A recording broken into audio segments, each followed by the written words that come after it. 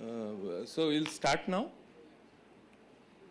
So good morning. So it's a pleasure to welcome you all to RRI for this discussion meeting on glassy disordered and out of equilibrium soft matter. So this is a part of highly successful discussion meeting series called DM Glass that discussed complex problems in amorphous materials. So specifically, this year's themes are memory, yielding, and machine learning in disordered soft materials. So first of all, I'd like to invite our director, Professor Tarun Sauradip, to present the opening remarks.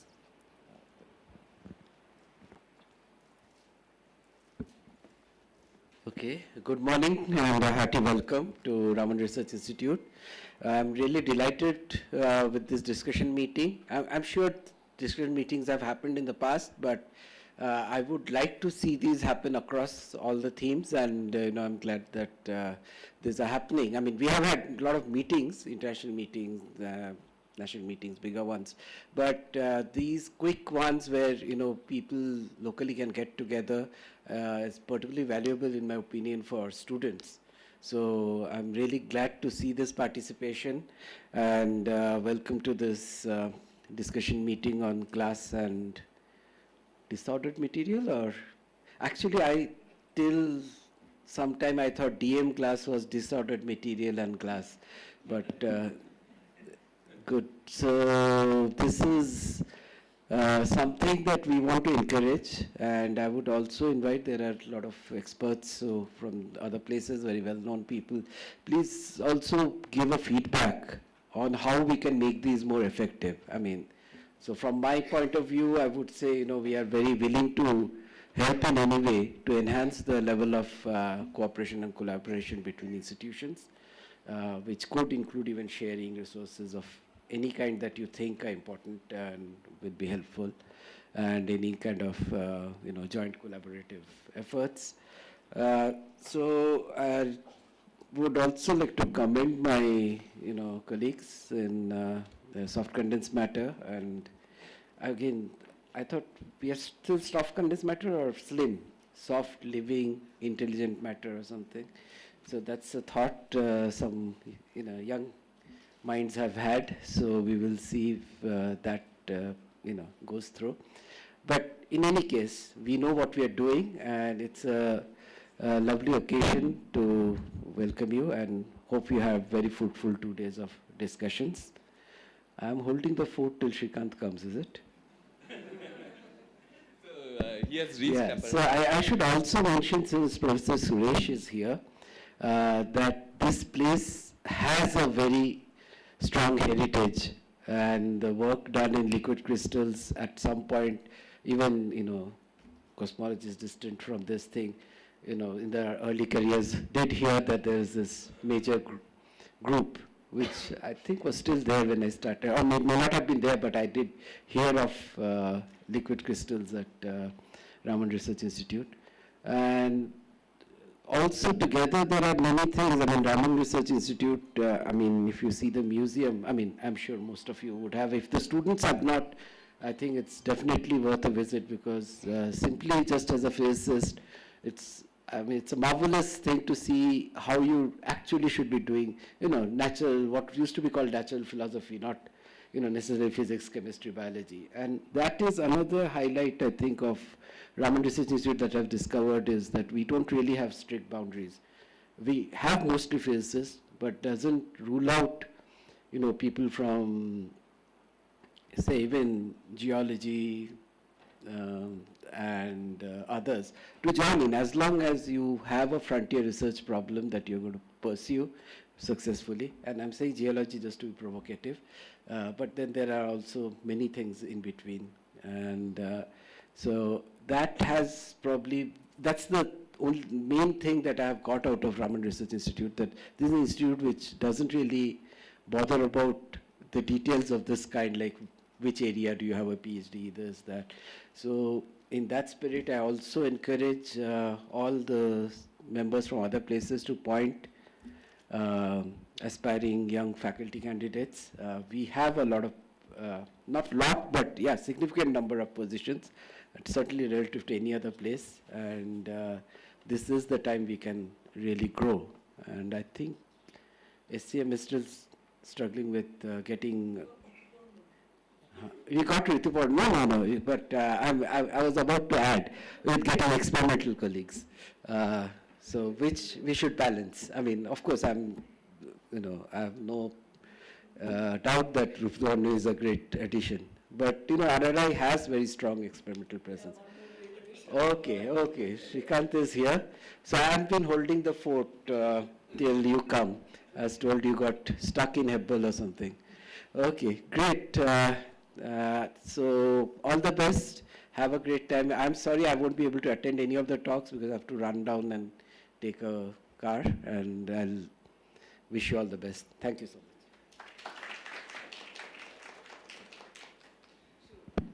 Thanks, Tarun, for making some time before you catch your flight.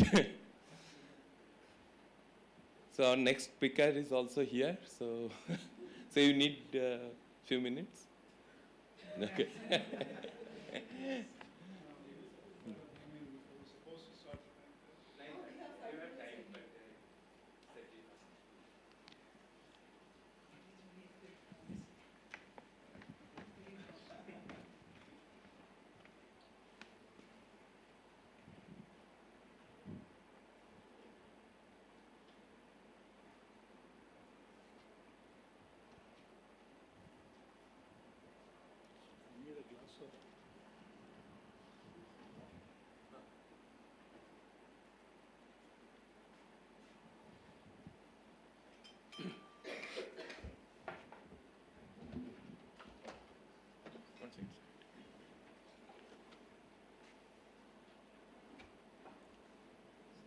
HDMI is there.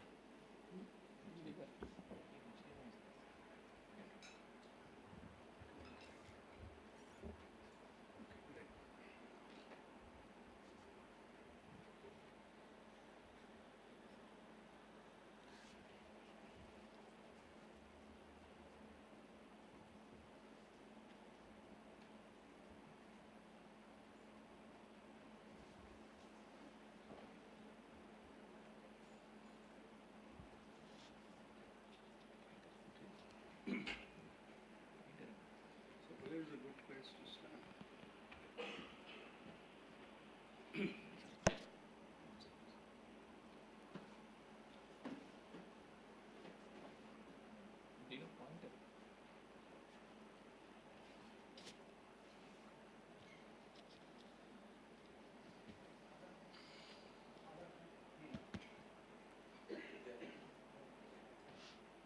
So then I can walk around, right? I can.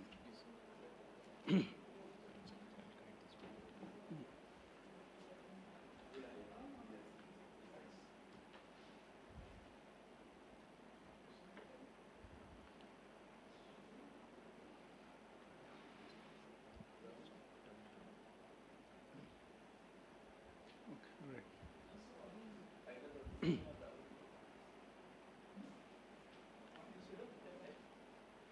No. Okay, I should wait. Pictures.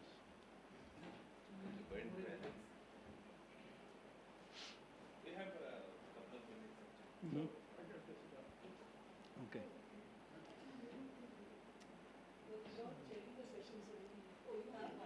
I have one.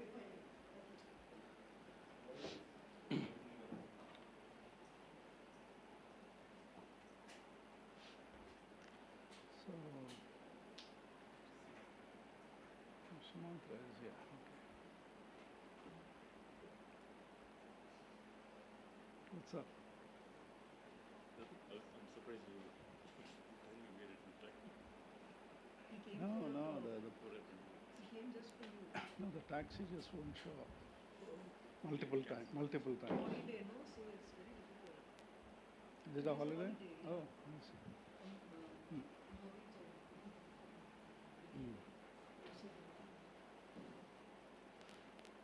No, I booked a cab which was an hour, kilometer away, and who's going to come, so I was sort of getting ready, and then I look, and the guy is in the same place. And I tried to call him, all that stuff. Anyway, when you tell me. Okay, we'll start now. So our first speaker is Professor Shrikant Sastry. He will be telling us about yielding and memory in sheared glasses. Yielding and yeah, thank you.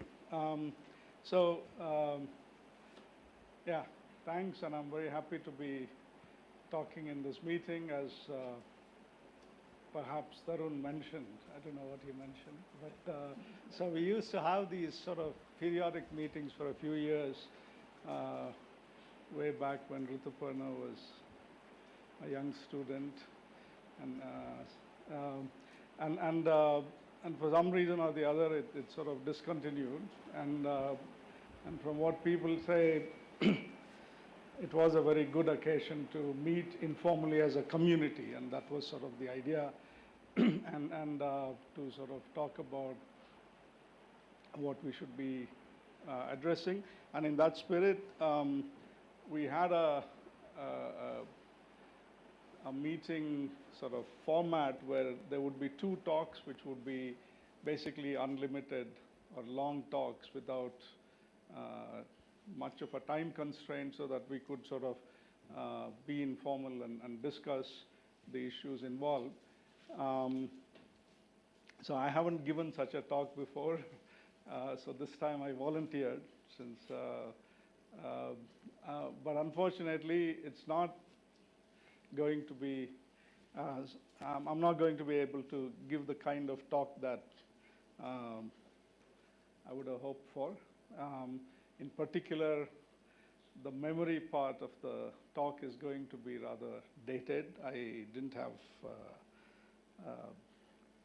the opportunity to do justice, but whatever I will talk about, I will try to sort of speak off script as and when needed, so that in spirit I will give the kind of talk that's intended. Okay. And so here is sort of an outline of what we have been doing actually over the last several years, and also what's sort of disturbingly becoming the standard talk that I give, which I hope, huh? Yeah. No, that's so. But basically, yeah. So many of you might have heard this before, but among the younger people, you may also have wondered about what XYZ meant on the slides and not had an opportunity to ask. So today is, it's going to be a talk that you might have heard, but I'm going to go at a different pace, and I would like you to stop me at whatever point when something is not clear, and maybe some of you should come forward. But anyway, this is fine. Okay, so I'll sort of touch upon what, so this is a talk about glasses and amorphous solids, and it means many things to many people. I'll try to sort of put the focus on what I think are interesting and important features, okay? So let me begin. This is just to say, this is work that's gone on for a while with many people, including some students and collaborators in the room who've contributed. Okay, so again, a thumbnail introduction to glasses, but again, I'll try to emphasize what I think are interesting. So glasses are ubiquitous, and these are substances, most substances can form glasses under suitable conditions. We've been told this. And these are disordered solids, which means that there is no unique microscopic structure. So you can have a large number of microscopic structures for a given set of macroscopic state and properties. Okay, this is fine. A lot of materials other than glasses have this feature that there are many different microscopic configurations, that give you a given set of, for a given equilibrium state. But the key difference with glasses is that among, okay, first of all, what you sample at given experimental conditions is not necessarily the equilibrium ensemble of states. Okay, that's what a glass is. It's that's a key property, and under given experimental conditions, based on how you prepare a glass, you can have a range of macroscopic properties for the same chemical composition, right, of a material. And this is something that we are very used to thinking about, talking about, but it's actually a somewhat surprising property, right? Most materials, when we talk about them, we talk about a certain composition as leading in equilibrium to a fixed set of properties, right? Whereas in glasses, you have a wide range of properties that are possible depending on how you prepare the material. And something that in a review by Mark Ediger, he pointed out, which I thought was an interesting thing that I wouldn't have thought of, it needed a chemist, was the high degree of chemical tolerance that glasses have. You know, you can change the composition a little bit, and you'll make a slightly different glass, right? With slightly different properties. But you can change the properties much more by actually how you prepare the glass, okay? So this is, to me, quite interesting. This is the hallmark of what a glass is. You have this feature of multi-stability, that you can have stable structures that will outlast you once you make these glasses in the solid state, and they can be very different, okay? And I'm going to be sort of coming back repeatedly to this idea of multi-stability, which is a keyword from one of Giorgio Parisi's, I think in his Nobel lecture, I think this word is in the title, and I thought it was very appropriate. Okay, so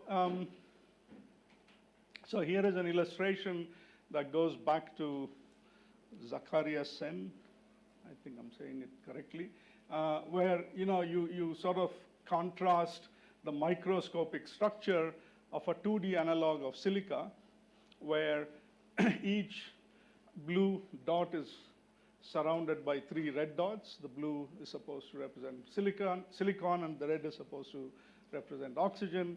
And what you have is not only the same chemical environment for each silicon atom, but these the positions of these silicon atoms repeat periodically. In comparison, for amorphous solids, you have the same local environment, typically, right? There can be exceptions, but there is no long-range order. Okay, this means that I can form a random triangular network in this case in many different ways. So there's a degeneracy and associated entropy with this possibility of multiple networks that I can create. Okay, so in terms of how you actually realize this variability, the conventional answer is that if you take a liquid and you cool it at different rates, you end up with different macroscopic properties, okay? And that's sort of good enough for our purposes. There are other ways in which you could perhaps achieve this variability in terms of preparation protocols. Yeah. I don't know enough about this particular system, but when you go from a crystalline to the glassy state, there's quite a bit of bond angle frustration Right. in the amorphous state. So is it true with the 3D silicon? Yeah, also, yeah. So,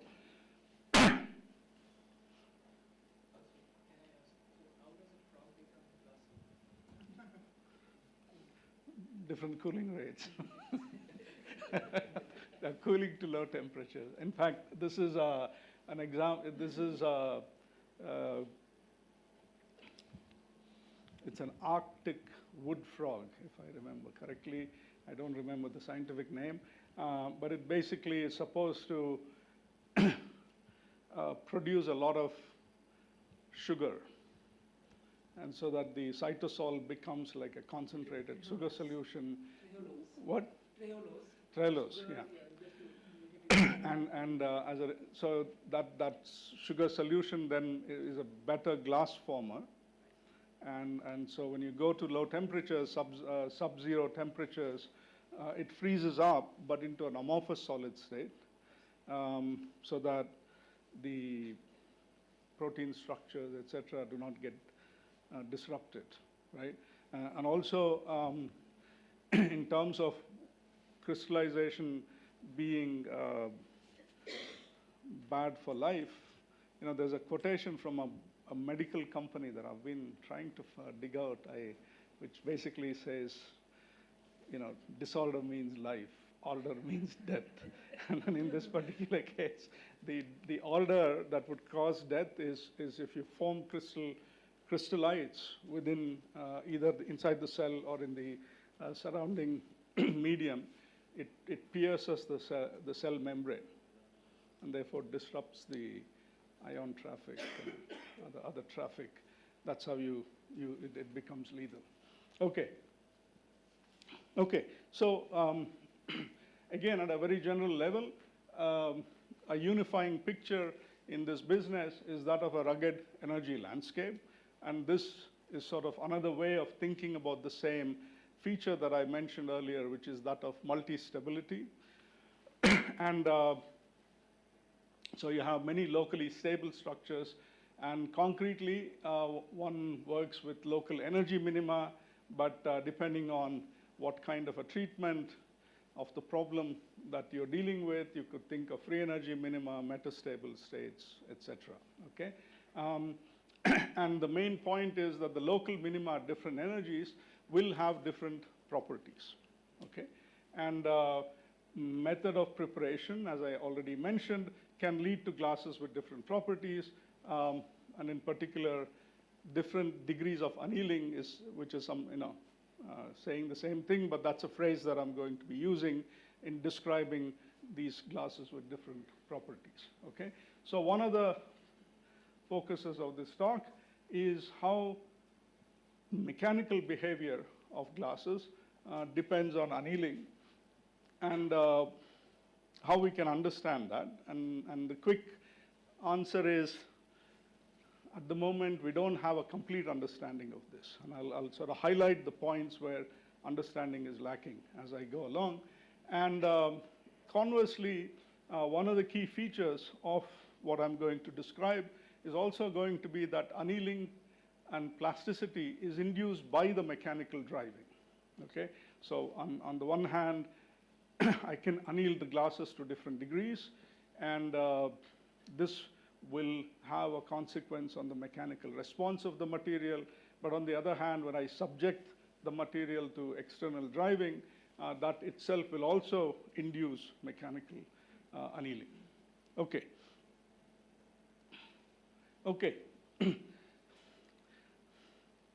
So, whenever you order something in a restaurant, you'll get the dish that you ordered, but on the side you'll have some salad and stuff. So this is like a salad side dish slide. So, but there are some points to focus on. Basically, very broadly, when I talk about applying external stresses to a solid, I can have reversible response at small deformations. But strictly, while you can think of strictly reversible response is that when you deform, you sort of move along an elastic branch such that at every point I can reverse the applied stress and I come back to the original configuration.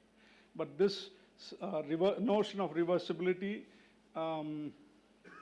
may or may not apply for glasses. Smarajit and Idan and Itamar wrote a paper many years ago saying, do athermal solids exist in this sense, right? And the idea is that for when you have a disordered structure, even minuscule amounts of deformation will lead to plasticity. So in that sense, so you can have local rearrangements of atoms. So in this sense, there is no solid in the strict sense, right? But you do have, some average reversible response. That's good enough. Two-level systems could be, yeah. Why you say there's no solid? It still has a finite rigidity. Even in the crystal, there could be variable diffusion. Absolutely. No. So some of these contrasts with the crystalline states are the party line. Are different, but a lot of these things also apply in specific context to the crystalline state, right? No. That's in fact I didn't complete a sentence. I was going to say only for a perfect crystal do you have perfect reversible behavior, right? But perfect crystals also don't exist. So there is plasticity that we usually ignore when we talk about this so-called reversible regime. Again, I think this question about, okay, so yes, the way to talk about a solid is to ask whether it has a finite modulus, but at the point of undergoing a plastic rearrangements, that modulus does go to zero. And this is then a matter of scale at which you talk about that modulus being finite or not. Okay, so anyway, now we are usually sort of, when we talk about all of this, we are talking about sort of this end of the spectrum, what I will call molecular glasses, silica glass or metallic glasses. But there is a wide range of what you call an amorphous solid. So this includes soft solids, yield stress fluids, or whatever you prefer to call it. Materials like toothpaste, which have a finite yield stress and then they flow, right? Also belong in this category.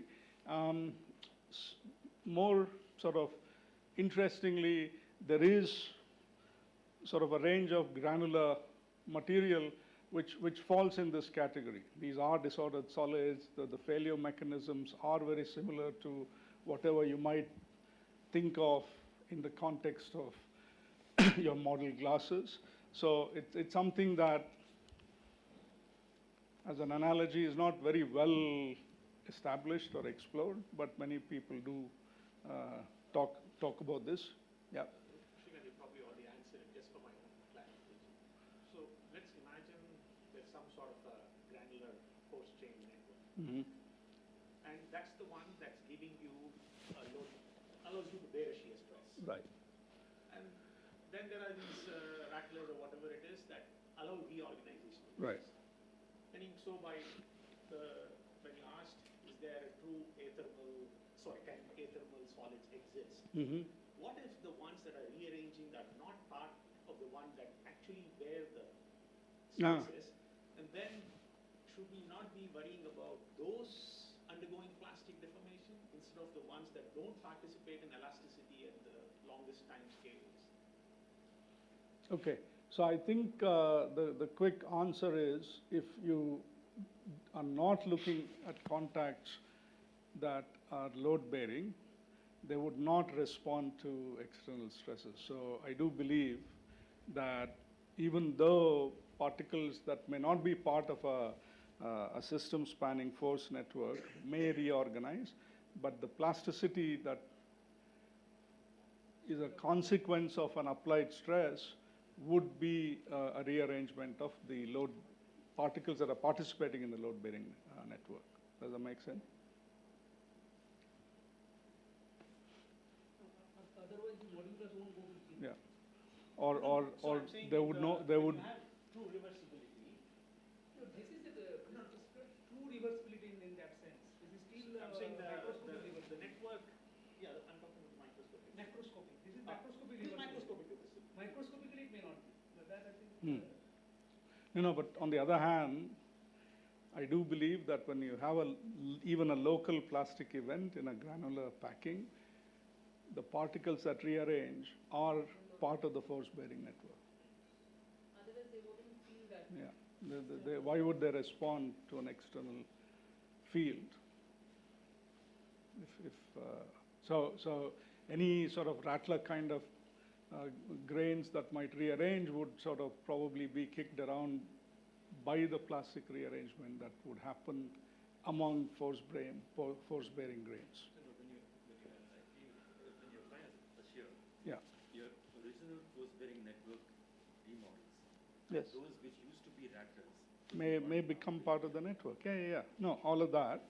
But he was asking something else. No, I was asking if there is a separate set of particles that allow you to bear stresses, and there are these bunch of guys who don't do anything, Correct. and you're just going and measuring irreversibility in the system, and saying that microscopic irreversibility is associated with a lack of true elastic-like response. Mm-hmm. Then how do you know that the particles that you looked at are part of the force-bearing network to first make this claim? I understand the question, but I think if some particles are not part of the force-bearing network, You're saying they will not exhibit plasticity as a result of the external stress, right? They may actually, because these force-bearing particles move, they may move, and like Madan said, because of that kind of a change in coordinates, they may well end up becoming part of the force-bearing network. All these processes happen, right? Okay. Shrikant, I just had a small point to make. So, I mean, usually we associate this plasticity to the formation of these, it shall be like events, right? So, I haven't come there yet. Will they give rise to, I mean, you're talking about rattlers, right? So, will they give rise to that kind of a response? We can also think in those lines. So, to start with, will it be part of the force-bearing network? Sorry? When, before the rearrangement started, were they part of the force-bearing network? Can people use a microphone, because this is being live streamed, so people can't hear you. So I think you have to pass it around. I'll do this one.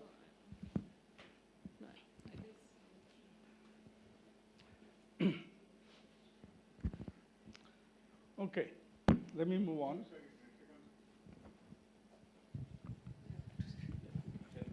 So when you talk about, for example, active systems, driving is at the particle level. I will, Then, I hope. yeah, but then this distinction sort of goes away. No? Yeah. Well, yes and no, because, okay, so, I mean, it's a little, I mean, if you have self-driven particles, they are microscopically applying, I mean, they're contributing to the stress in the system if they're part of a force-bearing network, right? If you wouldn't, I mean, you could have particles that are floating around, but they won't contribute to the stress, whatever, in whichever way you might calculate it, right? So you still do need, and if you are looking at sort of a structure that is static, you could have a bunch of active particles that are stuck because they have infinite persistence active forces, and they may be isolated from the rest of the system, in which case if you take them out, nothing changes, right? So in terms of plasticity that leads to a reduction in stress, it has to be arising from particles that are part of the source of the stress, right? I think it's just as, yeah. Okay. Yeah, so this is really meant for okay, I'll come back to this, but when we're talking about strain and stress, what we are talking about is simply this picture. So if I take a little cube in the system and I deform it in the way I've shown, strain is measured by the amount of deformation compared to the length scale over which that deformation occurs. And similarly, stress is the force per unit area. So I imagine that this base is stuck somewhere, and I'm applying a force at the top surface, and the force per unit area is the stress. Okay? Just for those. Huh? Macroscopic, yeah. Yeah, this is just in case you haven't seen the definition, and that's going to mean you'll lose the rest of the talk. Okay, right there. Okay, all right. Srikanth, can I ask before you go to the... Yeah. So this is regarding this complexity of yielding. Yeah. So I was thinking, like for any real system or like disordered, is it fair to call this elastic regime where like if you deform the system many times, but there is no time dependence macroscopically. Okay. But if you are close to yielding, then actually depending on number of deformation cycle, there is some evolution in the system. In the elastic limit, that should not happen, right? Or That's correct, yeah. So some of these I'll come back to, but strict reversibility is, like I said, at every point along a deformed trajectory, deformation trajectory, you should be able to come back by the removal of the external stress through the same sequence of configurations. But there are also situations where you undergo plasticity, but if you were to reverse the stress or the deformation, you follow in reverse order the same plastic events and come back to the original configuration. So this is sort of reversible plasticity, I think, is what people call it. Is this anelasticity? There's some of, huh? Yeah. So, okay. So the other thing quickly I'll mention that this. Sort of emphasize that reversibility, etc., is coarse grained. Yeah. Thing, right? I mean, Yeah, yeah. it's not reversible at very microscopic. Right. Yeah. No. Also, yeah. It is. Exactly. So if you're just talking about the stress going back to zero when the strain is taken back to zero, many things might have happened inside the solid, but you're saying the stress strain curve is reversible, right? So that's like measuring a property of the entire system. You could also take a coarse-grained a coarse-grained description where you have a smaller number of degrees of freedom that you're dealing with. So where even though something might have happened inside a volume, you still are talking about reversibility. So reversibility is a matter of the resolution both, in this case in space, but also, like there are many situations where that reversibility happens immediately or you have to wait for a long time. Right, so there's also time involved. For most of what I'm going to talk about, time will not. Yeah.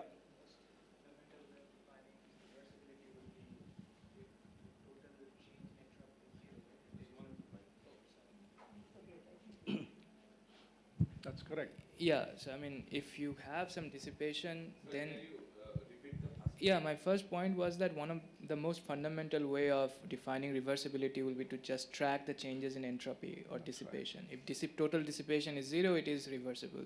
If total dissipation is non-zero, it is irreversible. That's right. No, that's correct. And you could also talk about dissipated work to the environment, but it could be that this may, even when you have microscopic plasticity, this may or may not be detectable, right? But yeah, that's a good. But I'm a little confused. Like in a out of equilibrium system, like how do you define entropy? Like for. I mean, you don't define it. Yeah, you don't define entropy. You can define some dissipated work, just like people do. Which is what people normally do. Yeah. And that is a entropy good is sort of measure, is a generalized entropy. We talk about that. But again, there's a macroscopic. Macroscopic, yeah. Sir, You can talk about microscopic reversibility also, right? No, but when they measure, Principle and two. no, I'm saying that when the measurement is done on the stress dissipation, Right. you're doing it at a macroscopic scale, you're not following the Right, but I don't know what this is. yeah, but that dissipative work you can calculate for out of equilibrium one, but the meaning is not clear for out of equilibrium system why it should be zero. Like there is no, my understanding is there is no a priori theory like that So can. then this is not working, so I'm going to shout. Oh. No, no, Yeah, you can. You have to turn it on. It was turned on. It's on? Okay. Then the battery, right. Okay. the green light is on. I mean, if we go back to thermodynamics, right, the way we are defining reversibility or irreversibility is just by tracking whether there is any kind of dissipation or not. I mean, that translates to even non-equilibrium system also. Yeah, I mean, there you would say if any work done is recovered, Yeah, that's reversible, correct. right? Yeah. So, Any heat release or absorbed Which is the same. will also lead to that. But any plasticity is known to have a release of heat. Yeah. So whenever there is a plasticity, whatever level it is, microscopic or even macroscopic scale, you have a detectable one. Microscopic scale, you will still have heat released. So in that sense, so that's why we wrote, do a thermal solid exist? This is in that sense, in some. so Because may I if you, request the other issue, just second, 1 minute. So crystals, I do not know whether that is true, that if you keep on increasing the system size, whether you are prone to plasticity at any strain, but for disordered solids, that's the case. So this is the reason when you go to thermodynamic limit, plasticity is going to happen at any infinitesimal strain that you think of. Okay. So. Okay, so can I request the students in the audience to also participate? Because all the, we all know each other well. And then we'll keep arguing. But So no, just asking seriously, about, let's aim for every third question Yeah. to come from the back side of the room. Okay. Then we may have to stop asking questions. No. Oh, you want one more? They also learn from this discussion. Yeah. Let's not stop this discussion. No, we shouldn't stop this, but they should also then rev up and start participating. Okay, every fourth question. Every So- nth question, n can be ill-defined. Yeah. So I was wondering, if in an equilibrium crystal, if there is a finite concentration of vacancies in the Yeah. shells, then you will see, I suppose, plasticity at any length scale. Any? Any strain. Yeah. Yeah, I don't off the top of my head know, but I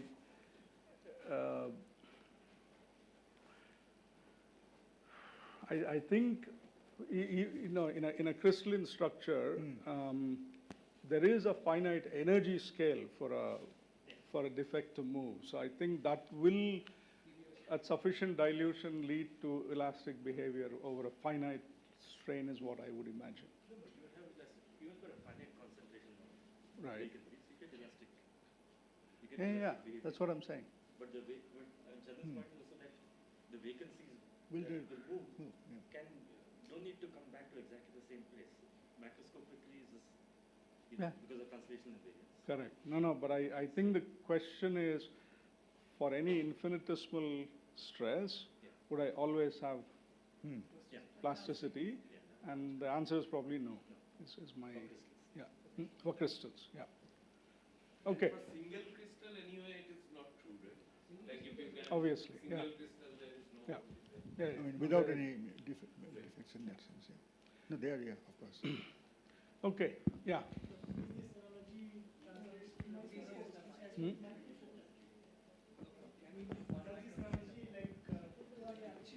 Yeah, keep one microphone at the back, yeah. So does this analogy saying that for every infinitesimal stress, there is going to be plasticity for disordered systems? Yes, that is something that has been discussed. Yeah. So Yeah. the system size plays a role. Does play a role. Yeah, that's correct. I'll just interrupt. So maybe can you take care of that microphone and circulate it among rows. Yeah. And the Okay, other we'll one- coordinate. Yeah. Other one I'll, me and Sander. Yeah. So we discussed about the crystal saying that for every infinitesimal stress, it's not going to be a plasticity in the system. But I was asking, can we argue the same thing for amorphous systems, saying that for every infinitesimal stress, there is going to be a plasticity? And the answer is for large enough systems, the answer is yes. Okay, so one last thing I want to point out from this slide before I move on is the different examples that you have exhibit different kinds of failure, right? We don't normally sort of, or in the statistical physics community, don't worry too much about what the different failure mechanisms are, but they are, so yielding is when you apply a stress and you release it, whether you come back to the same strain or not, that's yielding in general. When you have crack formation, it's, I guess, well, I don't know what that is actually, but this could be crack formation, right? When you apply stress and you rupture the system, right?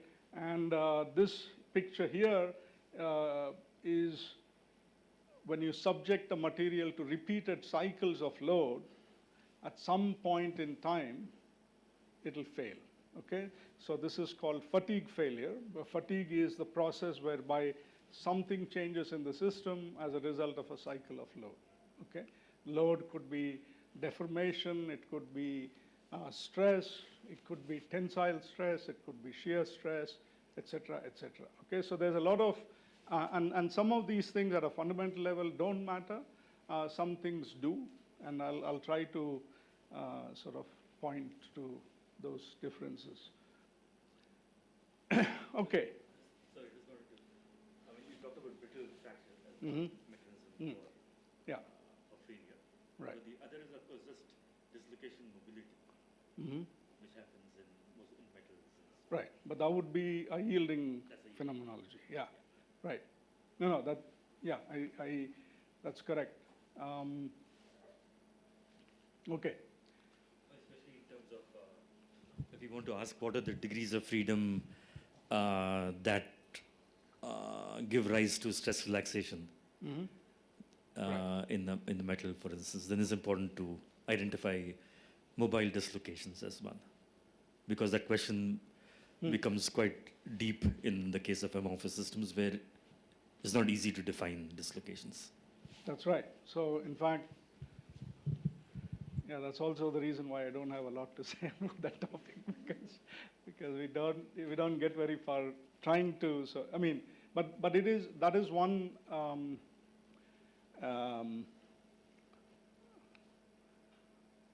Yeah, I mean that's sort of that's a perennial subject in glass physics, which is what are things that I could consider as defects, right? And so one of the things that I'm trying to get my group members excited about is, you could sort of ask this question a little bit differently and say, how do I measure disorder in a glass, right? And it's obvious that structural disorder is not the right measure, because you can have structurally very similar glasses which will have mechanically and otherwise very different properties, right? And so something that I've been, in fact, this is something that I would like there to be a discussion. How about the overlap function? I mean, the overlap function will tell you, how much change has happened, right? If you're comparing two configurations, and then that will tell you how much similar or different they are. It doesn't, in any obvious way, tell you how much disorder you have. So if I give you a piece of glass and I ask, how disordered is this? You could sort of do a scattering experiment, get the GFR and get, the structure factor, but it doesn't tell you, so, Yeah, so one way one could ask this question is, if you have disorder, for some property there should be a finite scattering cross section, right? So if you have, if you're looking at conductivity or something, that there is some measure of disorder that'll tell me the conductivity goes down or up in proportion to that, right? So the structural disorder you have in glasses is not the right measure by that kind of a yardstick, right? But one thing that I've been sort of wanting to do for a long time, because it sounded right, is to focus on stress fluctuations in solids, because that somehow seems like the right way to think about disorder, right? And more recently, we've been sort of talking to, a few people in Israel, Mikhail Moshe and Itamar Prakacha, and one of his postdocs who I forgot to ask to come to this meeting, Animesh. And so there somehow when they talk about compatibility, the way, at least in words, they've been talking about it is to say, take a solid, take different parts of it. If you were to sort of pull it out, they'll have some natural shape. And then when you try to piece it together as it was in the original structure, then you will, you'll create stresses, right? So that's how much of those stresses that you create is a measure of, in that language, compatibility, but this is also a measure of disorder that should be relevant for the kind of things that we worry about. There is a problem of scales. Like, at what scale do I do this exercise, right? So anyway, that's sort of, I think, an interesting topic. Yeah.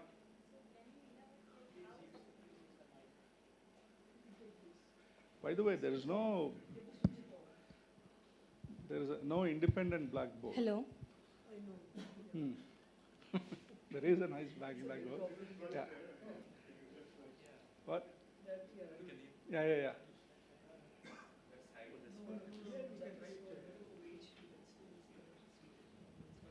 Yeah, please.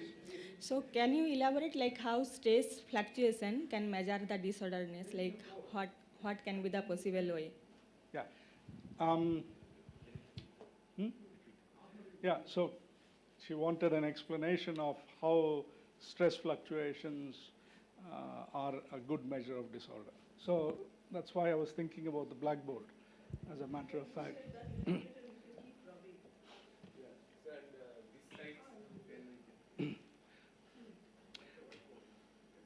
Yeah, no, I'll just, this is good enough for me, right? So basically the idea is if I take a solid, right, and let's say I'm thinking of different pieces of this solid, right? And if I cut them out, then this piece will, let's say, look like this, okay? And in order to fit it into the space that I have for it here, I have to sort of push this up. Yeah. So, yeah. So I'm going to look at it. Look at this piece in zero pressure conditions. So it will not have. It's not subject. The material is not subject to any external stress, therefore, and it's going to take a natural shape, which is stress-free, right? Which it will not have in an extended solid. Okay, so the source of that stress in that local region will also, therefore, give rise to an increase in the energy, right? So broadly speaking, if we agree that a high energy state will be in some meaningful way a more disordered state, right? Then this you can see is a good way of thinking about disorder, okay? No, so then depending on how many such places of stress you have, so the macroscopic stress in the system will, so you'll see a lot of deviations from the macroscopic stress.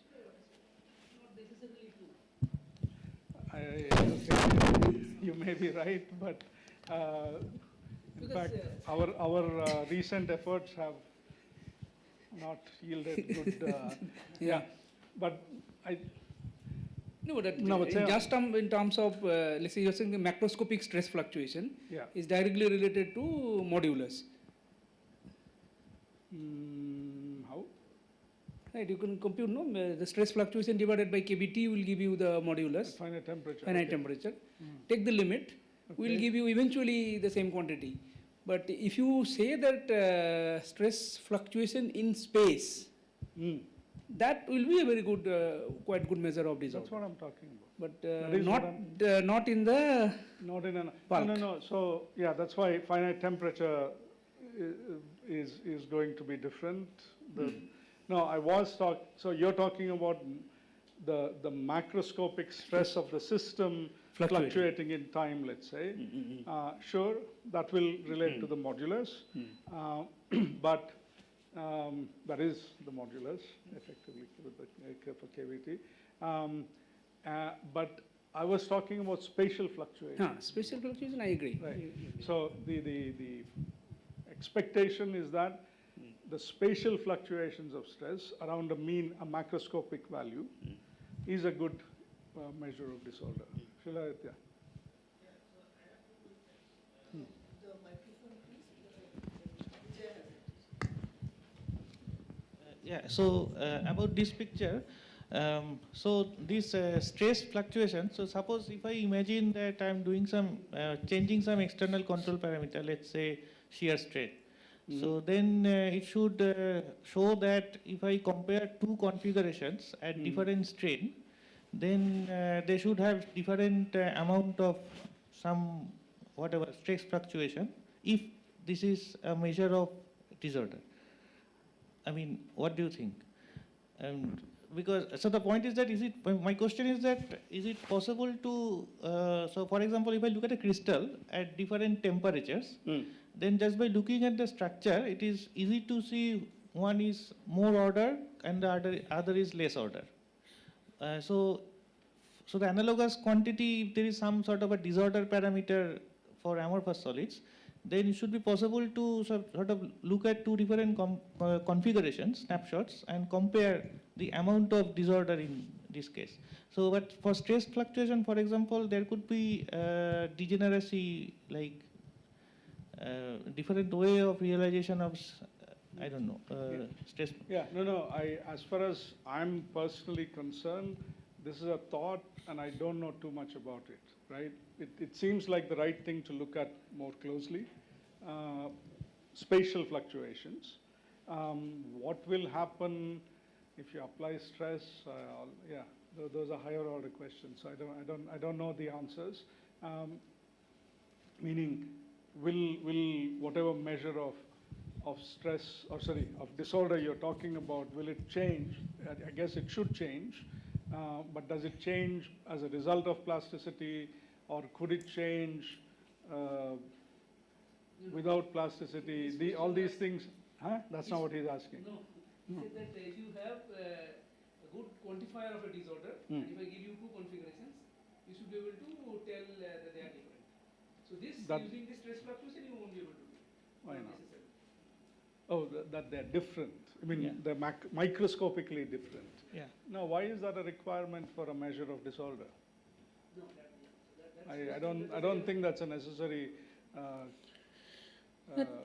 requirement. No, for example, let's say one of the usefulness of order parameter is to sort of, for example, let's say magnetization. If you vary temperature, then magnetization decreases. Correct. And So you So can at that level, this could well tell you, right?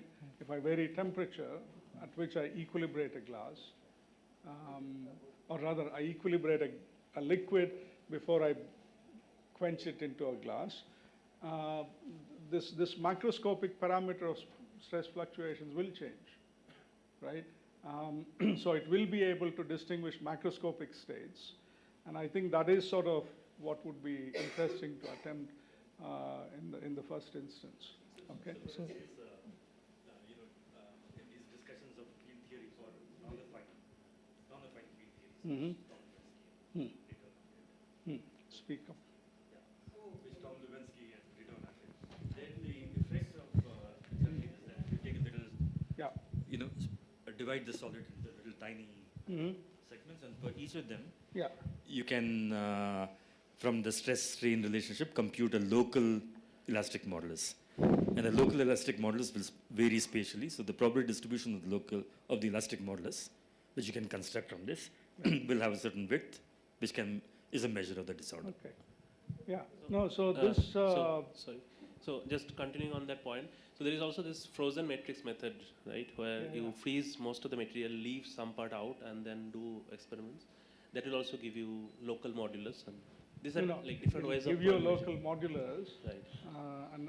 But in the frozen matrix or unfrozen matrix methods, the interest is not to look at the modulus. I mean, that's sort of a fairly like a simple-minded quantity. Right. But the yield, the local yield stress is usually what you're after, right? Because that's more and that, of course, doesn't enter the discussion at this level, right? Because the local yield stress, what decides that, etc., is a different story. But I'm just saying. One second. Rituparna, did you mention an experimental realization? Did you say experiment? No. No. Okay. No, I mean, it would be also interesting to. Yeah, no, it's very interesting, however. I would like to know. Yeah, you need to get a clarification. No, but it can be done experimentally through optical traps. Yeah. Measuring elasticity is. No, local elasticity again. Our good friend Surajit Sengupta. Yeah, take the mic. Yeah. Right.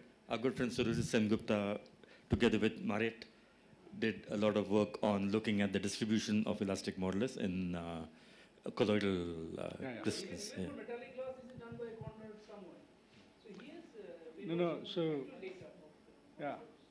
No, looking at local moduli by measuring fluctuations has been done, right?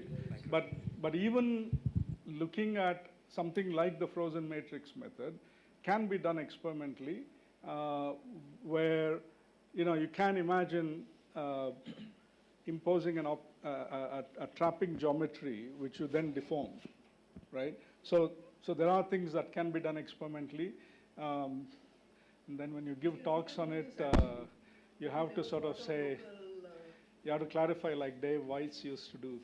This is not a simulation. So 20 years ago, he would show all these movies and he would say, this is not a simulation. So is it? Okay. I just had one point. Yeah. So can we use some information compression algorithms to quantify disorder? Very interesting. We actually started doing something along those lines, which, I mean, there were sort of issues, which maybe, it's a very interesting idea to go back. Somebody keep notes of this. We take a lot of images of these colloidal particles. I mean, looking at crystalline and disorder. No, so I think an image compression algorithm will give you a measure of disorder, but it may not be the disorder that you want to measure, right? It will probably give you structural disorder, and that's what we did try and do. But you could probably, instead of looking at the particle positions, I could sort of ask, like how much I can compress a displacement field subject to a small external stress, so look at the non-affine field, non-affine displacement field, and then try to use compression algorithms to quantify that somehow. But that would, in my opinion, come back to what we're talking about now. But that may be a good way of doing the measurements, right? But the other thing quickly, and this is my third slide, I think. So and I have over 100. I'm not joking. Yeah. So sorry, I missed some part of this discussion. So my question is like this stress fluctuation method. Do you need can the overall bulk sample be stress-free and then you slice them in local thing, or you require a residual stress in the material? No, I don't think looking at spatial fluctuations of stress demands anything of the global stress. Yeah, but some connection that's also interesting, let me quickly mention, is there has been a lot of work on quasi-localized modes in disordered solids, and there has been sort of a proposal of using the density of these quasi-localized modes as an absolute measure of disorder. And that's actually, at some level, a very good way of thinking about disorder, because you would not have these localized modes in a perfect elastic solid. Whether it's disordered or ordered, you won't have it. So if you have quasi-localized modes, then you have disorder, is one way of thinking about it. What Vijay was saying. So I understand that if you use those sort of compressed, meaning representing those structure as images, then from a single snapshot, I agree with what you're saying that you might measure structural disorder. But let's say I have a time sequence of these images and I associate a value and I look at the fluctuations of this quantity. Would that be a readout of stress fluctuations, or? Well, no, I mean, yes, because if you're looking at a finite temperature solid where we agree that local moduli fluctuations will manifest in local positional fluctuation, right? Yeah. So you will quantify those. So so any kind of a response or a response-related quantity is probably a good measure, right? But there is something unsatisfactory about this. I would like, or at least I could say, what I want is to look at a structure and be able to say something about the degree of disorder, etc. So this is sort of more in line with what Sarika will probably talk about, where you make an effort to sort of define a softness just by looking at the structure, right? That would also be interesting to pursue, right? But that's a different way of doing things. But stress is sort of like measuring local stresses is somehow more like looking at structure-based measures of propensity. There may be a correlation. So these are things that need to be looked at systematically. I don't know if, in fact, who's looking at this? Swanendu. Did you find anything in literature? Because I know for the longest time, I know of the work of Takeshi Egami, who was making all these squished, unhappy faces and stuff. And then there's some work by Jack Douglas and Riggleman. But beyond that, I don't really know literature. But Madan, you have mentioned this before, but I haven't. I just wanted to make a comment on this, because Gambo and I did this work on relating strain fluctuations to elastic moduli.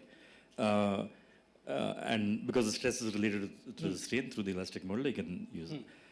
So this uses equipartition, etc., and you can get. But one has to be careful because the strain has actually a constraint, that is compatibility. So one should you can't naively use equipartition. It's not a quadratic theory. It's not a Gaussian theory. So is there a way of sort of?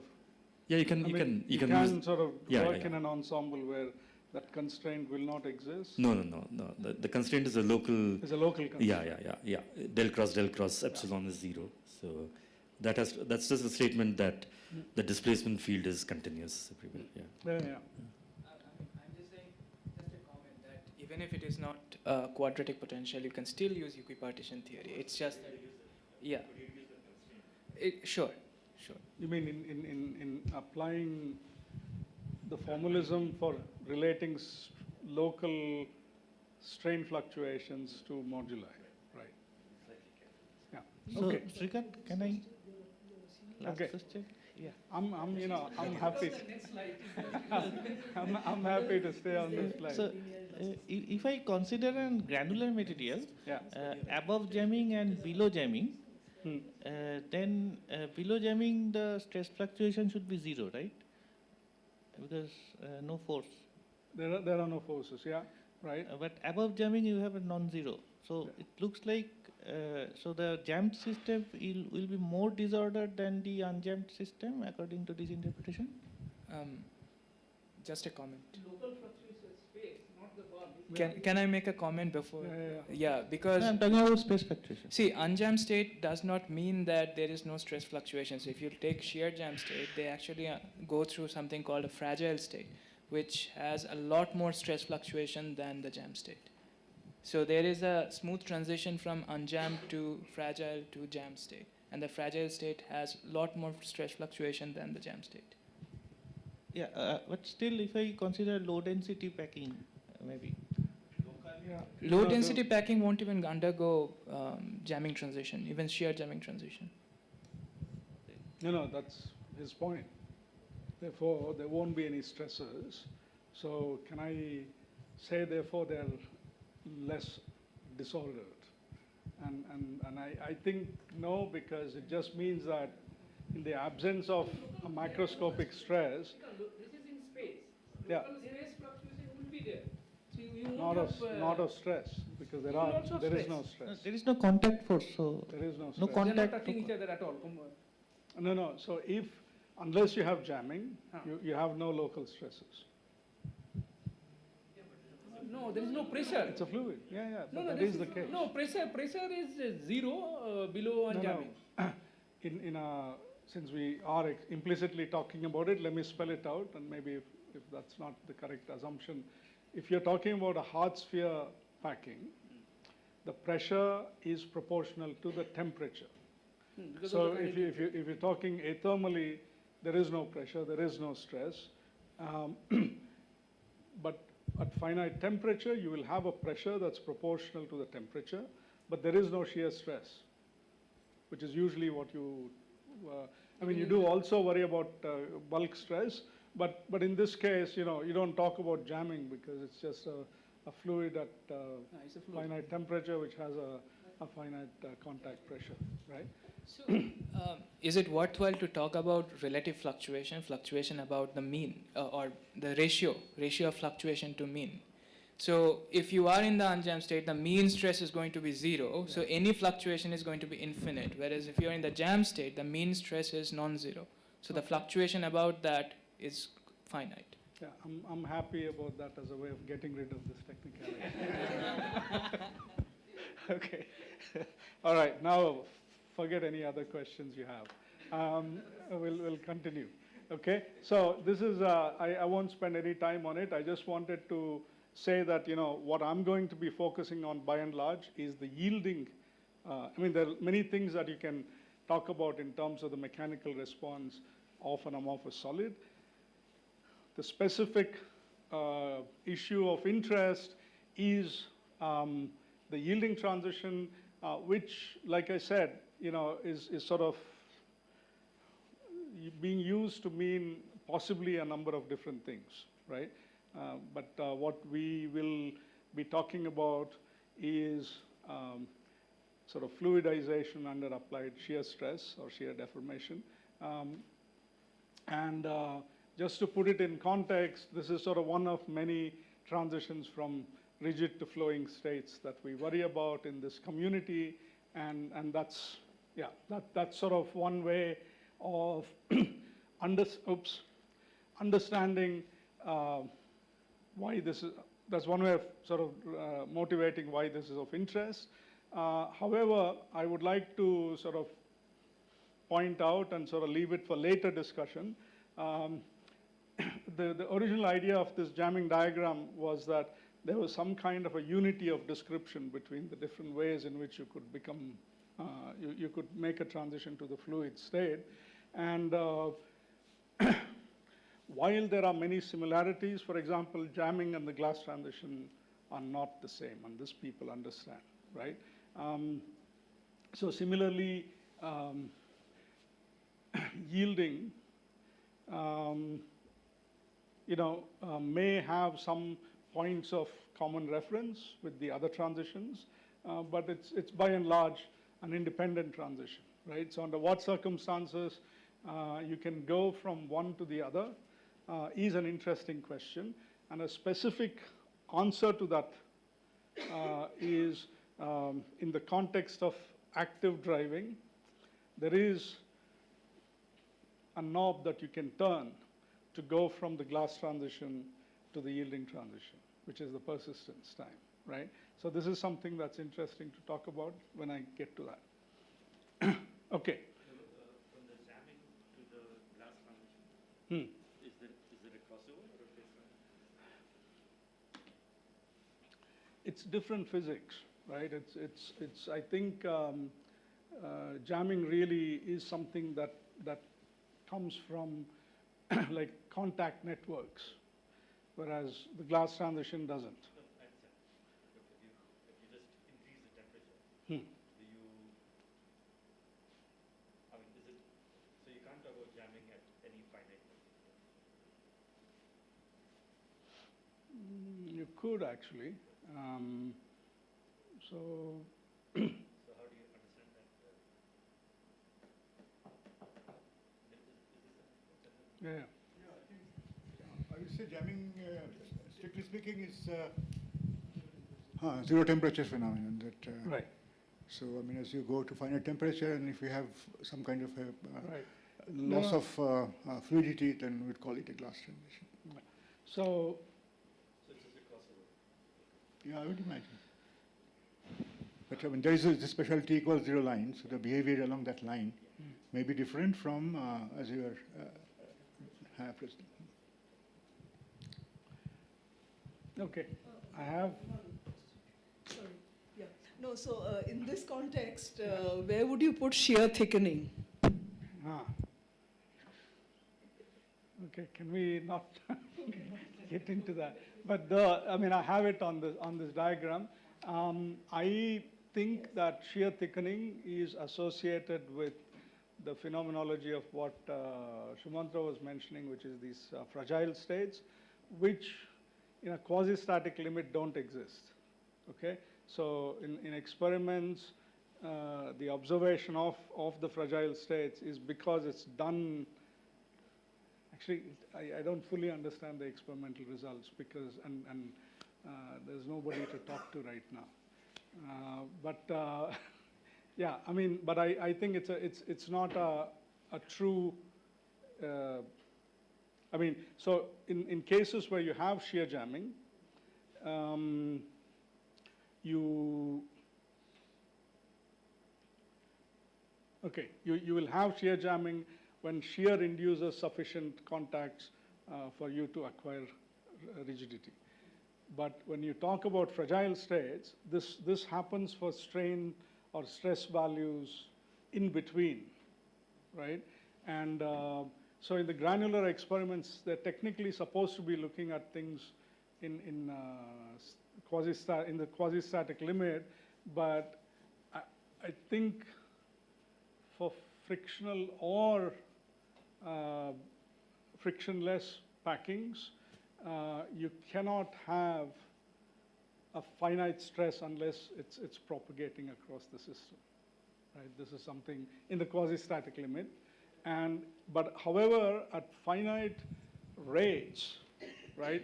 So basically the idea is if I have a certain contact network and it's there statically and I apply some stress, will it relax or will it remain finite? That's a question you have to ask. And it is a rate question, right? So if you shear at a finite rate, you could have transient rigidity. And if you keep shearing, you could have that rigidity in the steady state. but it's not, so shear thickening is associated with that acquisition of rigidity under shear, right? Can I make a comment? So fragile state does have system spanning force network. It's just that it is anisotropic. It's only in one direction, so that if you reverse the shear, it breaks down. Whereas if you are in the jam state, you have force network in both directions, so it resists shear in both directions. No, so in fragile states, you have a finite force network in the absence of force balance. So that is the difference between shear jamming in suspension and dry granular system. Because like dry granular system, your stress will not relax, but even in suspension, even if you are shear jammed, your stress can relax actually because of this hydrodynamic interaction. Because of hydrodynamics and not thermal, I guess. Depends on the. I mean, it depends. Like even granular case, like just hydrodynamics. Okay. All right. So one nice thing is now with all these questions, you're sort of exploring all the connections you can make, right? So this is the bigger picture. Yeah. So just to take up Sumantra's point, so you're saying take his mic also. Yeah. No, so you're saying that before you hit the jamming transition, you get force chains which are anisotropic. Yeah. So there is a limmatic, long-range limmatic correlation. I think so. Yes. You think so? Okay. Yeah. So actually, Max did measure that, and only if you measure the correlation along a particular direction. But sorry, how's the direction picked up? Is the direction of the shear? It's a compressive just direction. along the force chain. Yeah. So within. It's a compressive direction. Okay. No, but then it depends on the external. So if as you let the external force go to zero, then it won't be there. Then. Yes, Right? it only happens at finite shear stress. Like fragile state does not exist below a stress. Yeah. Yeah, it's I won't call it isotropic, but it's along the both directions. Yeah, so that is an interesting point, that fragile state is very anisotropic. So when you enter shear jam, the anisotropy decreases. Anisotropy vanishes only if you cross this isotropic jam state, which is a much higher volume fraction. For example, RCP and all. Yeah. Then there, like you get true isotropic. So if you shear a system, the idea is that you're forming a force network in the compressive direction, but these are not stable, and they begin to buckle. And when they buckle, they begin to make contacts. So the force network then becomes more isotropic. And so if you look at the anisotropy, and this is sort of as a function of strain, you have this sort of build-up of anisotropy and then a decrease. And this decrease is the signature of undergoing the shear jamming transition. Yes. But again, just to insist, this is a finite lifetime state. Yeah, but it is relevant for shear thickening phenomenology.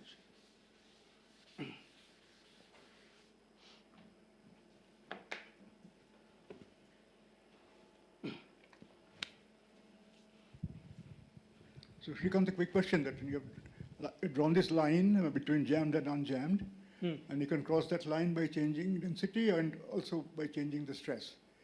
So I mean, it doesn't matter which way we are going. I mean, if you look at this one here is supposed to be the yielding line.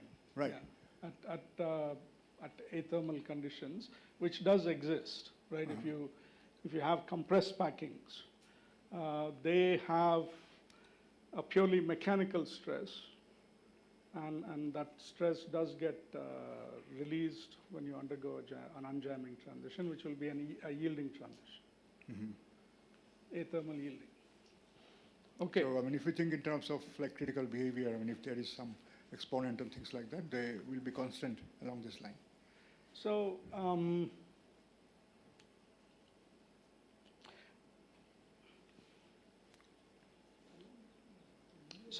the to the best of stress zero, and then you go like that. or you do go like that, yeah, yeah. Okay. So Saroj didn't come. Okay. No, so the thing is, in any sort of theoretical description, the yielding transition is a first order transition. I see. Right? Okay, then So, yeah, okay. it doesn't matter.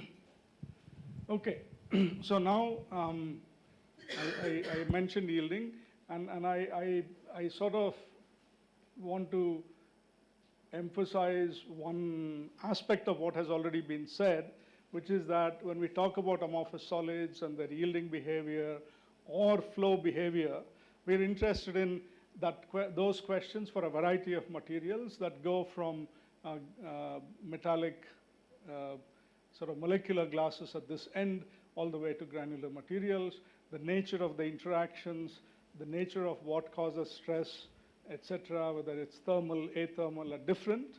And in fact, if you look at sort of the yielding behavior, it looks rather different for these different systems. And the question is it in fact the same phenomenology, or are they really, is granular yielding really different from yielding of metallic glasses? And one idea, and it may not be the only answer to all these questions, is that when we typically look experimentally at a particular material as an amorphous solid, it would have a certain degree of annealing, right? So I'm going to talk later on about the behavior of poorly annealed glasses.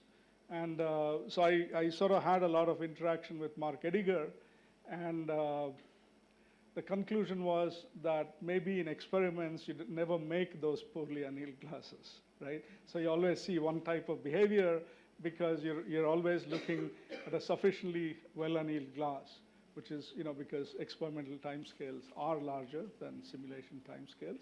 And so, This is only for molecular glasses. If you talk about other exactly. That's the point I was coming to. So, but Mark's glasses are molecular glasses, right? But this situation where experiments only probe one type, therefore we can't really say anything, doesn't necessarily exist if you were to look at granular glasses, granular solids, or colloidal solids. Maybe, so there it's relevant. So the degree of annealing, therefore, is an interesting parameter to explore in understanding how different types of yielding behavior may, in fact, be part of a unified picture. Okay, but there are other features of the interactions that can make a big difference. For example, whether you have attractive interactions at all or not may make a big difference. Whether you have topological constraints, as in polymer glasses, will make a big difference, et cetera, et cetera. Okay, but this is the one axis that we are going to probe. Yeah. Previous slide, so there you have some length scale dependence of soft glassy rheology. Mm-hmm. Where did that come from?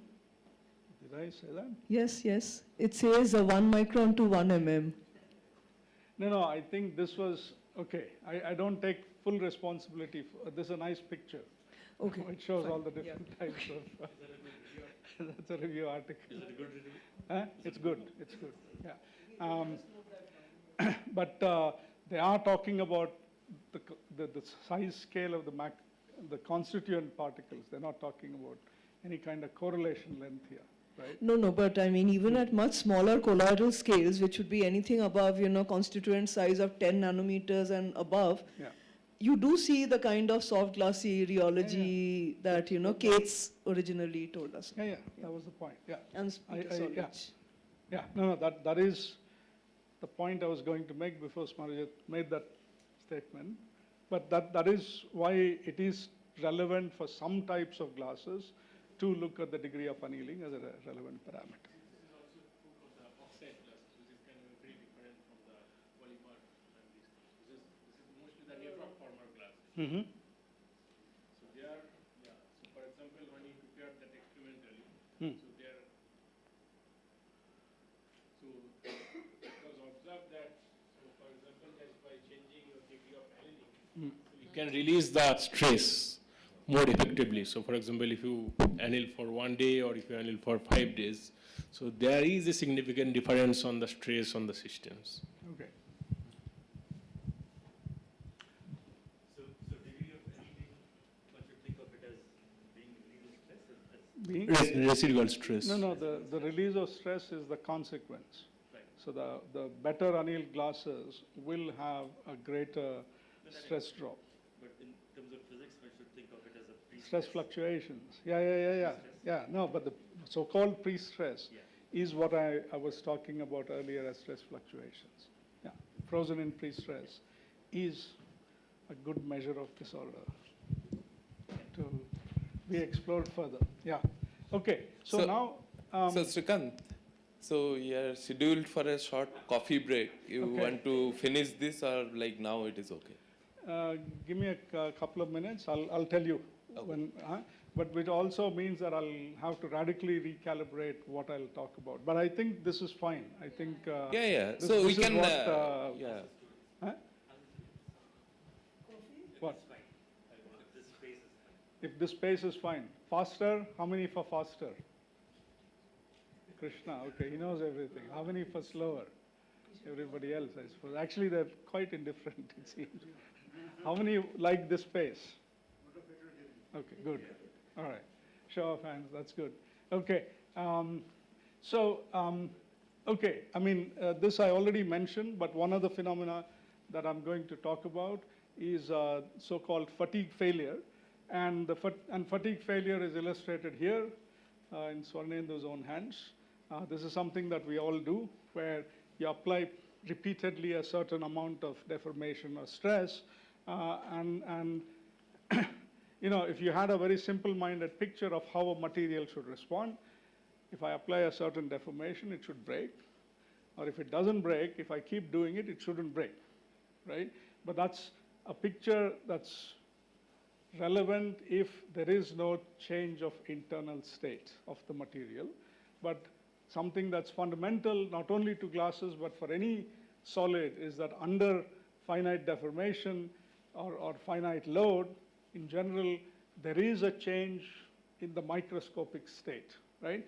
For most of the time, we don't really know how to measure and quantify that change of state, right? Certainly for glasses, as I will sort of talk about when we get to it, we are still at a stage where we know that this is important, we don't know how to measure it, and we don't yet completely know how, by measuring the change in the internal state, we can predict the failure times, okay? But that's what you would like to do, right? If you're looking at this, you would like to be able to say it's going to break after 10 cycles, and here is why, right? And that would constitute an understanding of the fatigue failure phenomenon, yeah? So, so this number of cycles, just to complete, depends on what is the stress or the strain amplitude you're applying, right? If you bend very little, you can keep on going forever without breaking the material, right? And if you keep on increasing the stress level, there is a limit, which is called the fatigue limit, which is, in our language later on, will be the cyclic shear yield point, right? Above which the number of cycles before failure happens is finite. And coming from above, this number of cycles appears to diverge at the fatigue limit, okay? I mean, what I'm going to... In picture 2, 3, no. In that picture there, there's an increase in temperature. Which one? In the wire being. Yeah. Huh. So, but what you're just saying now is for thermal systems. Okay. Because otherwise it depends So I think, okay, for a thermal system, one could argue that for large enough number of cycles, the material will always fail, right? But what is not clear is, you know, how much bigger, you know, is there a separation of scales so that even though notionally it's true uh, it may not be relevant. That part is not clear. But whatever I'm going to tell you will be for athermal systems. Yeah. In this opposite, the plasticity of the surface doesn't matter? It It should matter, right? will matter. Yeah, yeah. No, yeah. The surface. So if we can just trying to make on it. Do you think the magnitude of stress fluctuations that you have in space is going to decide the number of cycles to failure for a given? Yes. Yeah, it will. Because the I mean, for fluctuations that we are have like an internal way of probably going back and forth. And yeah, so empirically, it definitely plays a role. Why? I don't have a good answer yet, but that's what we're looking at, right? Okay. This I can actually keep for later, but okay. This is something that I may or may not get to, which is what I talked about here is subjecting a system to an external stress, okay? But you're driving the system through external forces. But you can also drive the system through internal forces, and this would then be an active matter system. And this, of course, has been studied very extensively in general, but the particular subset of that we would be interested in is looking at dense active matter, because then you're looking at a system that's, if we are studying an amorphous solid, applying external stress versus applying active driving are two different ways of driving the system, and one can ask what is the emergent behavior. And this is something that has been looked at by many people in this room, and this has also been looked at in the context of modeling confluent tissue. So this is not a new topic. What I'm going to tell you is that there is, and at a fairly obvious level, there is an analogy to make between driving externally and driving internally. I'll say a little bit more about it, but something that we sort of looked at, and also Smarijit in parallel, focusing on, I guess you will talk about whatever, yeah, somewhat different aspects, is that there is apparently a very nice analogy with cyclic shear driving. Okay, so that's something that I would like to talk about. This is a good point to stop. Okay.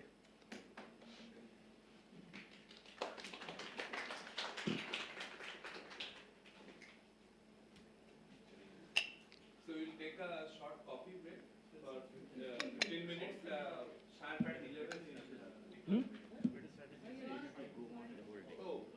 Oh, now it is maybe 11:05 then. Because 10 minutes coffee break. Can we extend after lunch? I'm okay with it. Let's go for it. What? Oh, you mean, no, one would normally think that a 3-hour talk is good enough. Looks like, right?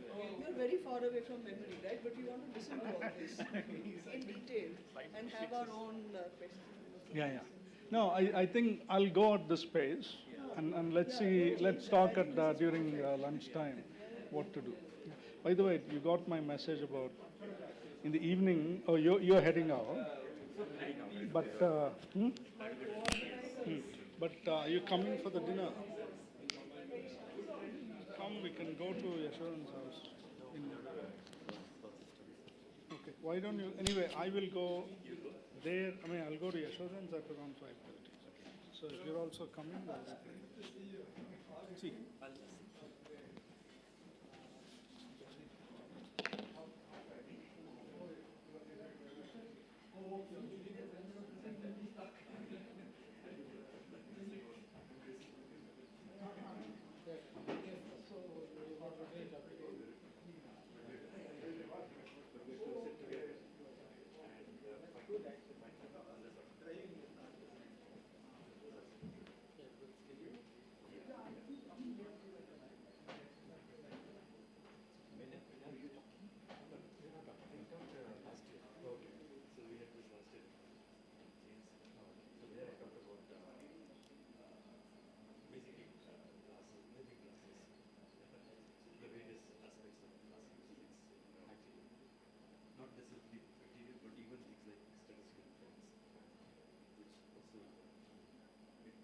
follows the Glassy paradigm.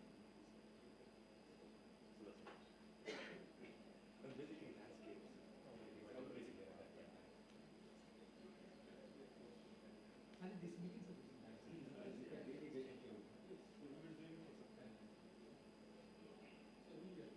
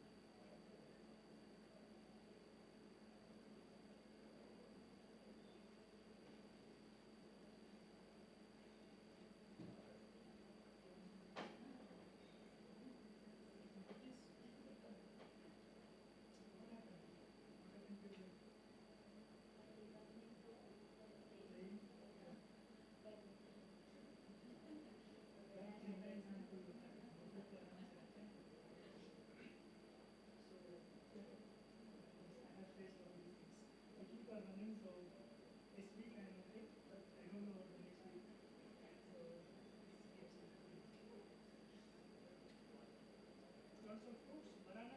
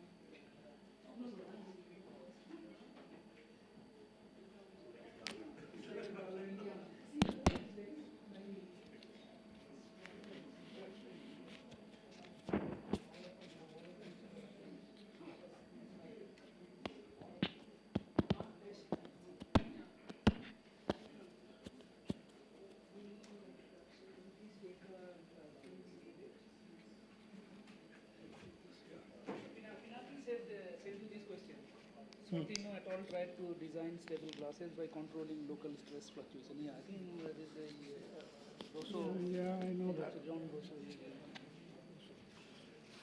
Yeah, but they do it in a funny way. It's a good approach. Good approach to Yeah. basically suppress their local fluctuation.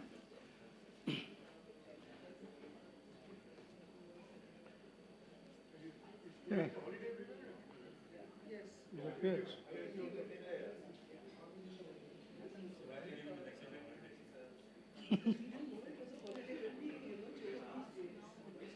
Yeah.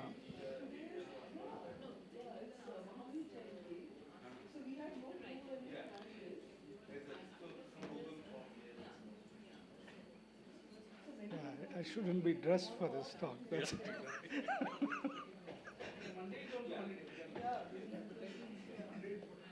Ambedkar, then next Friday is Good Friday. Okay, so if we put this link up on YouTube later, or do you have some? Oh, we'll talk about it later. Huh? So, because, see, I think, I mean, my own opinion is that there should be like a private meeting where we should. Privately can it be circulated? That could be done. Yeah, rather than, I don't know. I mean, Writing down I'm not ashamed of anything I said, so it's okay. What, But this is about the questions that are. no, YouTube. But, Sharing this. so it'll preempt things, you know, like people won't feel free to. Yeah, privately is okay. Viral once you put it. That's how it has to be nowadays. No. I think, look, the reality is, no, there's no shortage of. Better than citation and 18 days. How viral you are. This is what I hate about success metrics. You know, they keep changing. Like, You thought you fulfilled something. so my colleague and friend Gyan Banot, you know, he was telling me that he married a professor's daughter, and so you know, every now and then, initially there would be a discussion about how many papers have you published, and he was far behind the father-in-law. But at some point, you know, Gyan is very productive, so he caught up and he had more publications than the father-in-law. And he was waiting for the next opportunity to mention this fact. But then the father-in-law very coolly said, you know, papers are okay, but books.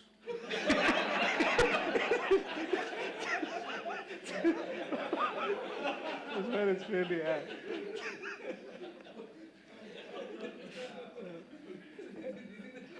Anyway.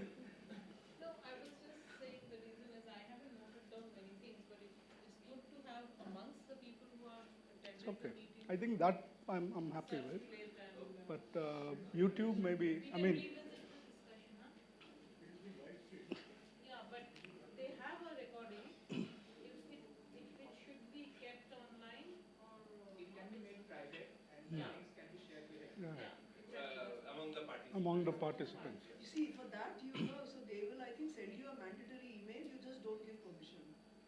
Why? I'm asking him to give permission. No. Private viewing, otherwise it's going to be publicly available. YouTube. If you don't want. So that option can also be there, whether it can be Yeah. privately shared. So you can just say privately, I think you just Yeah. do that. No, but I think this is a discussion meeting where there is a nominal speaker. Most of the, all of us are also. Exactly. So it's not only his permission you're taking. Yeah. You don't want So- to ask This is a questions. place that we can air your You're ignorance. introducing too many Exactly. complexities. But I think within the participant it should be okay. Within, I mean, yeah, because they all heard it anyway already, so it's okay. I think told explicitly that because the funders would like us to keep it online, but and publicly available. But then the only way it will not be publicly available is we are going to write an email to him. He can just say that he doesn't want it online. Okay, That's it. I'll be the bad guy. And we can just share the link privately. So maybe No, but I think privately, you can sort of clarify that the nature of this meeting is that we should be able to freely discuss things that we don't know, etc. So putting it on the YouTube. Without being like, eyes on you all the time. Yeah. Okay. So, so let me move on. Okay, so here is a cartoon that I think Gambo made originally for me. It's been modified. Color has been changed. I don't know who did it. But this is sort of a picture of how plasticity occurs in crystals, right? So you have these defects and the movement of them is what gives rise to plastic deformation. And this is sort of a low energy path for the system to respond. Now, we don't have a corresponding picture for amorphous solids, right? So we have to sort of, the fact that you have some idea of what the defects involved are, that's not the end of the story for crystals. There's a lot that you have to think about beyond that. There's sort of complicated stuff with entanglement of these line defects and so on. But the basic, if you were to ask, what should I write a theory in terms of, you have some starting point. You don't have a corresponding picture in amorphous solids. What is known empirically is that you have these localized rearrangements that lead to a release of stress, right? So this is a cartoon from Peter Solich many years ago, where you see that those red particles initially are moving along this applied strain, but at some point they sort of flip back, right? So they go into a state which is lower in stress. And now let me take this opportunity to say that under control of stress instead of strain, some of the details of this picture are going to be different, and to the extent that our intuition depends on these things. Let me just mention it. If I get that far, I'll say something about this in the context of the active driving. If I am, instead of applying a strain as the control variable, if I am applying stress, there are no stress drops, right? The system will deform to the extent that that stress will ask it to do. And when you have, when you reach the yield stress, the system will flow, right? And when the system flows, there is a viscous stress that's generated, and that viscous stress compensates for the excess stress beyond the yield stress, okay, in steady state flow. So these are all. There could be dynamics in the other components of the stress. In the other components of the stress. Interesting. I don't know much about it. That is quite possible. So, yeah, one thing that is interesting to keep in mind, if you're asking yourself, why are we sort of looking at these elementary issues of elasticity and plasticity? The one reason why we do worry about these, and these are not fully understood problems, is that different components of stress and strain interact in ways that a normal solid is not supposed to have, right? So if you have, like for example, the phenomenon of dilatancy, which is something that I think is very interesting and relevant, and I'll show you a little bit of data that supports that idea. If you apply shear stress to a normal elastic solid, it should do nothing to the pressure, right? It should do nothing to the normal stress, right? But dilatancy is a phenomenon where if I apply strain this way, the system generates stress this way, okay? And therefore it'll expand, right? And this is closely related to the phenomenon of shear jamming.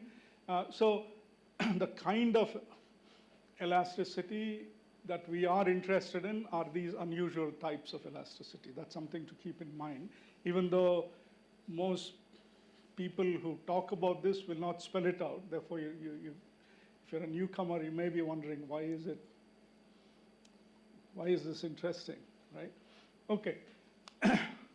Okay, now, so we know nothing useful to say about. Sorry, if you go beyond linear elasticity theory, then you could have. You could have, of course, So yeah. what your statement is for fully linear elasticity. Linear elasticity, yes. No, I said normal, but yeah, that means linear elasticity.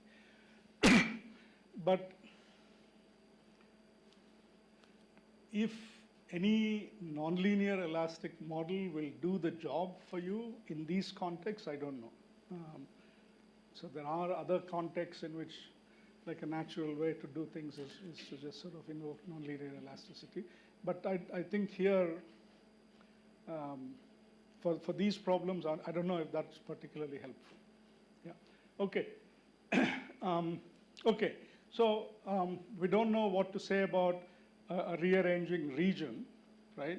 And if I look at a glass, I don't know where this plastic event will happen. But we can say something about what will happen if a plastic event takes place. Okay. Now, basically, to motivate something that I will say later on, and then also to explain what I'm about to tell you now, whenever I'm thinking about some part of the system that underwent a plastic rearrangement, if I were to just sort of think about that little piece of the system, right, I can describe it through various parameters that are going to characterize it in a way that's suitable to looking at the problems that we're interested in. And one of which is, in what regime does it behave elastically, right? And so I can ask for that little volume, what is, if I apply a local strain, will it behave elastically, and over what range will it behave elastically, right? But even simpler is the question of what is the strain at which that local volume has minimum energy, okay? And so this is called the plastic strain. And usually, we are used to thinking of one plastic strain for any solid, which is, the global zero strain condition will tell you that the energy is minimum, right? But if you look at local regions, this may not be true, first of all. But secondly, when you undergo a plastic rearrangement, it by definition means that the plastic strain will change. Okay? So you basically, in this cartoon, so you're shearing the system, and in this region, you have a local rearrangement so that the strain at which that local region has minimum energy shifts. Okay? And then you can ask, if I have this kind of a, now idealizing, point plastic strain, right? What happens to the rest of the system, right? How do you define the strain? Because your reference configuration is now different. Yeah, but that is the whole, that's the main point, that, if I'm thinking of representing that little volume by a parabola, that parabola moves, right? It could also move to be deeper in energy, right?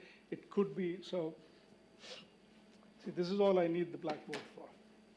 There is a whiteboard also. This is good.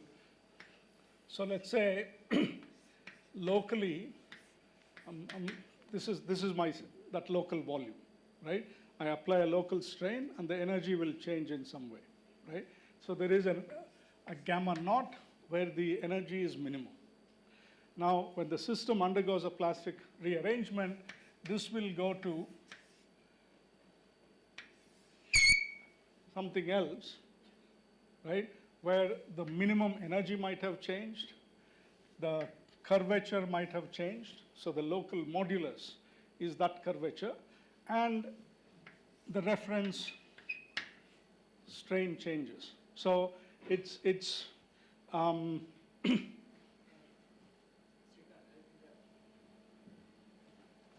Issue is like, how do you define strain a priori? Like, unless you have a reference state, how do you define the R naught or R naught prime? so you don't have an absolute reference state. Yeah. When you have plasticity, you don't have an Correct, absolute but we do have a reference stress, right? So isn't it better to define these in terms of stresses? You could, but a lot of what, I mean, in principle, yes, but I don't know how to do it. Okay. All right? Because if I were to think about stress, it is basically,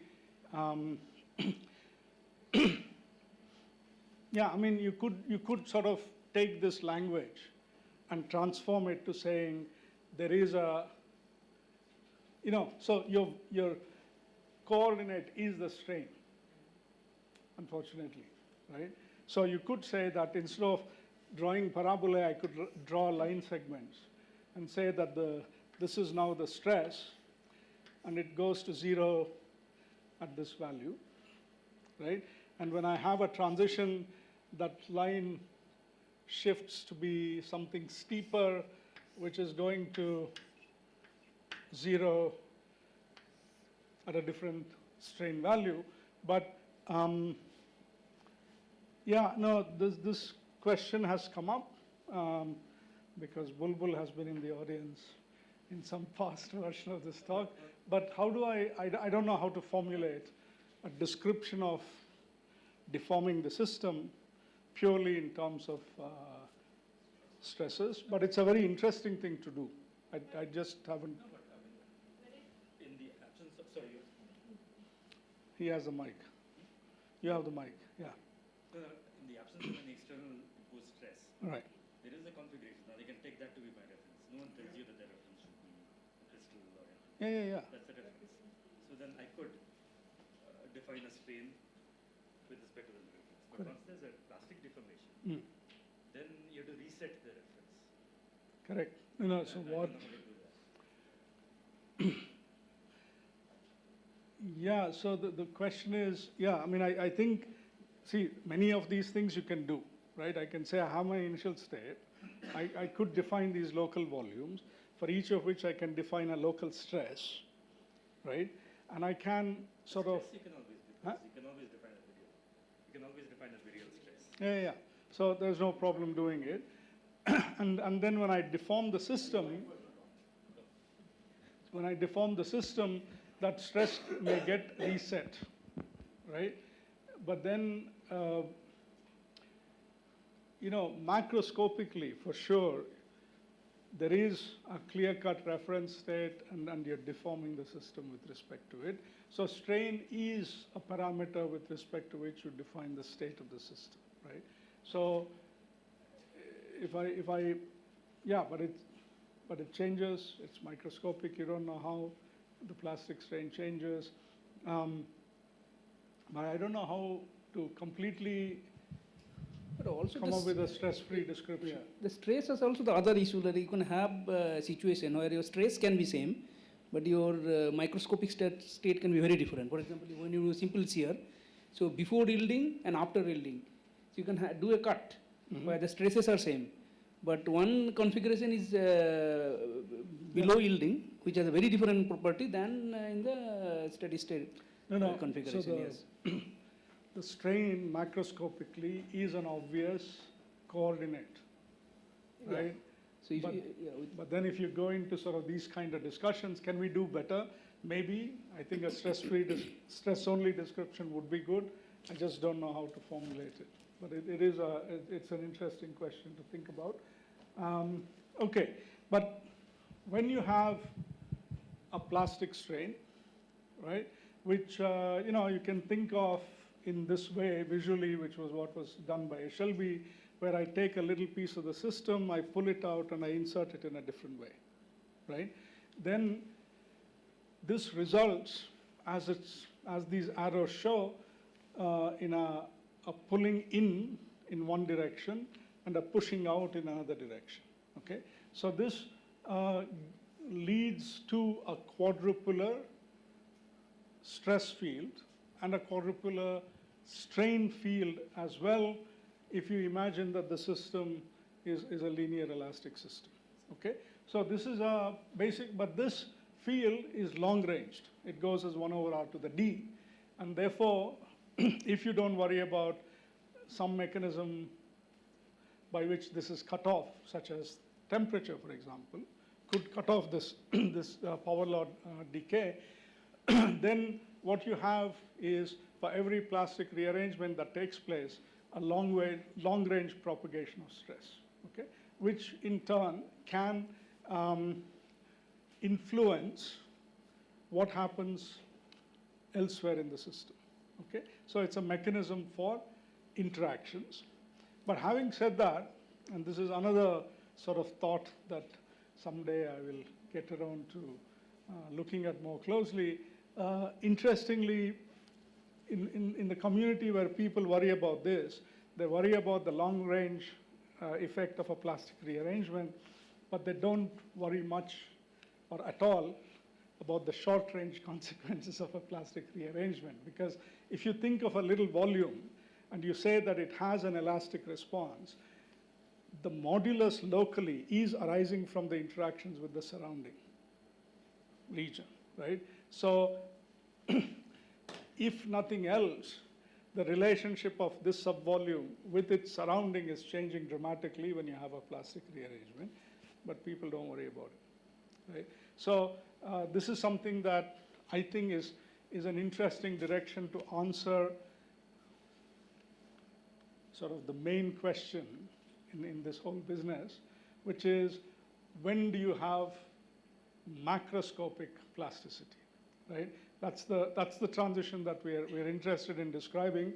There's a lot of work that talks about a lot of different pieces of the problem, but this main point of when do you have cooperative failure is not really properly understood, okay? And I think that the effects on the immediate neighborhood of a plastic rearrangement must be a part of the story. That's my gut feeling. It hasn't been looked at, okay? Yeah. Mike. If I try to rephrase your question, what you're trying to say is that... Mike.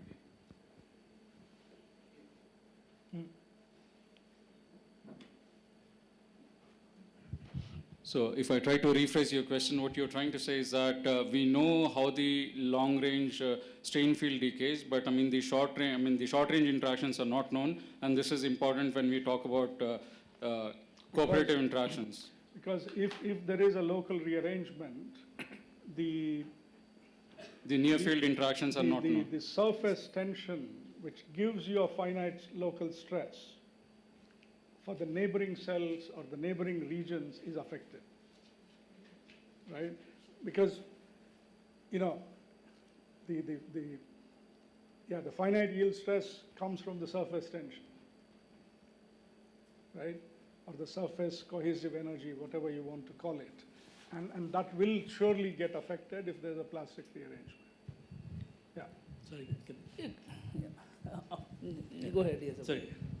I mean, that clearly is an asymptotic form. That is clearly an asymptotic form. But there are other Kabir and all, Kabir and Mola and all this. You can calculate that. I mean, that Green's function can be calculated exactly. Yeah. This Green's function. Yeah. Yeah. So even the but short far field. No. You can do it exactly for all. It's just a horrible expression. Even in the particle level. But it's a Green's function, so you can even Each numerically particle level you can actually do it. No, but the in principle, yes. Yes. But I think that if you want to say something about the near field, you get into questions of what actually is the rearrangement that has happened, that I should put in, right? We don't know in general, right? But the SLB calculation can be done. You're saying Even that if I want to compare it with a simulation or something, then it's more than a simple SLB. Yeah, no, but the SLB calculation also But I think in the SLB calculation, effectively, you end up having the long range. part. Yeah, Right? Long range you will have always. Always, yeah. No, but I'm saying, do you have any No, but explicit Madan, expressions to work with for the short range? I don't know. I think. No, but I think Madan, the Kabir calculations and also this field theory calculations based. Right. So they are not close to the plasticity. Once you go there, you won't be able to do it. That's true. So elastic solid, you can compute all of that, but for plastic solid, you won't be able to. That's true. Yeah, I think. No, that if there is something that one can say, there are a lot of questions there. One of which is what I said. What happened to the modulus of the surrounding medium? But also something that we've been struggling with is if it's nice to sort of make pictures and say, okay, this is the plastic core, and then I have the SLB stress field or strain field. But if you want to know, which particles actually rearranged in a plastic, practically disentangling that is very difficult. So, but because sorry. there is. Sorry, so suppose I, taking Kabir's calculation, suppose you apply a local time-dependent field, yeah, and which is just linearly coupled to some density or something like that, and you can change that adiabatically. So for every value of the field, you can do the calculation, the Green's function calculation. Then once you undergo a plastic thing, you can do the calculation because you can do it in terms of this fictitious field that you're applying, which is taking you from the undeformed configuration to the onset of the in principle, I think you can. But SLB one, like how close can you get to the plasticity reliably? That you can't. But that's what I was suggesting this as a way of calculating. So, yes. No, I mean, I believe you that in principle, if I tell you what displacements have taken place in a given subvolume, I can then write down an expression for the strain field. And it would be nice to see how it compares with experiments, with simulations. Yeah, no, it actually what. I think Sikand, you won't be able to do it because once across this transition from this ellipse to that ellipse, there is a discontinuity. You won't be able to. There is a discontinuity. Yes. Even if you give the basically displacement of the core particles, I doubt you'll be able to. Okay, we can talk, but I feel you can. I think that should be possible. Yeah. No, Madan, this is actually, if there are some ideas about this is something to discuss concretely. Okay. But the other thing is that this formula is for a single SLB. It's a point plastic strain. Point plasticity, which is of course a problem. Madan, also note that this SLB calculation is taken from this state to the other state. It's not a continuous moving through. What I was suggesting is a way of calculating. Each state if you continue to do it. These papers by Rodney, where they look into a lot of details, starting with these, by tracking where the plastic events are occurring, they try to predict the stress strain curves. They have the macroscopic stress strain curves, and then, from these kind of ideas, they also they try to develop what is the stress and strain field. They have shown that they have shown good agreement between what you get in simulations, macroscopic stress strain relations, and starting from the microscopics, tracking these plastic events and all. Of course, probably they don't answer what your the question that you are trying to ask. But I just wanted to point out that there has been a lot of work by Rodney and co-workers along these lines. Whether People have worried about, how to sort of take this picture and attempt to build the stress strain response. I think there's a lot of arbitrariness in it. Yeah, sure. And Rodney's work in this context. Yeah, maybe you can tell me which specific work, because I did follow David's work up to a point. Lately, I haven't seen anything. No, but also sort of bringing up the second. You talk about cooperativity. This is true for a single SLB. But when you have multiple SLB regions, then of course this is not true because superposition also does not. hold. Doesn't hold. Is there any calculation of that? Superposition, this is done by Ratul with Itamar. So there is assumption is that the SLB No. So what Itamar and Ratul, I mean, Itamar keeps saying, oh, we figured it all out. That's he always says. But He should not believe it. No, but what they do, which is the most sensible thing to do, is to sort of, if I wanted to, when there is plasticity, right, I want to sort of back analyze what happened. I would say, there are n number of local rearrangements that happen. They have a certain location and size. Each of them has a certain plastic strain associated with it, which gives me the strength of the SLB stress field, right? I can therefore notionally write down the stress field that I see now as a sum of all of those, and I can try to do the inverse problem. Okay, and say, this is now, this stress field that I see now corresponds to 3 SLB events that happened at the same time. I can try and do that. How reliable it is, I don't know. Huh? Is this unique? I mean, that one? No, exactly. I don't think that's correct. Yeah. May not be unique. No, but at least in their paper, the conclusion was that you can write down some sort of energy equations and show that there will be a state or a situation where they will line up. No. So What they, yeah. For instance, can you show that there's an elastic screen? This is sort of something that's an ongoing line of work, which I'm trying to jump into, but it's too unintuitive for me at the moment. This is what Itamar is doing now, is to write the elastic energy, assuming that there are quadrupolar fields that contribute to the energy, right, of some density, location, etc. So instead of doing a quadratic or higher order expansion in the strain field, you introduce this additional field which corresponds to, those guys, supposedly, and then you write an elastic energy in terms of those. And then he argues that these will lead to screened elasticity.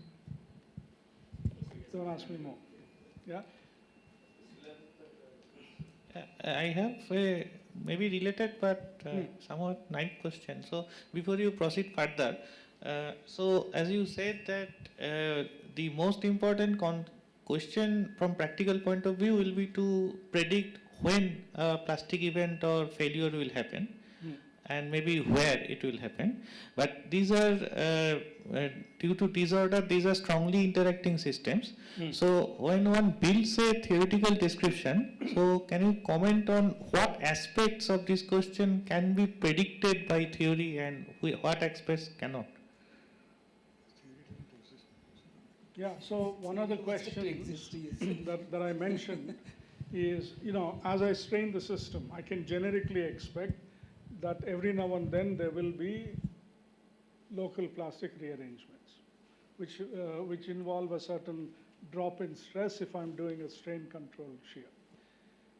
What I would like to know is when that becomes a macroscopic avalanche.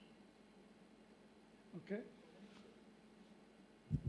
So when you say when, so what is the input information you are considering based on which one is going to predict? Like the undeformed configuration, or, I mean, of course, in principle, if we sort of follow the system, the evolution of the system in microscopic detail, then we will be able to say when it is going to fail. But other than that, what is the input information, the minimal information that is required to predict it? No, even if you have microscopic information, you can do something very cumbersome, such as computing the Hessian and the Hessian eigenvalues, following when it's going close. It's very, So that's the local plasticity that you can. No, so basically when a plastic rearrangement happens, you can go back and look at the Hessian eigenvalue in a delta neighborhood in strain, and show that there's one eigenvalue is going to 0.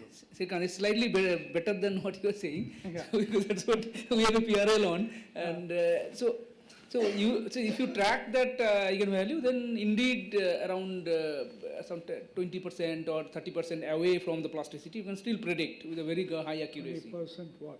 Let's say if you have some strain away from it, 10 to 20% from your. So let's say that some strain you are going to fail, or plasticity is going to happen. So you can predict it. Let's say a priori, let's say 20 or 25% before. I mean, but that statement only makes sense if I'm starting from zero strain and say 20%. No, but not necessarily. You can actually put from the previous event. Yeah, previous event. Yeah, Yeah, okay. yeah. So all subsequent event, you can actually predict it up to that. But it's only local. You cannot talk about absolute yielding behavior itself. So no, because the nature of, in fact, I didn't say anything, or I didn't plan to say anything about avalanches, but see, this picture of local events is a construct, right? So I mean, I'm based on some empirical observation which do exist. I'm saying that plastic events tend to be localized rearrangements, but not all of them. And when you have, like I make a step strain, and there is a certain rearrangement in the system, then it becomes a question of, was that one event, or was it a sequence of events that were triggered one by the other, which is then, that's what an avalanche means. And so that separation of local and successively triggered events is a construction, right? Localized events do exist, but if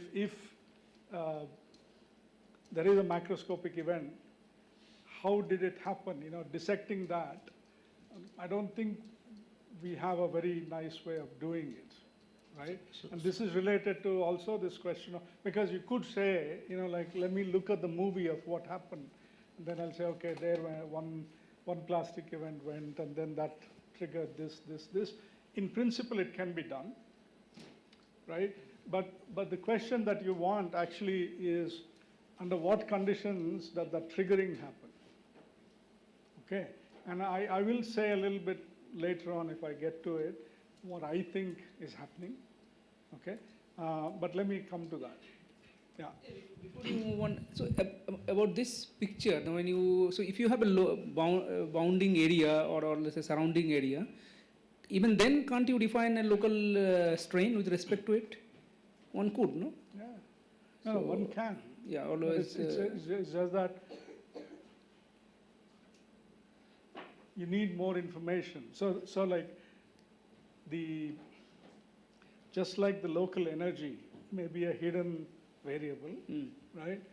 The local plastic strain is a hidden variable that you would need to specify for a full description of the But and also when you say that this far field informations are being used and not the local one, it's not necessarily true, because when there is something happening, the nearby regions are also getting disturbed, and you do update it in this kind of modeling as well. You do. Who? No, but you basically, let's say, modulus of the nearby areas are again redrawn from something in the very, very simple model. Not in the models. neighborhood, only in the cell, where the... Even for a crystal, you can write down a field theory where the dislocation variables can couple to the elasticity of the field. But that description only works for low density. Low density of... No, but this kind of modeling of how the surrounding subvolumes are affected, to my knowledge, nobody has done. If you know somebody who has, I would like to look at it, because that's one of the things that I think is interesting to do, which is so far only a proposal. You're saying that in all the modeling till now in the elastoplastic business is only the site where things happened, and not on the... Not only that, let me say a little bit more. It's very surprising. It is very surprising because, but no, there is an explanation. When people started to do these elastoplastic models, they were like toy models. There was no attempt at realism. And people slowly have been moving towards more realistic pictures of how to represent the system. So the other thing that is also equally surprising is, when there is a plastic event, what gets affected in the neighboring cells is not just the shear stress. No. Right? It is in principle also volumetric. Sorry, it's not just the shear strain. Yeah. It could also be volumetric, Yeah. which in turn can influence the internal state of that subvolume. Yeah. Right? This aspect may have been, in a very complicated way, taken into account by recent work by Andrea. Yeah. Okay. I think it's This telling few things about it. I forget the name, the acronym, but STIP model or something. You don't go into. No, but I think there are some people who are trying to take into account that neighboring cells should be disturbed, and but even this Sylvan, Pertinate, like I said, this group, they did not. Nobody has, and in fact, I sort of wrote it as an Dummy item to do in my fatigue failure proposal. And I think surprisingly we've done everything else except this. This one item is still pending. So. But can't you just introduce a strain gradient term? One can do it. One could also, like introduce rules for how the the neighboring moduli get affected, or the neighboring can be done. It's just that it needs to be done. Yeah. Okay. So let me try to speed up a little bit. Okay. So this is just sort of a quick representation of two classes of problems people worry about. One is if you're looking at what is called startup strain, right? So I start with an unstressed, unstrained glass. I apply some strain. I want to look at till when the stress increases sort of quasi-elastically, and when it undergoes a macroscopic drop and reaches a steady state value. Okay? This steady state value is a function of how quickly you apply the strain. In other words, the strain rate. And so here is that representation where I'm looking at, again, the steady state stress now as a function of the strain rate. Okay? So if the system has a finite yield stress, one sort of says that's the limit of the strain rate going to zero. You have some finite value, though some work, there is work. Surajit spent the last few years worrying or talking about how this is not really, there is no really finite yield stress value, but I think those deviations are of interest, but I think it's a reasonable representation, what one shows. But the main point here is that in addition to an apparent finite yield stress, there is a viscous stress that goes in a power law fashion with respect to the strain field. This is called the Herschel-Berkeley behavior, and that exponent, many people are worried about how to get that exponent, but I think at the end of the day, it's not even universal. It depends. And one thing that's interesting is that everybody says, so whenever there is a need to invoke some hidden cause, people will say annealing. Right? The annealing of the glass will determine this exponent. But I think there is no, to my knowledge, it's not a well-settled issue. Okay, so in terms of modeling all of this, if you wanted to do it simple-mindedly, a good starting point is something called the Bouchot trap model. This is sort of an energy landscape picture where you assume that the system is described by a whole distribution of local energy minima, and you can, It's lunchtime, but we go on. It's actually photo time. 12:15, no? 12:15, but we can go Okay, so a key feature is that there is a distribution of minima, right? And you can either have a thermal mechanism to get out of this, or like in the soft glassy rheology model, you assume or you imagine that when you apply strain, the system gets pushed up in this energy basin till it reaches some value which you have predefined as the threshold value beyond which the system becomes unstable. And then you go into a new minimum, which is drawn from the native distribution that you have of local energy minima. And what? What? This is sort of like a real space picture of what might be happening, right? You're imagining that the system you may be thinking about is a foam, where as a result of the strain, the shape of the foams are getting deformed. And then there is a T1 event, which leads to a new set of neighbors of the different cells, okay? So, and in the SGR model, when you undergo a transition, the plastic strain is set to the current strain value, right? Which need not be necessarily the only thing that one can think of. Okay. Okay, so this is sort of like a schematic of all the things that we have been doing. We have been doing computer simulations, but also trying to sort of build simplified models and elastoplastic models, and trying to sort of stick to this dictum that you should make things as simple as possible, but not simpler, right? So I'll hopefully have some opportunity to talk about that. But in the interest of getting to the end of one section of the talk by 12:15, I'll go a little bit faster, okay? But I've set up all the things that need to be set up. So we've been doing simulations of cyclically sheared glasses, and cyclic shear is what is shown here.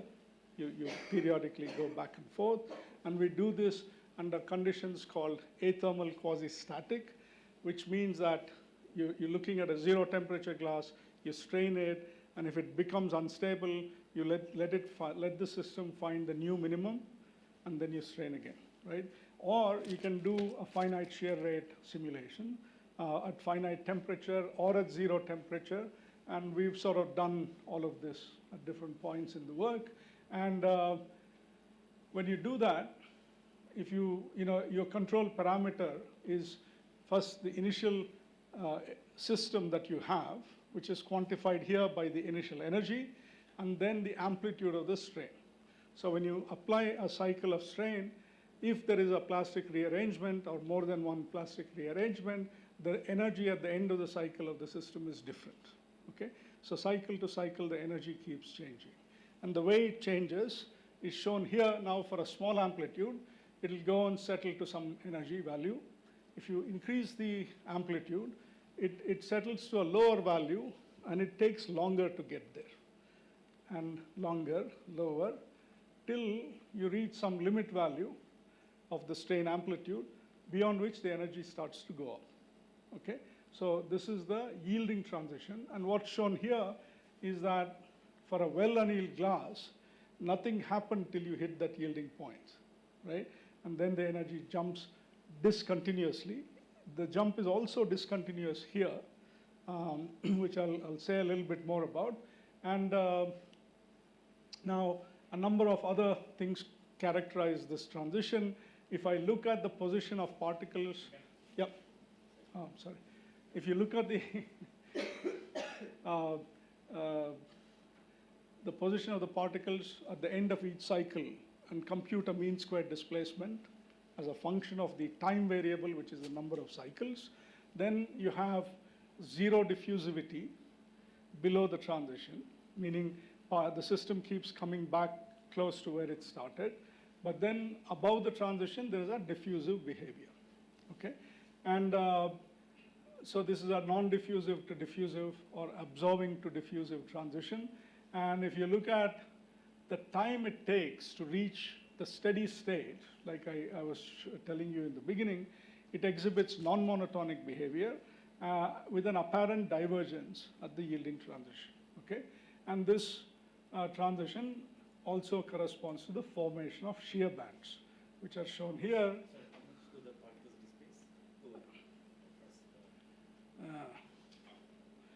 0.2. Yeah, in sigma squared. So the MSD per particle, yeah. So it's significant, right? But this is the cycle to cycle displacement of particles, yeah. So you said something leads to the shear bands. Sorry? So you said something in the previous slide leads to the shear bands. The yielding is associated with the formation of shear bands. How that happens, we don't know. Okay, so you don't know which one causes what. Okay. Shrikant, also, this yielding point, you're doing oscillatory shear. If I do a linear shear, does it correspond to the same strain value, or are they different? It's more or less, but no strict correspondence. And the reason for that is a bit complicated. Can I come back to that? Because I think I do have but here are some results which I haven't talked about much, which are quite interesting. So if you look, so here is the mean square displacement per cycle across the Z coordinate, right? So this basically shows this peaked form, which says that there is a region where the shear band is, where the displacements are large, okay? Now, I can sort of look at the system in the first sigma, okay, and the farthest sigma of the system, and I can monitor properties, right? So something very interesting is that when shear band formation happens, the energy within the shear band goes up. But the energy of the overall system is still going down in this case, right? And the energy far away from the shear band actually keeps decreasing quite a lot, okay? But something more interesting is the behavior of the density. So within the shear band, the system becomes less dense, okay? And outside the shear band, the system is becoming more dense, okay? And this now tells you that, there is some kind of a dilatancy that is happening, okay? Which, to my knowledge, I think we did look, there were 2 papers we found which use the word dilatancy and glass in the same title. Huh? Which paper? Use that word, but Which paper? This fragility change. So there you do a cut and you see that there is a Okay, this is interesting. So, Shrikant, is the behavior of, can I? Yeah. Is the behavior of density, is it could it be due to the fact that your overall density is constant? That's exactly the point. There is a change in density where the system is active, but you are keeping the overall density of the system constant. And as a result, you're limiting what parameter space the system can explore. So one thing that but then in the worst case, this could also mean that the shear band is not stable if you were to allow the volume to change. Okay? Isn't it expected, because that is the unstable region is always have larger local free volume? At least the particles that's the so-called weather. Sure. So Shrikant, can you have you measured the stress dissipation as a function of time, and does it? Stress dissipation is a function of time, yes.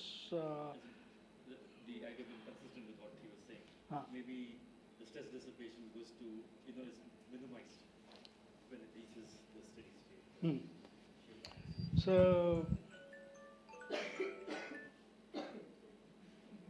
yeah, lots of questions. So,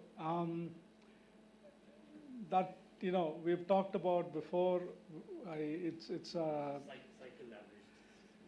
No, we have looked at it. And in fact, if I get to it, I'll show you some data. It does decrease typically, but it's fairly constant, right? Can I run to the end of this segment of the talk? Because if I don't continue, then at least I've covered one topic, okay? But anyway, this is interesting. Sorry, Rajesh. It's okay. So the other interesting observation, this is, by the way, this is not listed, but this is old results. This is from Anshul's paper, 2019. And something else from the same paper is, if I look at the energies of the system within the shear band and outside, right? The energies within the shear band are actually quite high. They're actually higher than the so-called top of the landscape, the highest energies you have at this density.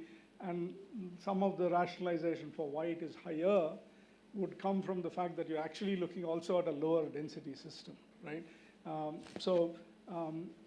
But the interesting other part is what is happening outside, right? So outside the system, you end up reaching this threshold value, and you stay there, okay?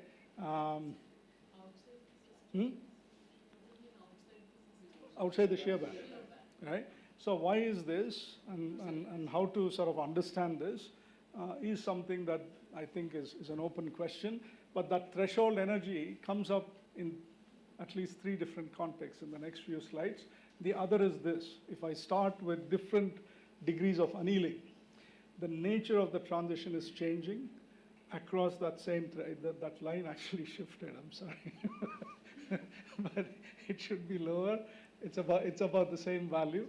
And so at low energies, the yielding transition is very strongly discontinuous.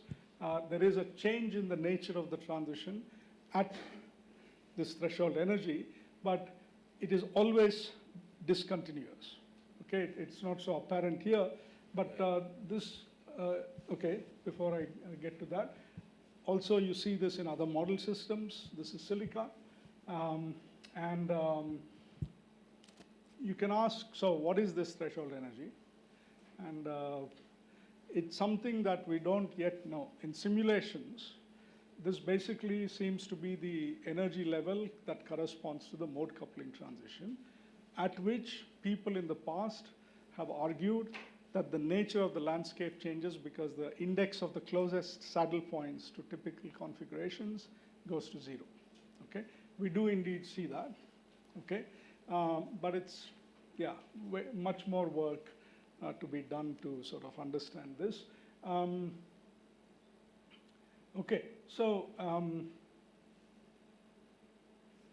so somebody asked about uniform shear, right? So one work which is now okay, it's getting on in years, but these guys didn't really sort of bother to spell out I mean, so we don't have, actually Himanshu is here, or yeah. So what is the answer to his question about the comparison between the uniform shear yield strain? Huh? Yeah. Okay. So yeah, no, Himanshu did all of this work also for the Cobb-Anderson, which is the system that I'm talking about. Basically, in uniform shear, right, you're not letting the properties of the system evolve before failure happens. Whereas with cyclic shear,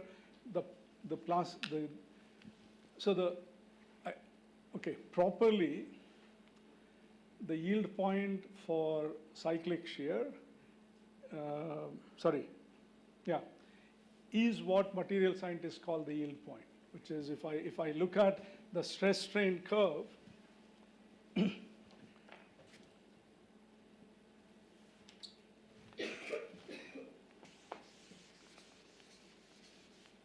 so this is the kind of picture that you'll see. There is a linear branch, which is not very linear, and then you begin to see this bend over, and this is what's called the yield point. Okay, and then failure in whichever way can happen later. Okay, so with uniform shear, this is the point that you identify works like this as the yield point, but the yield point is actually way before. And so cyclic shear yield point, which is what we bother with, is here. It's lower than the uniform shear. And that interval between the failure point and the uniform shear and the yield point for cyclic shear is the window of strain amplitudes where fatigue failure happens. Because if you go beyond the uniform shear failure point, in one cycle the system fails. And then if you come down, it takes longer and longer and longer and longer till it diverges. Okay. Even in the context of cyclic shear, people have been arguing whether it's the crossover of G prime, G double prime that's defined as yield, or when G prime first begins to veer off from being completely flat. Which is exactly what you're saying, right? Because I don't know if this fatigue thing corresponds to the crossover of the moduli. It should be beyond crossover. No, the second one. No, but I think the point that I'm making is for cyclic shear, the G prime, G double prime will evolve. So it's not just because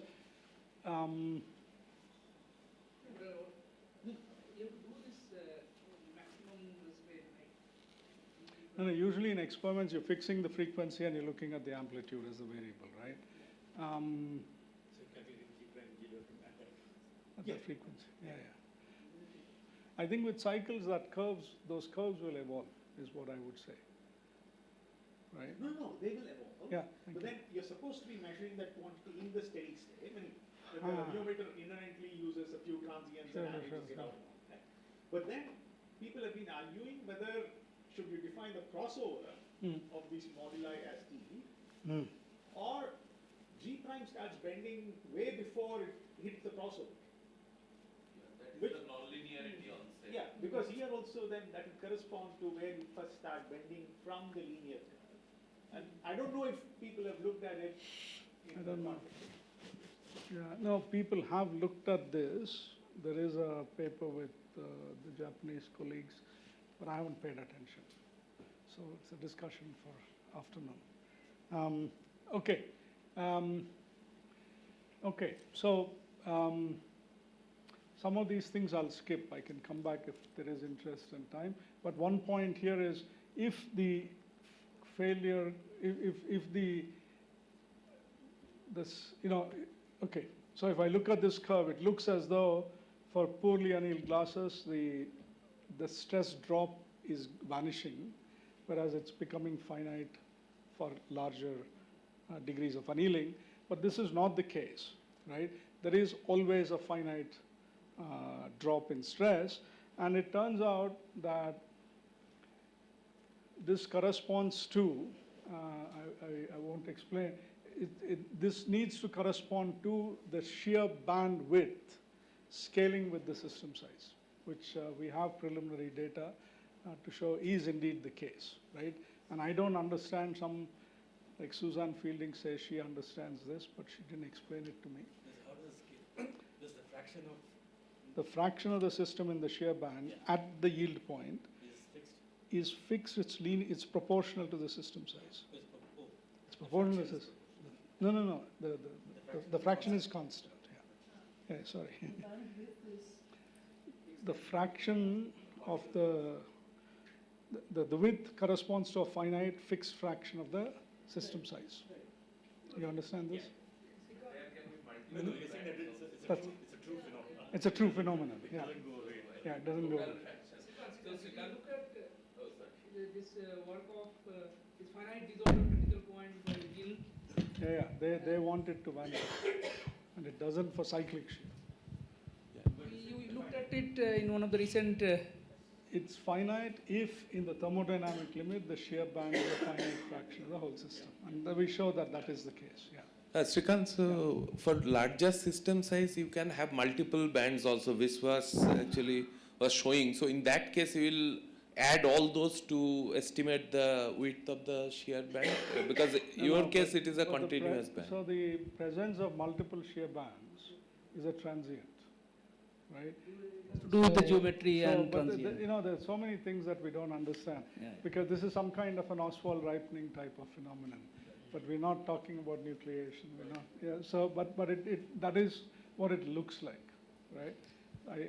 We looked at this recently. I think there is we put it up in an archive with Anup and Bhanu. And so this picture you can actually relook in terms of this finite disorder critical point on the line of Jill. And even looks like the scaling, including exponent, is extremely close to what has been predicted by this random field Ising model criticality. So let's look at it in the break, and maybe they'll give Himanshu motivation to not continue to sit on this and write it up. It's like 2.5 years old data. And my sorry, these.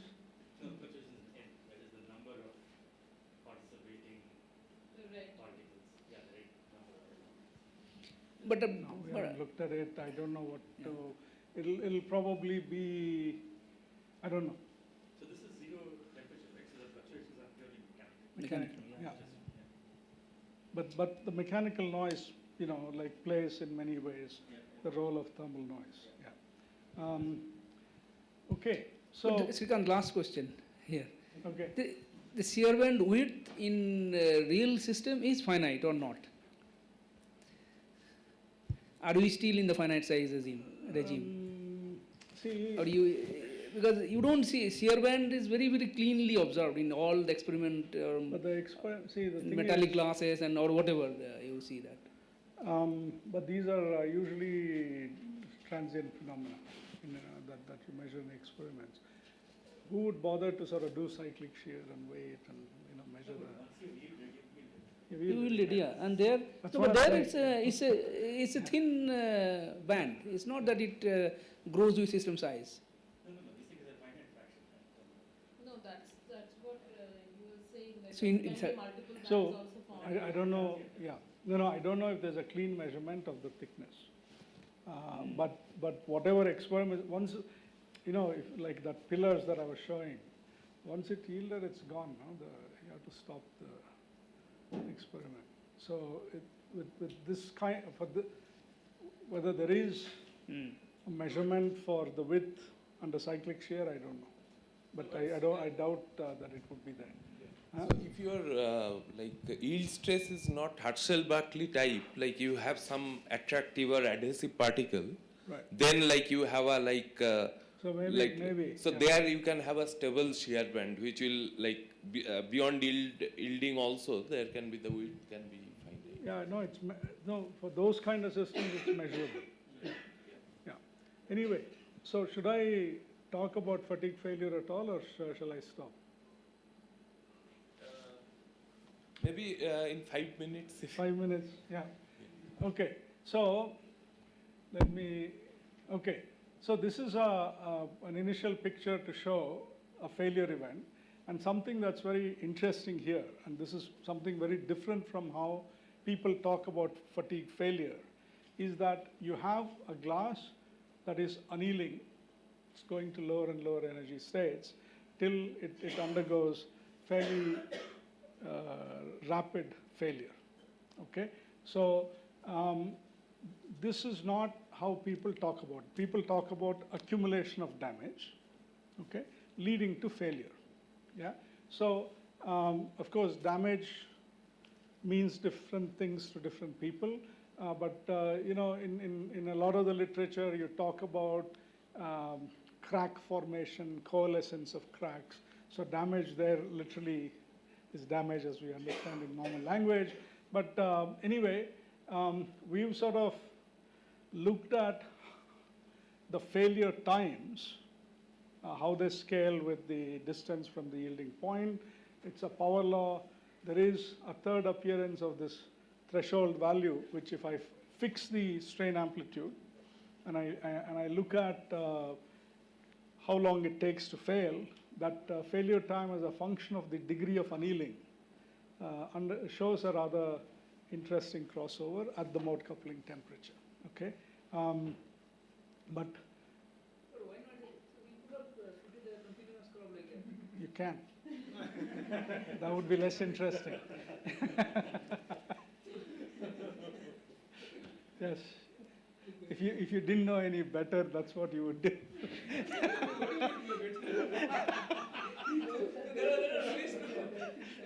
Okay. No, but it's you know, you will notice it, right? There is something. But anyway, so here, basically, this is a question we've been trying to understand. What do you mean by damage, right? Technically, damage is any kind of a reorganization, right? But the reason this is a puzzling question in the context of glasses is that the reorganization seems to lead to a stronger glass locally, right? So then how does that lead to failure? This is, well, it's lower in energy, therefore you expect it to have a larger local yield stress, etc., right? So anyway, the common element in any definition of damage is plasticity, right? So we focus on plasticity. We look at different things, but let me show you the most interesting stuff, right? So here, by some criterion of when I count a particle as having undergone a rearrangement, we monitor the fraction of the system slab-wise as a function of the number of cycles, right? So this is the fraction of the system, initially 0. The interesting thing is the accumulation of plasticity is heterogeneous in space, okay? So the system happens, undergoes plastic rearrangement in the same place again and again, okay? And till it fails, right? So we look at what fraction of the system underwent plasticity at the point of failure, right? So This is with the rod geometry, right? With the open surface. no, this is just a periodic boundary condition. So in, Why is the slab values? yeah, why are the slab values, right? I'll show you a movie in the next slide. So the interesting thing is that the fraction of particles that have undergone plasticity is roughly constant regardless of the strain amplitude that I'm applying and the sample-to-sample variations. And this is a striking observation to which we have no explanation. We also look at the time at which a percolation of this accumulated plasticity happens as a function of the failure times. And this also coincides, and we have been careful to look at what happens before the failure happens, because when the failure happens, there is a percolation, that we know, right?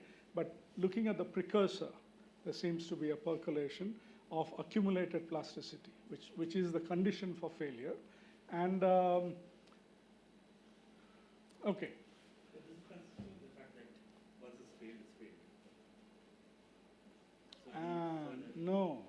No, because if, the picture that people often talk about is that whenever you undergo plasticity, you weaken the system.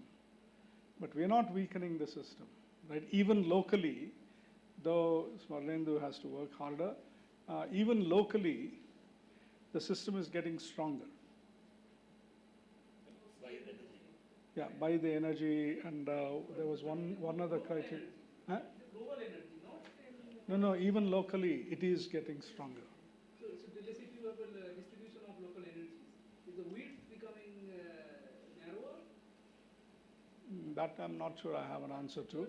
But Wherever the event happens locally. but the main point is, okay, number one, the system overall, as well as locally, is getting annealed whenever as a result of plasticity.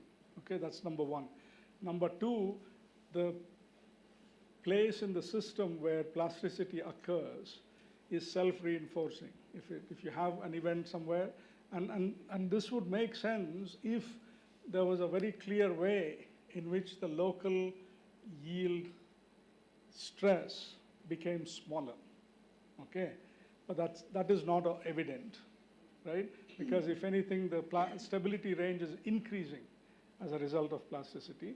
But what seems to be happening, and this comes from theoretical work, which is many slides later, but what seems to be happening is that the system actually evolves so that all the different regions in the system are getting focused near the threshold, right? So even if I undergo plasticity and I go to a deeper energy minimum, if as a result my plastic strain shifts in a way that I'm very close to the local yield strain value over the cycle, and if all the cells evolve in that fashion, then you can imagine a scenario where there's a collective event happening as a result of one trigger. Okay? So this is sort of what we are in the process of showing to be true. There is a theoretical calculation that shows it, which is very nice, which maybe another time. Wait, there are 2 more slides and then I'll stop. So there's another striking... Srikant, 1 minute. Yeah, 1 minute. Yeah. No, that's why I said 2 more slides and then I'll stop. So there's a striking relationship between the failure time and the amount of dissipated work. Okay? So from cycle to cycle, you can look at the areas to calculate the per cycle dissipated work, and then you can accumulate it. So the accumulated dissipated work has a very impressive power law dependence on the failure time, based on which you can actually predict the failure times. But we don't know what it means. Okay? So, okay, the same thing happens for a lot of different... So let me stop there. This is just to show that a silica-like model shows the same behavior, constant pressure simulations show the same behavior, etc. And this is the part that I won't get to. But what is the time correspond? Number of cycles. So that's fine. But this gives you a time scale over which failure will happen. So what is that? What parameter in the relationship of the dissipated so work. Right. What does that mean? Yeah. That's what we have to figure out. Why these different measures of plasticity? So now, what we have shown. So that's it. That dissipated work just depends on there's no other time scale. So Madan, can we take this discussion over lunch? No. Yeah. No. So we have very striking observations empirically of the condition for failure. We don't understand why they are the condition of failure, except for the first thing that I showed, which is that there is some kind of a percolation of plasticity. But even there are more questions to ask. Why does that correspond to a condition for, like I said, something that we see from the theoretical modeling is that the systems that undergo rearrangements evolve towards a threshold state, which is susceptible to fail on a small perturbation, but that from simulations we haven't yet shown. Okay, so I know more questions are there. But maybe we can take them to lunch. So now we have a group photograph at the lawn, and then we'll go to the lunch. Lunch is at the Astro Terrace, same place like we had breakfast. So yeah.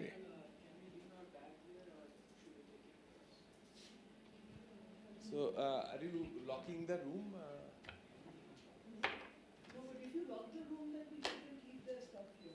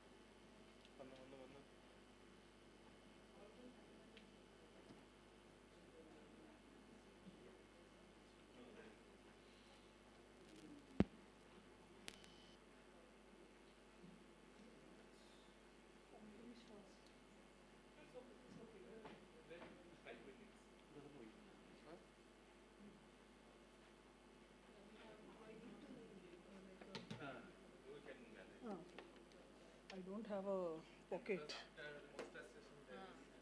You should have a sling here. Yeah, do we have a bag? Oh, I have a bag. This bag won't work, ma'am. Oh, I don't need, okay, oh, no, this is very high tech, This yeah. one is a very high tech one. That's Thank you. Is it on? No. It's not. Is it on? Oh, okay.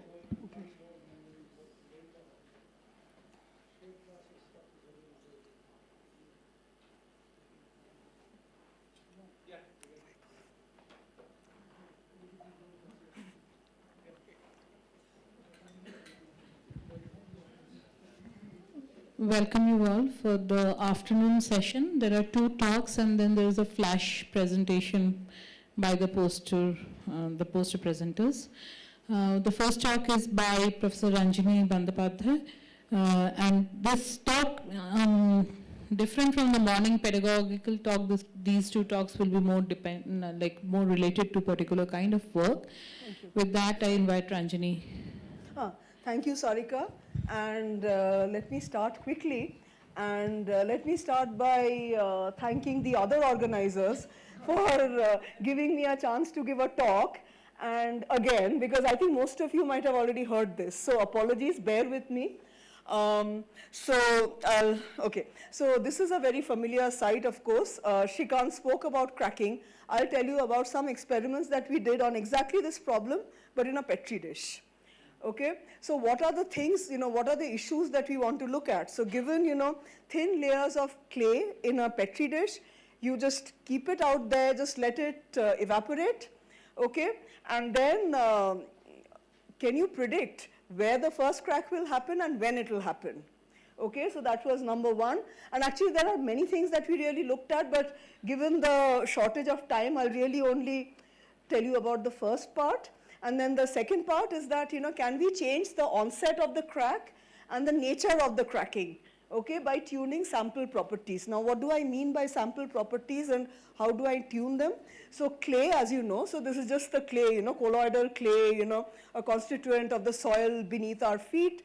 These are nothing but charge stabilized colloids, okay? So you can actually change the inter-clay interaction by putting additives such as salts, okay?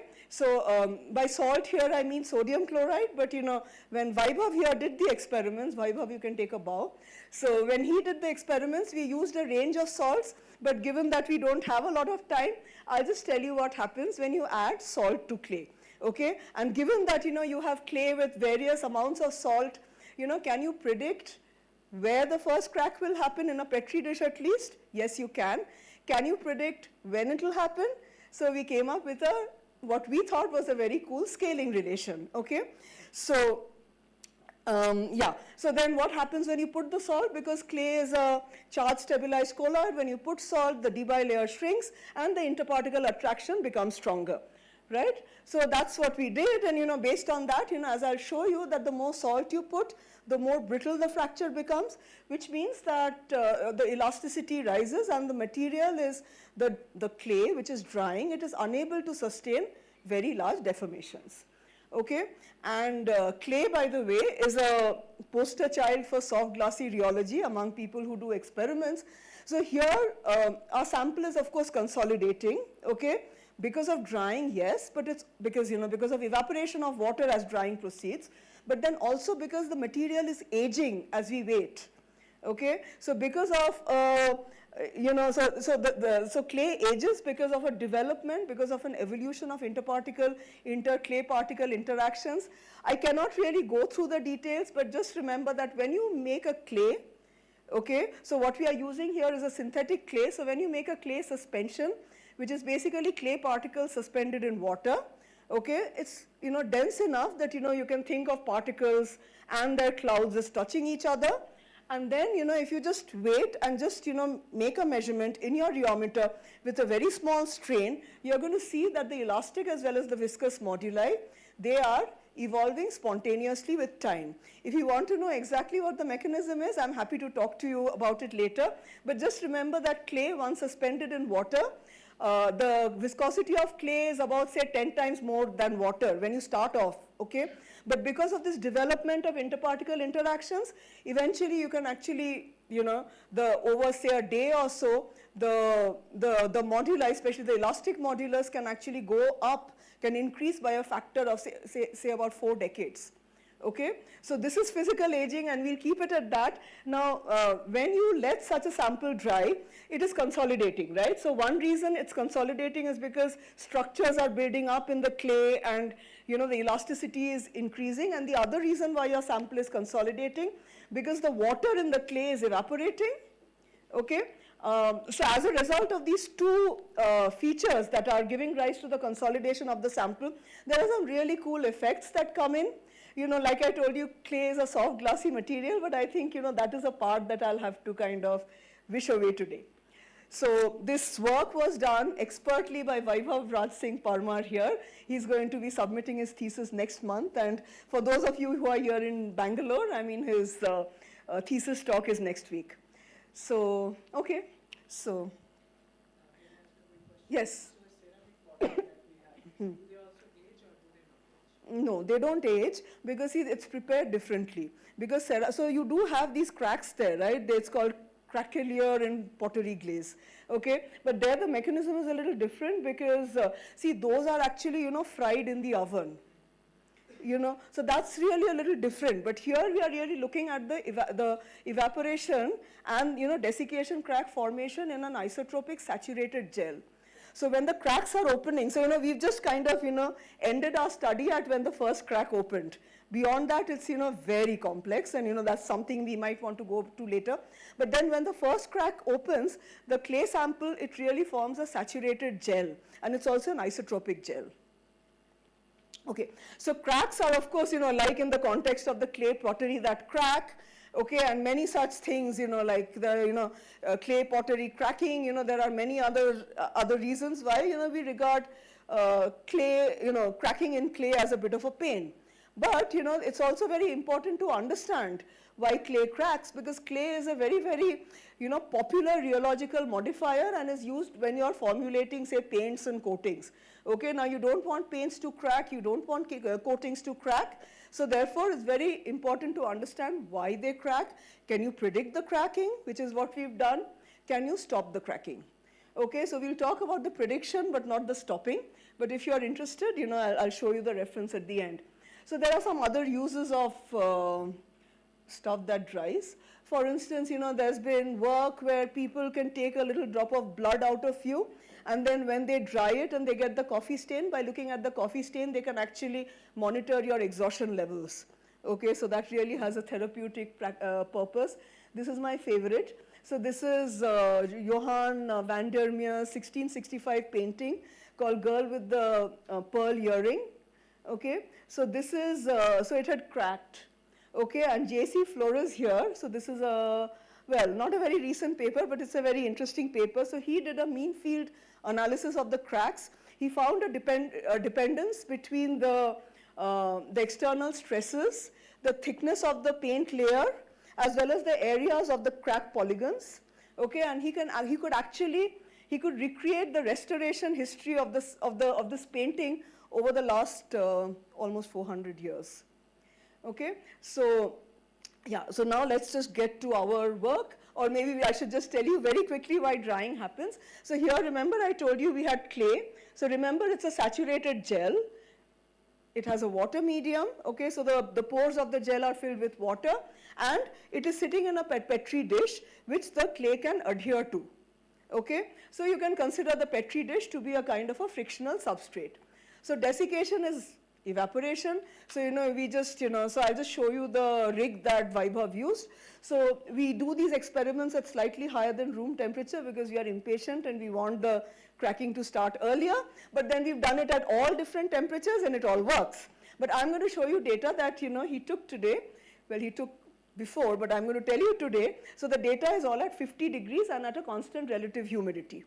Okay, so now when you keep that Petri dish in this enclosure, which is heated at 50 degrees, then the water starts evaporating, right? And as the water starts evaporating, you develop a meniscus, okay? And therefore you're developing a pore pressure. That pore pressure becomes higher and higher as the evaporation proceeds.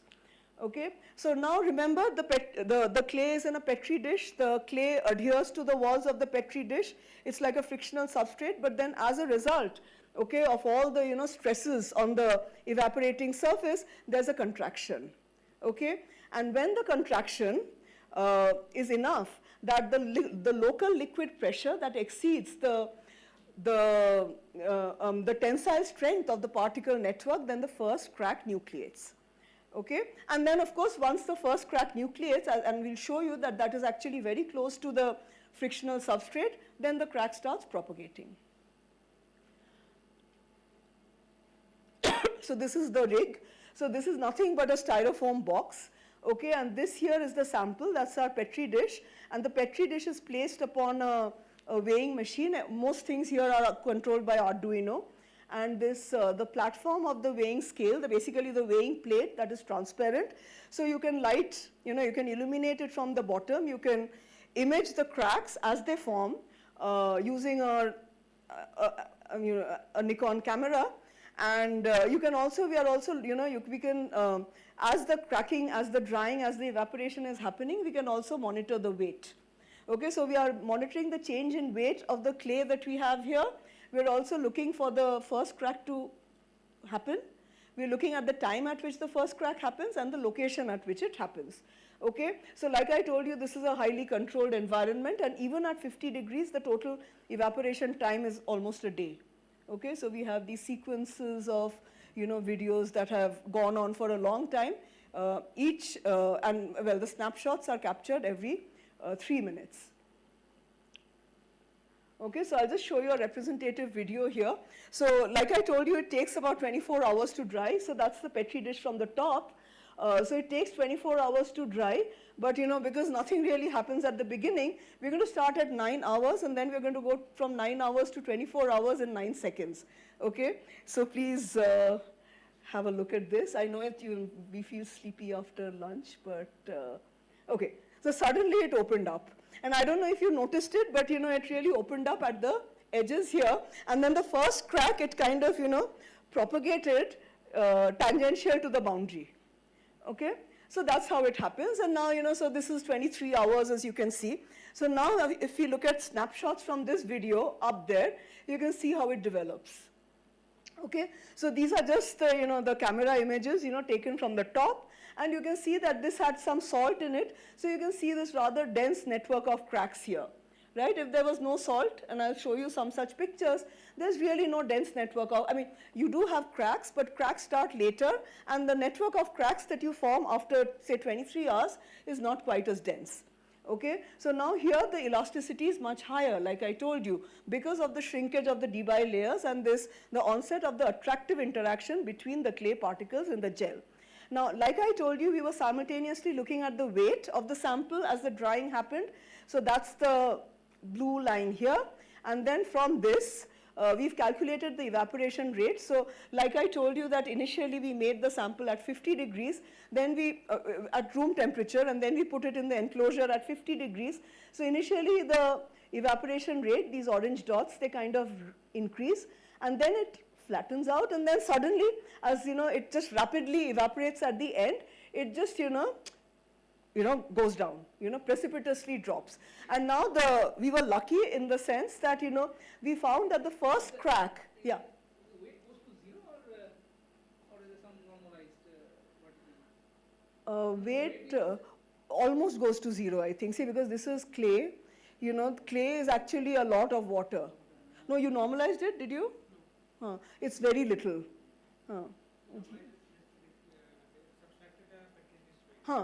See, much of it is a Petri dish, so yeah. So, because this is like, it's like about, say, 3% in water. Because so basically the physical volume fraction, I mean the physical volume that is occupied by the clay particles, that is very small, but the reason why you get into this gel-like phase is also because it has this enormous charged layer around it. So I was trying to sidestep those details, so it's so therefore so it happens here. So the first crack always happens in this constant evaporation rate zone, which tells us that when the first crack happens, it is in the gel is still saturated with water. Okay? Yes. Oh, I have my own laptop. One sec. Wait.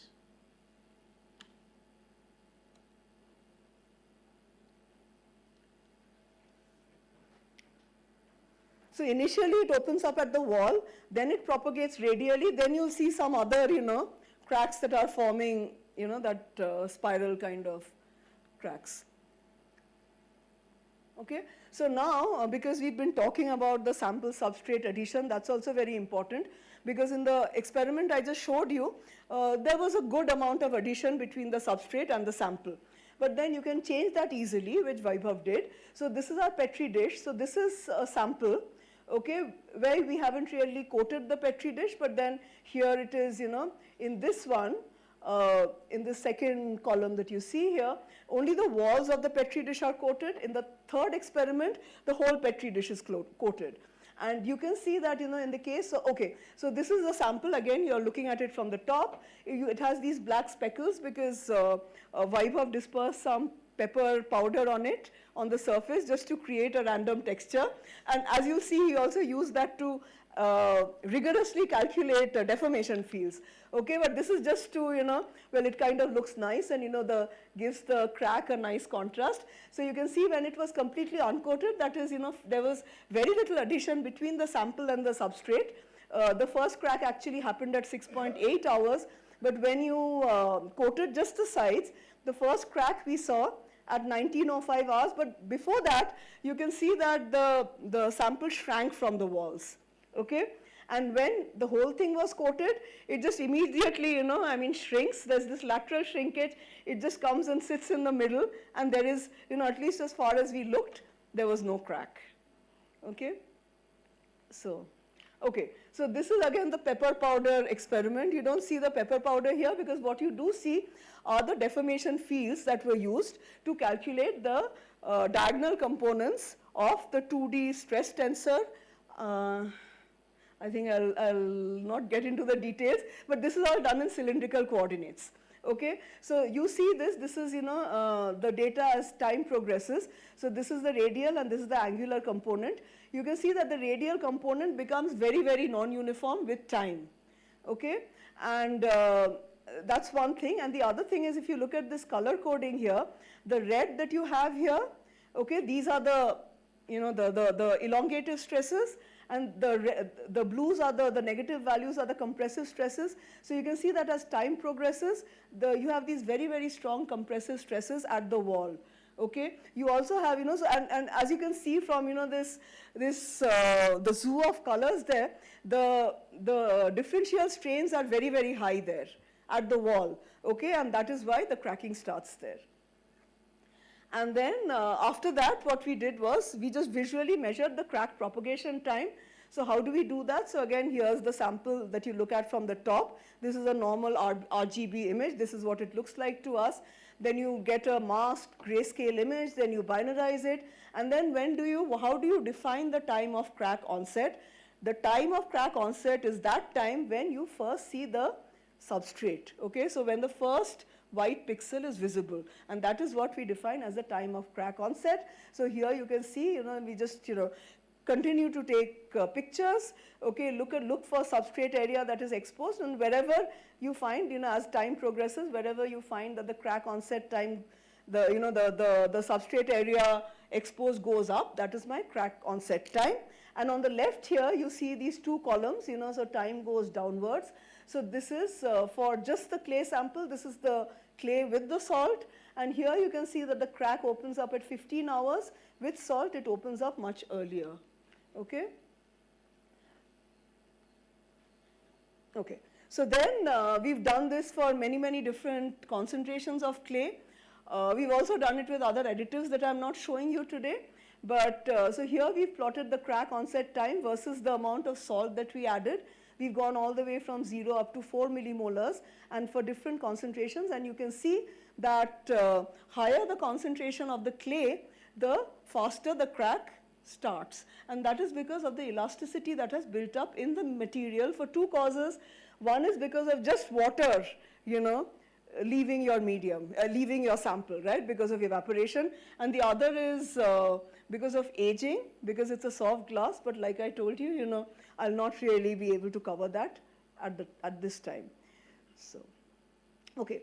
And then, of course, okay, so now you know when the cracks are forming, right? Now we want to see, because we want to predict when the first crack will form, we want to be able to measure some material properties, okay? So there is one thing we can measure quite easily, except that, this is not done in a rheometer. So this is elasticity of the surface layer of the material, okay, which is done in an AFM, an atomic force microscope, by a method called AFM microindentation. So this is again the Petri dish, okay, with the sample, and then the cracks are forming, okay, but this time it's happening in an AFM, in an atomic force microscope. And then what you do is you get a cantilever of the AFM and you bring it really close, okay, and then you do an indentation, which means you keep, you try to drive your cantilever into your sample.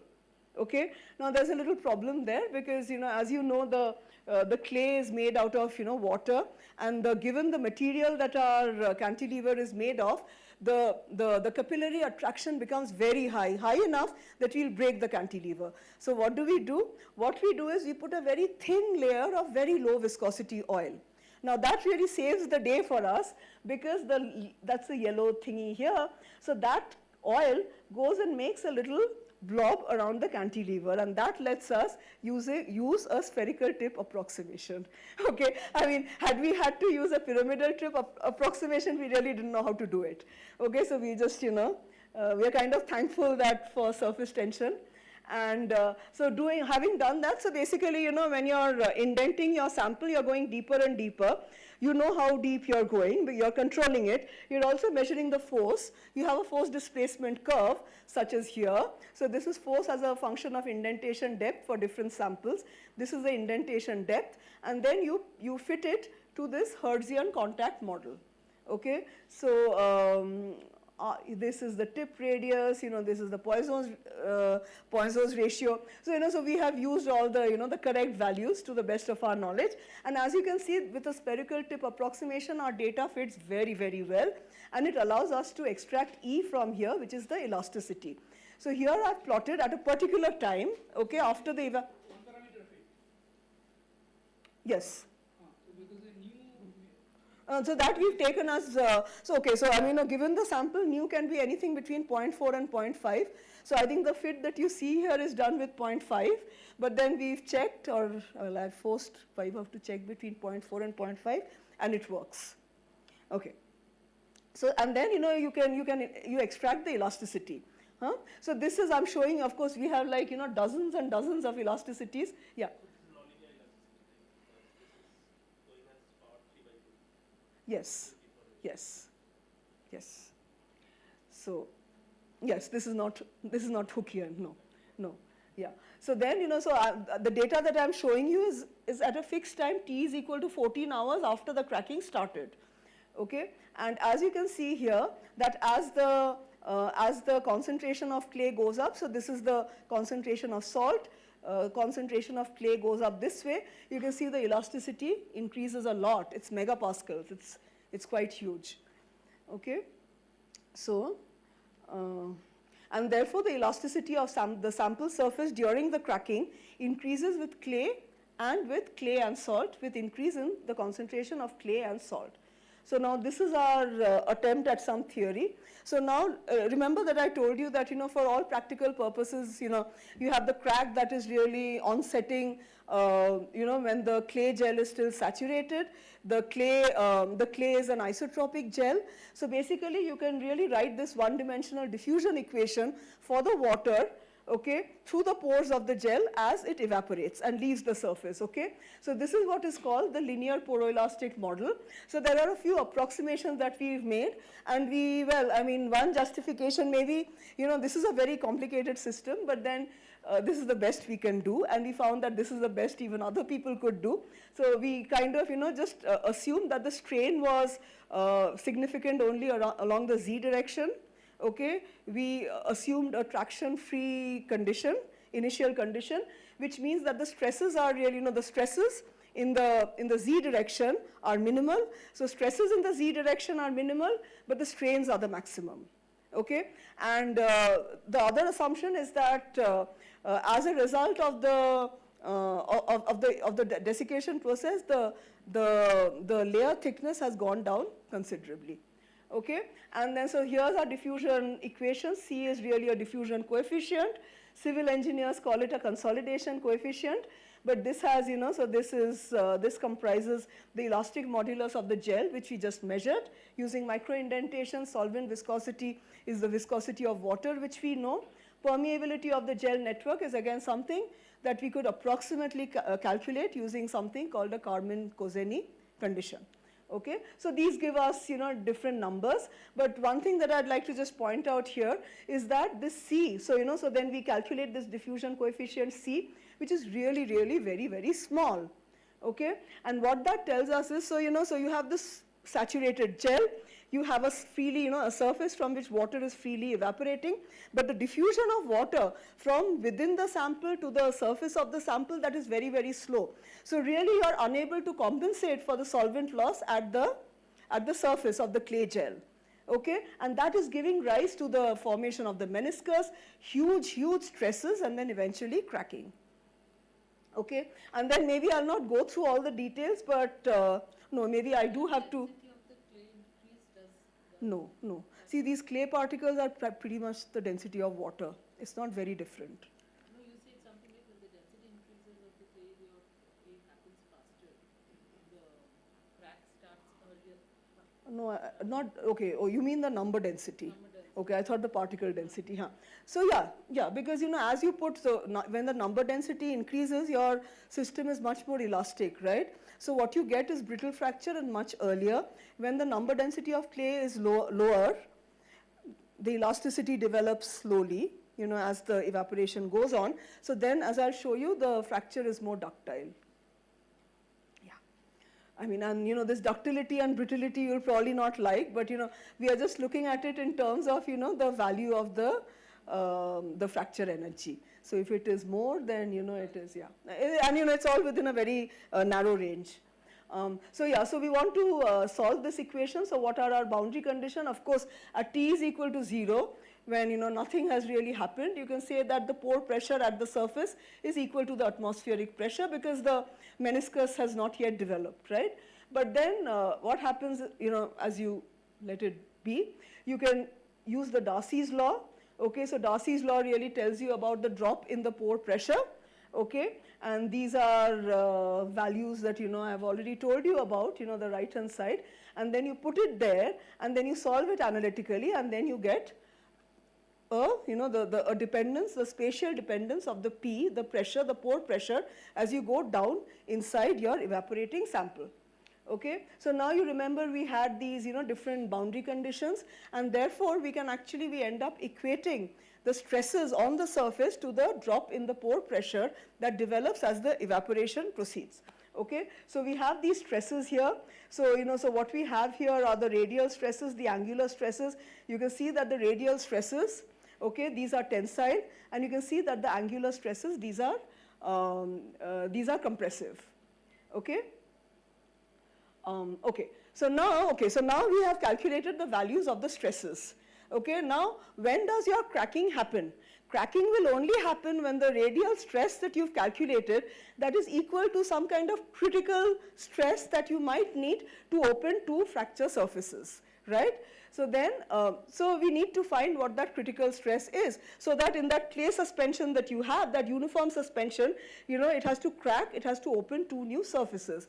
And of course, there's where the Griffiths criterion for cracking comes to our rescue. So the Griffiths criterion predicts that the critical stress at which the crack becomes active is equal to this value. GC is the fracture energy of the sample, E is the elasticity which Vaibhav has calculated in his micro-indentation experiments, and A is the length of the crack. Okay? And then this GC, of course, is equal to the surface tension. You heard of surface tension and plasticity, you know, the irreversible work that is done. So that's all, you know, kind of bundled into GC. Okay? And now, so because the crack forms, the first crack forms at T is equal to TC, we can actually, so we calculate the value of this radial stress at T is equal to TC, and we equate it with this critical stress that we get right out of the Griffiths criterion, and we can come up with a value, okay, for the exact time at which, I mean, we know the exact time at which the stress, you know, at which the first crack opens up, but we can calculate the fracture energy of the sample. So here what you see here, before we really equate the stresses, what we've done here is we have calculated GC. So here we have equated this sigma C with the radial stress that we calculated earlier by solving the linear poroelastic model, and we calculated the GCs, the stress, the fracture energies of the system. Again, we've made some reasonable approximations, and then you can see that as you increase the amount of externally added sodium chloride, then you can see that the fracture energy is actually going down. Okay? So it looks like, you know, so basically let me just, you know, repeat that correlation here, that as you are increasing the sodium chloride in the medium, the clay particles which are charged, the charge gets screened, so they come closer to each other, they form a stronger gel, the elasticity goes up, okay, and the fracture becomes more brittle in this, you know, very narrow range that we have.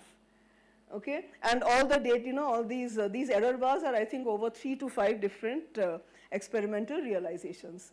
And then, so we had a crack onset time, which you remember we measured just by direct visualization. We had sample elasticity, which was measured using micro-indentation in the AFM.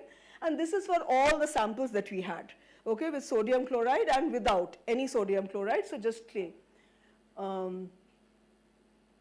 Right? Yeah, yes.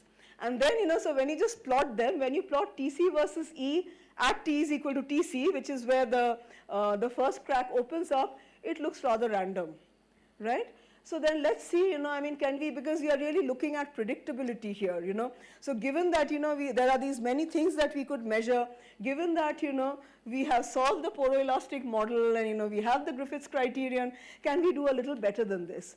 So then, like I told you, so by calculating, by solving the linear poroelastic model, we got the stress.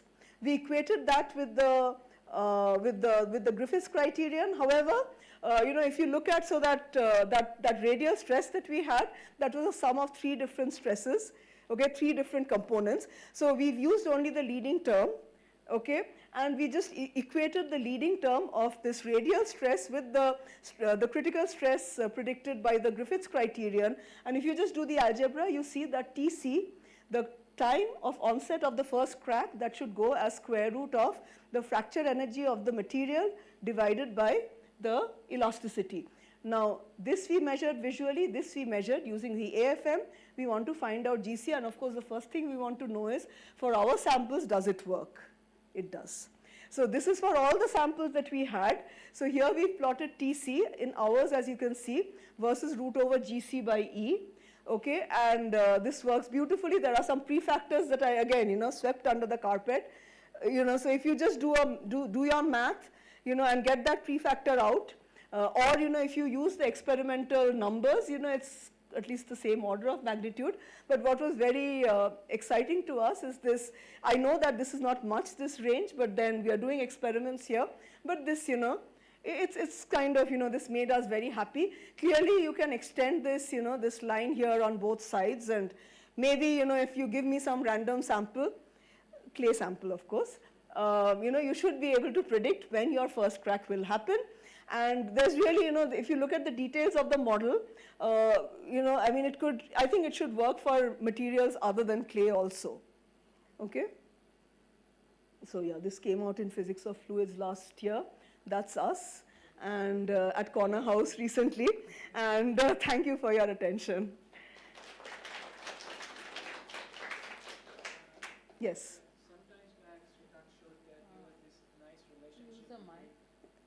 We had 3 mics. Yeah.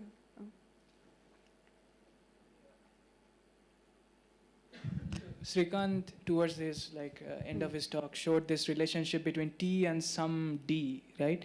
So I wonder if there is some similar type of relation, is the relation... What would that D require me to make? I've forgotten what the D is. So Srikant, can you please remind us what the D was? The dissipated work, okay. So, okay. So I don't know, I mean, if they are How do you measure the dissipated work here? No, all I'm asking is because, that was arising because of the formation of the shear band, and presumably the crack is also happening because of the formation of a shear band. I was wondering if there is any relationship. Possible. So I think here it's straightforward with Griffith's criterion. I mean, see, Griffith's criterion is really not even for ductile fracture, to the best of my knowledge. It's brittle. So, we are kind of force-fitting things. But if you look at the change in the brittlity, it just seems to work. So I don't think we can, this is very, very coarse-grained, as you theorists would say.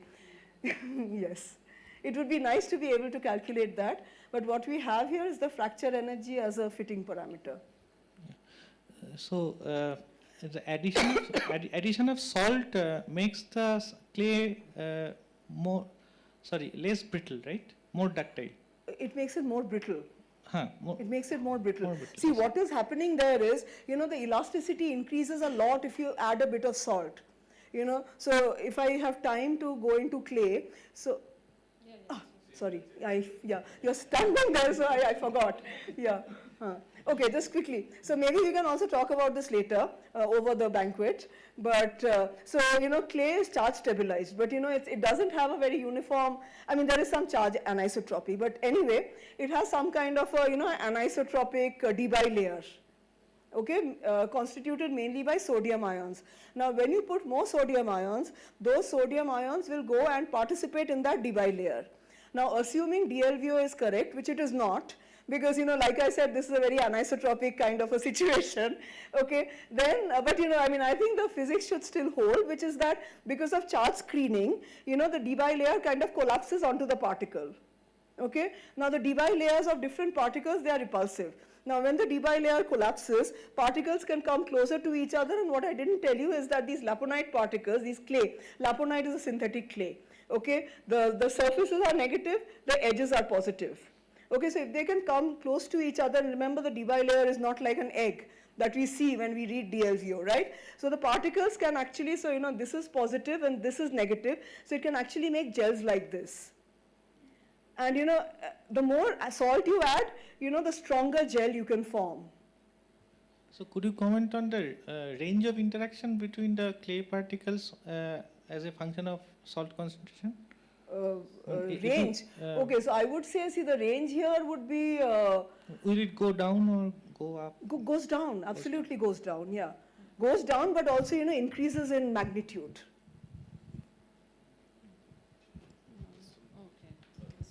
Okay. And this probably will be the last question. Try to keep it... Yeah. DLVO doesn't apply to anything. Thank you, ma'am, for the nice lecture. Thank you. I was thinking, you are telling that this model can be extended to the other material. I was thinking, is it possible to extend this model for pitch? I mean, pitch. Yeah, as an application, I was thinking. I mean, I can fit anything to this, I suppose. But then the thing is, pitch is a very complicated material. Pitch as in pitch drop, right? Yeah. Pitch, PITC. So as an application, I was thinking, so I mean, if it is possible, then we can get get pothole-free, street. So as an application. Yeah, well, they are encouraging us to do startups, so yes. Sure, yeah. True, true. So that was one of the reasons, because you have to give this pep talk at the end of the paper, right? So yeah, so we are saving the world here. 86 years for that experiment, right? Yeah. Okay, let's thank Ranjini Thank for you. this nice talk, and which can end up in a startup too, it looks like. I know. And the next speaker is Smarajit. Smarajit's title is somewhere. Oh, you're carrying some. That's not mine.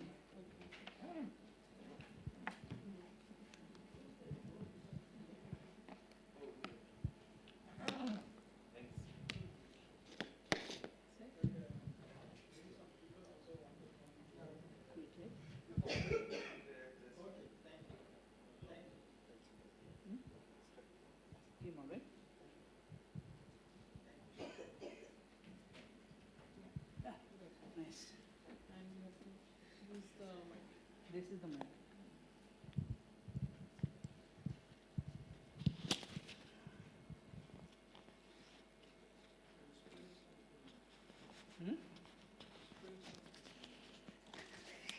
That's true. That's the clay from the last talk. Yeah. How did it go?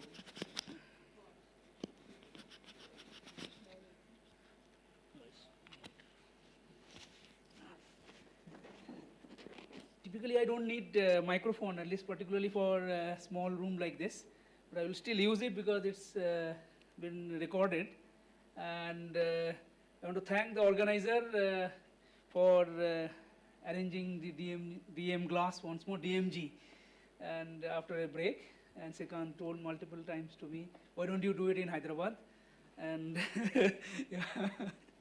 And maybe in future I will do it once we have some guest house options. And again, some of you have seen this talk probably once, not twice. Okay, so you can actually listen to it once more. But for the rest of the audience, I think some of you also have seen this in Conflu. And but anyway, I will just go on. Also, thanks to Srikanth for not able to cover the full thing that he wanted to cover. Then there wasn't any point of giving this talk anymore. And okay, so yeah, just to stop him so that he cannot reach to that. Anyway, but at least he gave a nice introduction to what glasses are, and I don't want to show those deep minima which is taken from same paper by everybody and shown, I think, thousands of times. So today, the first part of this talk will be to talk about memory formation in disordered solids. And in particular, I will talk about certain aspects of it, the system size, and whether the sample size come in picture or not. And as I'm saying it, so indeed it comes in picture. Is there a way to basically go around? And I will show you that indeed you can actually store memories in nano pillars. And then I will go into talking about memory formations and annealing in active glasses. And I will show that there is a one-to-one correspondence between an oscillatory shear and an annealing driven by active particles. And I will also show how you can actually store memory using this active driving. Okay. Hopefully I will have time, because it looks like there are some flexibility in terms of time. Okay, so this slide I can easily skip. So the glasses are ubiquitous, as Srikanth told in the morning, and they are there. So this kind of yielding behavior in glasses are very, very important, particularly when we go into memory formation. And if you can come up with ideas where you can store memories in, let's say, practically relevant length scales, then it may have important consequences. And this is the reason why the second part is this slide is probably relevant to you. So glasses in the nanoscales are extremely relevant for various practical purposes, and it lists some of this. You see that these are the devices which are actually made using glasses, and most of them are probably using metallic glasses, and there are nano glassy pillars that you can now people can create, and so this has a lot of advantages in terms of catalysis. Okay, so now, so if you can, but it's important to find out whether these pillars are mechanically stable or not. What kind of plasticity they are going to go through if you have these nano pillars. And some of these questions are what I'm going to address in this talk. Okay, so again, annealing is something which Srikant told multiple times.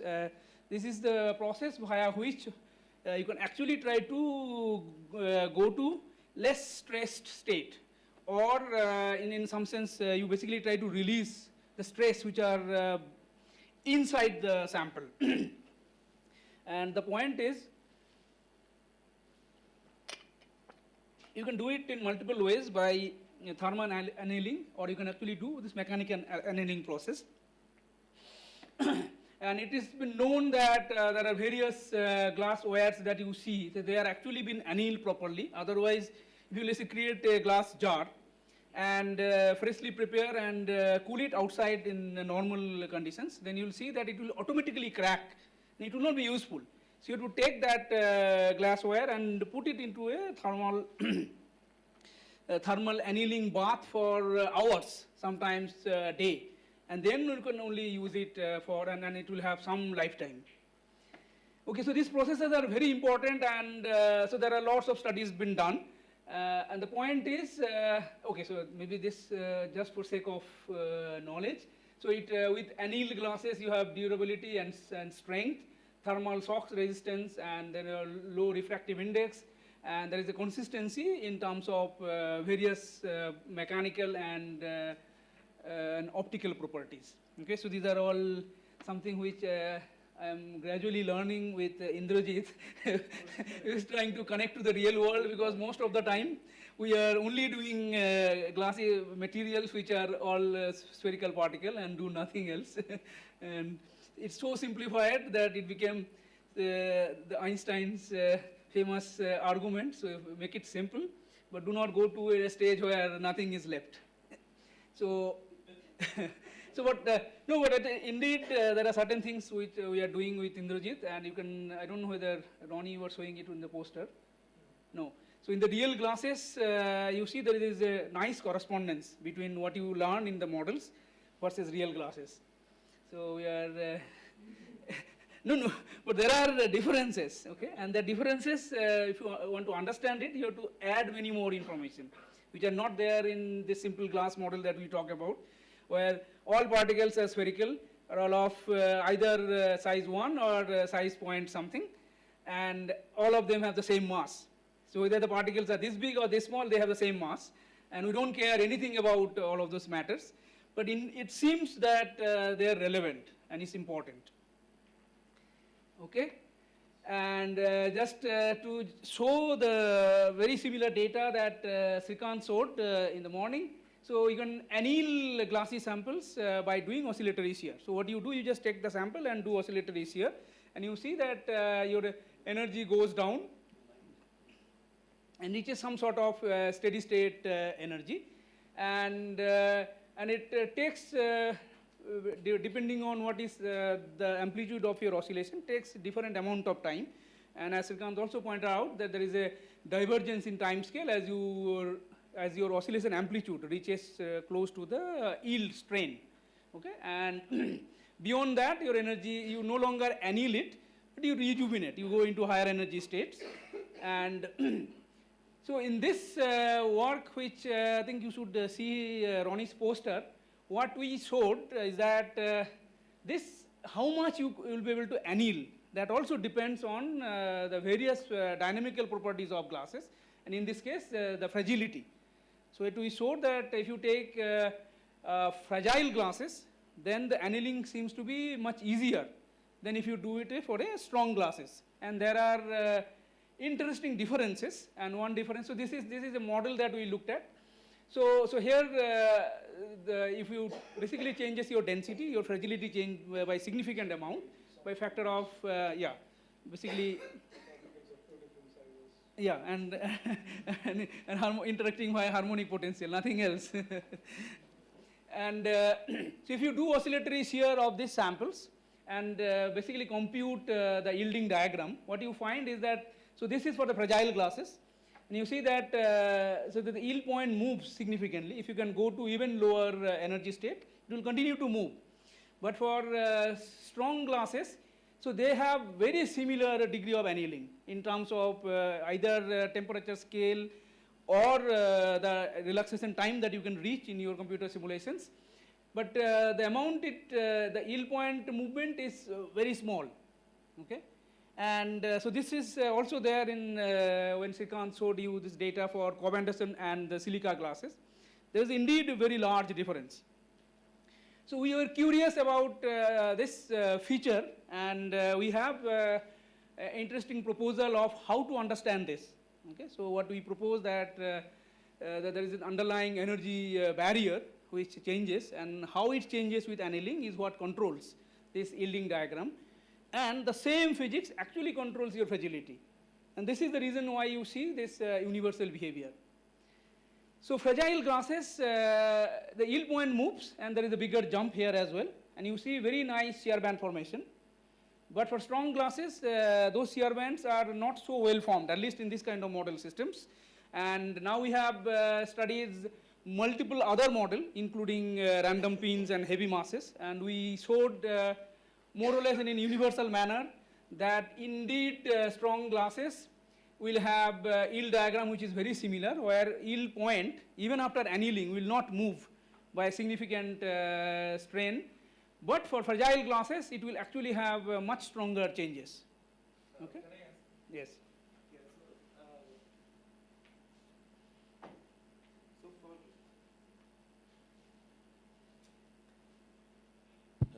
So for this, for a given temperature which is high, let's say for either strong or fragile glass, Yes. Yeah. so there that initial decrease in energy is due to mechanical annealing, right? These are all mechanical energy. These Mechanical. are all at zero temperature. So this is zero the thermal temperature. AQS. So now, like for where this mechanical annealing is effective, like it is reduced, energy is getting reduced with. yes. So they are like in your case, like it is the brittleness is not much, right? Brittleness in, you in get. this window, it is exactly same, very, very similar. So you don't see much of a difference for poorly annealed glasses. But as you go to well annealed glasses, then the yield point moves up to much larger strain. So the question not is, happening here. Yes. question is like if you mechanically anneal the glass, so do you get a like brittle yielding? Or? You do get, yeah, you get a very, very sharp shear band. Okay. So this we have many more configurations like this. But these are all thermally annealed, where you get like very strong yielding, right? So this is from so you prepare the glass, and that's the annealing that is happening.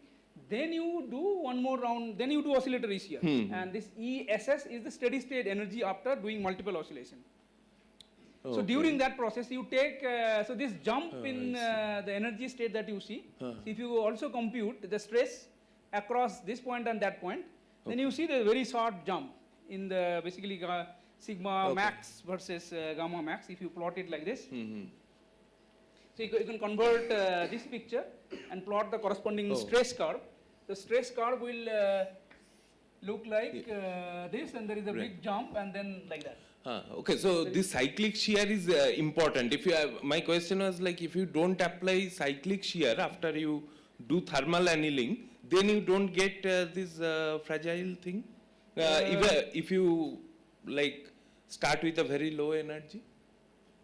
So I guess what you're asking is what are the low energy glasses, right? Are they thermally annealed or they are? They are thermally annealed because they are taken from a configuration which are parent temperature is very low. Right. So the other way you can actually rephrase the question is that if you take let's say this fragile and the strong case and you do basically simple shear, will you see very sharp drops? And if you do not do any oscillatory shear in between. And probably answer is yes. Yeah. So for fragile glasses, I think the stress drop and the shear bands are much sharper than what you do expect in strong glasses. And so this is something which we are really trying to establish and show that this is an universal feature. And so we are looking up to now various different models of glasses, including polymer glasses and all of this. We have to do rounds of it, and maybe models of OTP and all of this. So you're going to say what No, that I think is in his poster. Because then I cannot talk about memory. Again, I will get stuck like you. Sorry, one quick question. So the amount of jump that you see in terms of the percentage of energy, is it very different?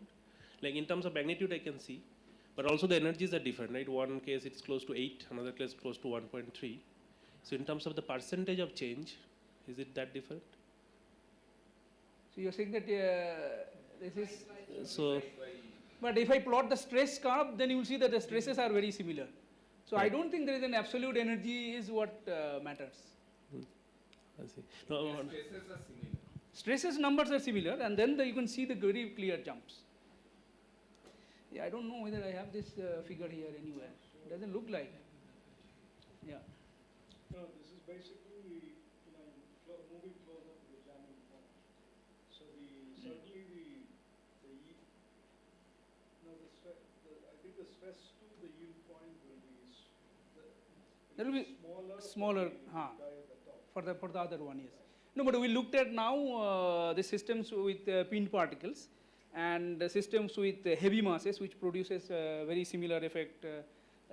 What also you showed, the fragility changes, and then we looked at the same thing to see whether this picture is true.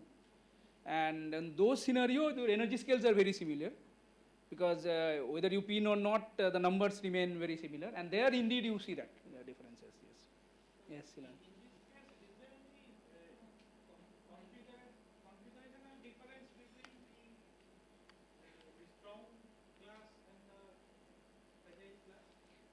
That's the. You are answering all the questions and not saying whatever is there in Ronnie's poster. Maybe if you say that, it will be faster. No, but this is a slightly different. But configuration-wise, how do you study it? So one parameter is this annealing temperature. So parent temperature. This is the degree of annealing you can think of, and any other quantifier is something which, I think will be good to find out the degree of disorder in some sense. No, so because your strong glass is actually more fragile structure. That is true. It's closer to the jamming point. So in this case, but there are other models where it's not the case. Yes. But in this case, it is. Yeah. So you can sort of characterize when it's well characterized. In terms of that, yeah. For the at least this model system, indeed you will be able to actually characterize that.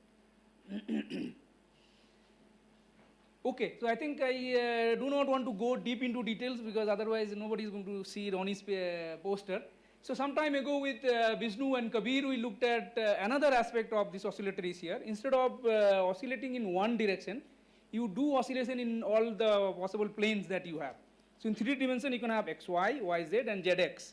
So you do this, and what he showed, so this is original idea of Vishnu. Nobody, he did not even talk to us before he showed the data.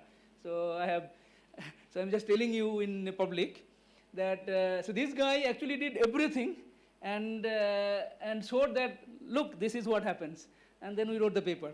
So literally this is how it went. So he found out that if you do oscillatory sphere in multiple direction, then the system again reaches to a steady state, but reaches steady state in a very interesting manner. So if you do x, y, y, z, zx, then it goes to a steady state where there are 3 absorbing states. So you do x, y twice, x, y, and y, z or in one of the 2 planes. Then you go to 2 steady state. So steady state has 2 states where it actually jumps around. So this is, so here. So it goes through this, there's red, blue, green. Again red, blue, green, and so this has 4. And so this is only one direction. And I think one of them has, these are probably, so now it's complicated to find out. So the whole point is that, so you can actually anneal your sample much better if you do multi-direction, because then it couples to your other relaxation mode much more easily. And if you're, so depending on the protocol that you choose, your steady state will be very different. Okay, so if you do a random protocol, then that's the best annealing that you can achieve. Okay, so that's the limit in some sense. So this random protocol is, so this is the data which is for, I think, maybe in the, so this is the data which is for the random protocol, which goes down continuously. So this is relevant when we come back to driving by active particles. Okay, you will see that there is a direct correspondence to this driving. So yes. Different steady states are in different direction, like you said two No, it steady actually, state. so when it reaches absorbing state, so you basically For XY, let's say it do reaches oscillation, you come back to the same state, right? so So here it goes through two state all the time, or if you do it X, Y, Z, then you have 3 state where it actually oscillates around.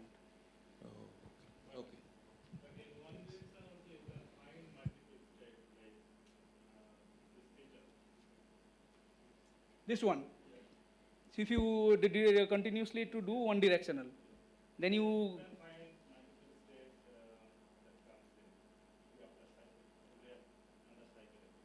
see the absorbing state with 2 state.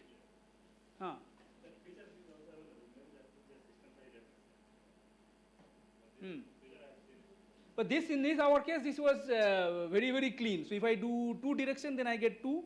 And if I do 3 directional oscillatories here, I get indeed 3 states. Okay.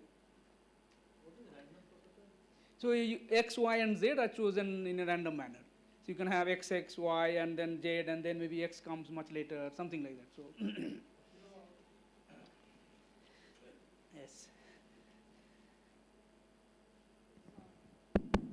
Yeah. No, we. From our, so Pallavi Das looked at this a while back.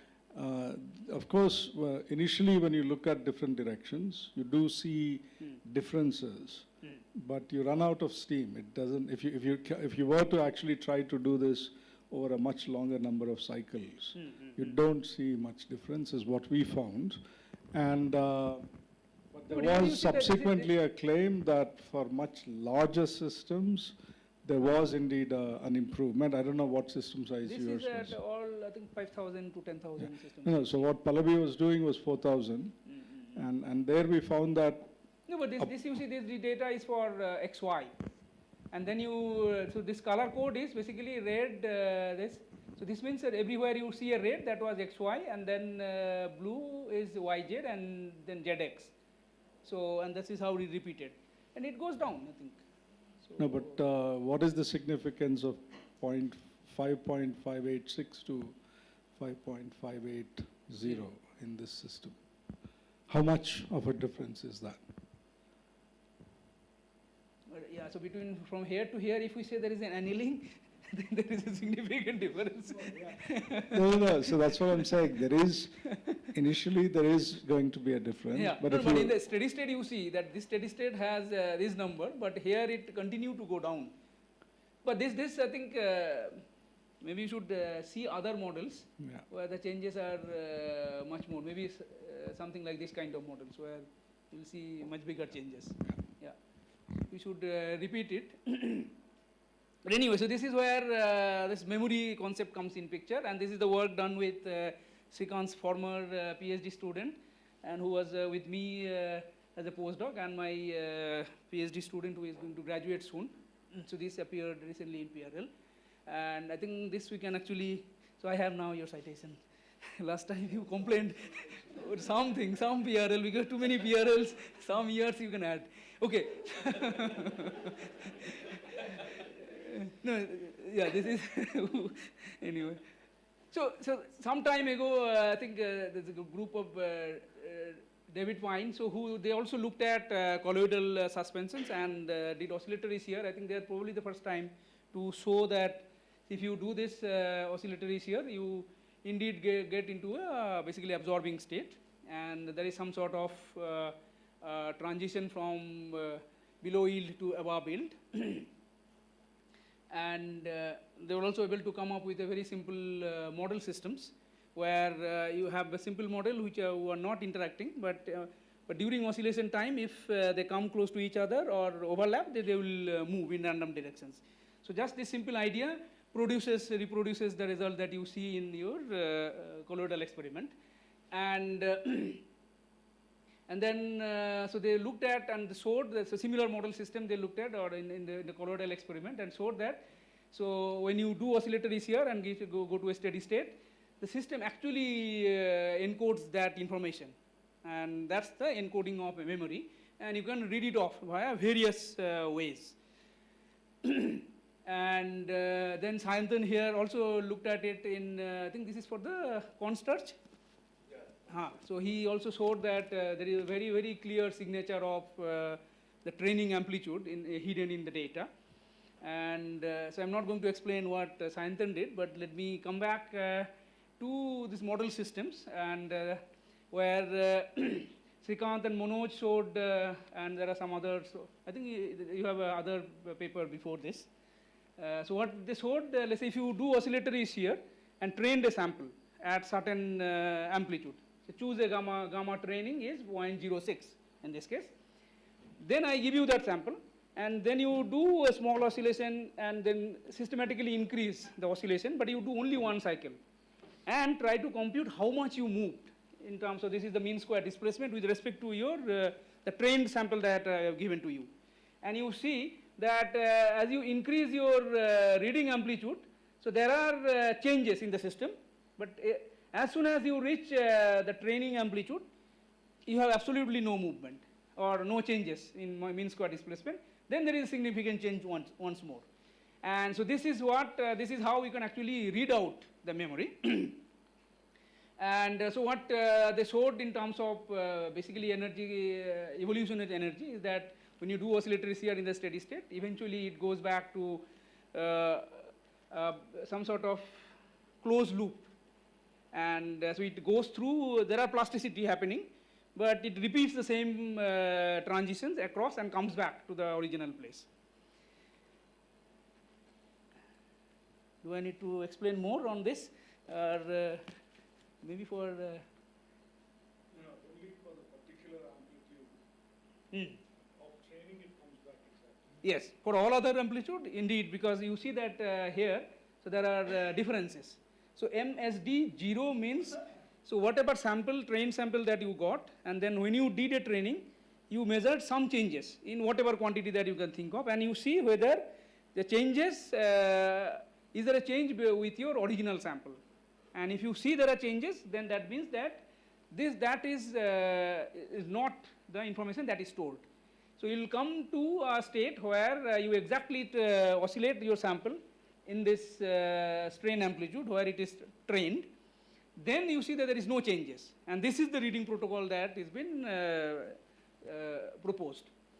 And so this in the energy landscape, this is exactly what is happening. So when you exactly hit the trained amplitude, then you are in the same closed loop in energy versus strain. But in all other cases, you actually go to somewhere else. Okay. So I think I should... so these are those reversible plasticity actually, like... kind of, yeah. That's what the training case. Training case. Only for the training case. So in all other cases, you actually go to different parts of the landscape. Already? How is it that they spoke for maybe hours? No. Okay, then let me skip this part, because I think Srikanth is a better person to discuss this this network with, he worked with Muhitin and established a significant understanding about why there is a memory and why these loops are back in the system. Okay, so let me quickly tell you what we asked. So how stable is this memory? Is there any system size? And as I said, from the question itself, we want to say yes, there is a system size effect, and how to bypass it. Can you see, can you encode memory in smaller samples, which will be relevant for practical purposes, but it will also have surface effects. So you have to be careful about all of those aspects. And so one aspect that we immediately looked at is I do an oscillation in XY plane, and I encode some information. Then I give it to you, but I forgot to tell you that I did oscillation in XY plane. Then you started, or whatever, XZ. And then you took the sample and did in a completely orthogonal direction. Then this blue curve will be your outcome. And you said, no, you forgot to train it. So you train and give it to me. Okay? So this means that this is susceptible to this information loss. So if you do not know, yes.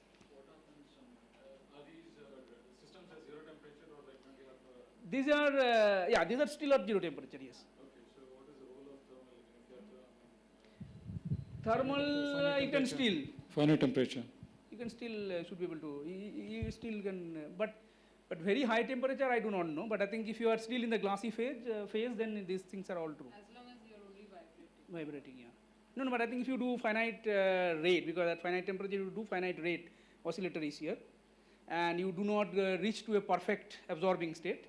But even partial of the state, that steady state if you reach, the memory is already encoded. So this basically means that apart from giving you the sample, I have to tell you in which direction I have actually did the training. Yes.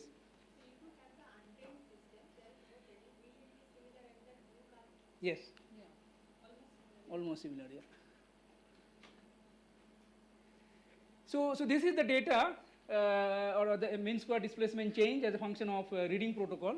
If I train the sample in x, y, y, z and zx with the same amplitude, then if you can do at any direction and you always read back this. So what we are proposing that instead of basically doing encoding memory in one direction, you should do it in all three directions. But that also you can say that if I have a spherical object, then then you are in trouble again once more. But I think you need to have some sort of geometric aspect that should come in picture, and this is where our nano size sample will be a perfect example. But the point is that if you do multi-direction oscillatories here, then this is not too prone to basically this erasing.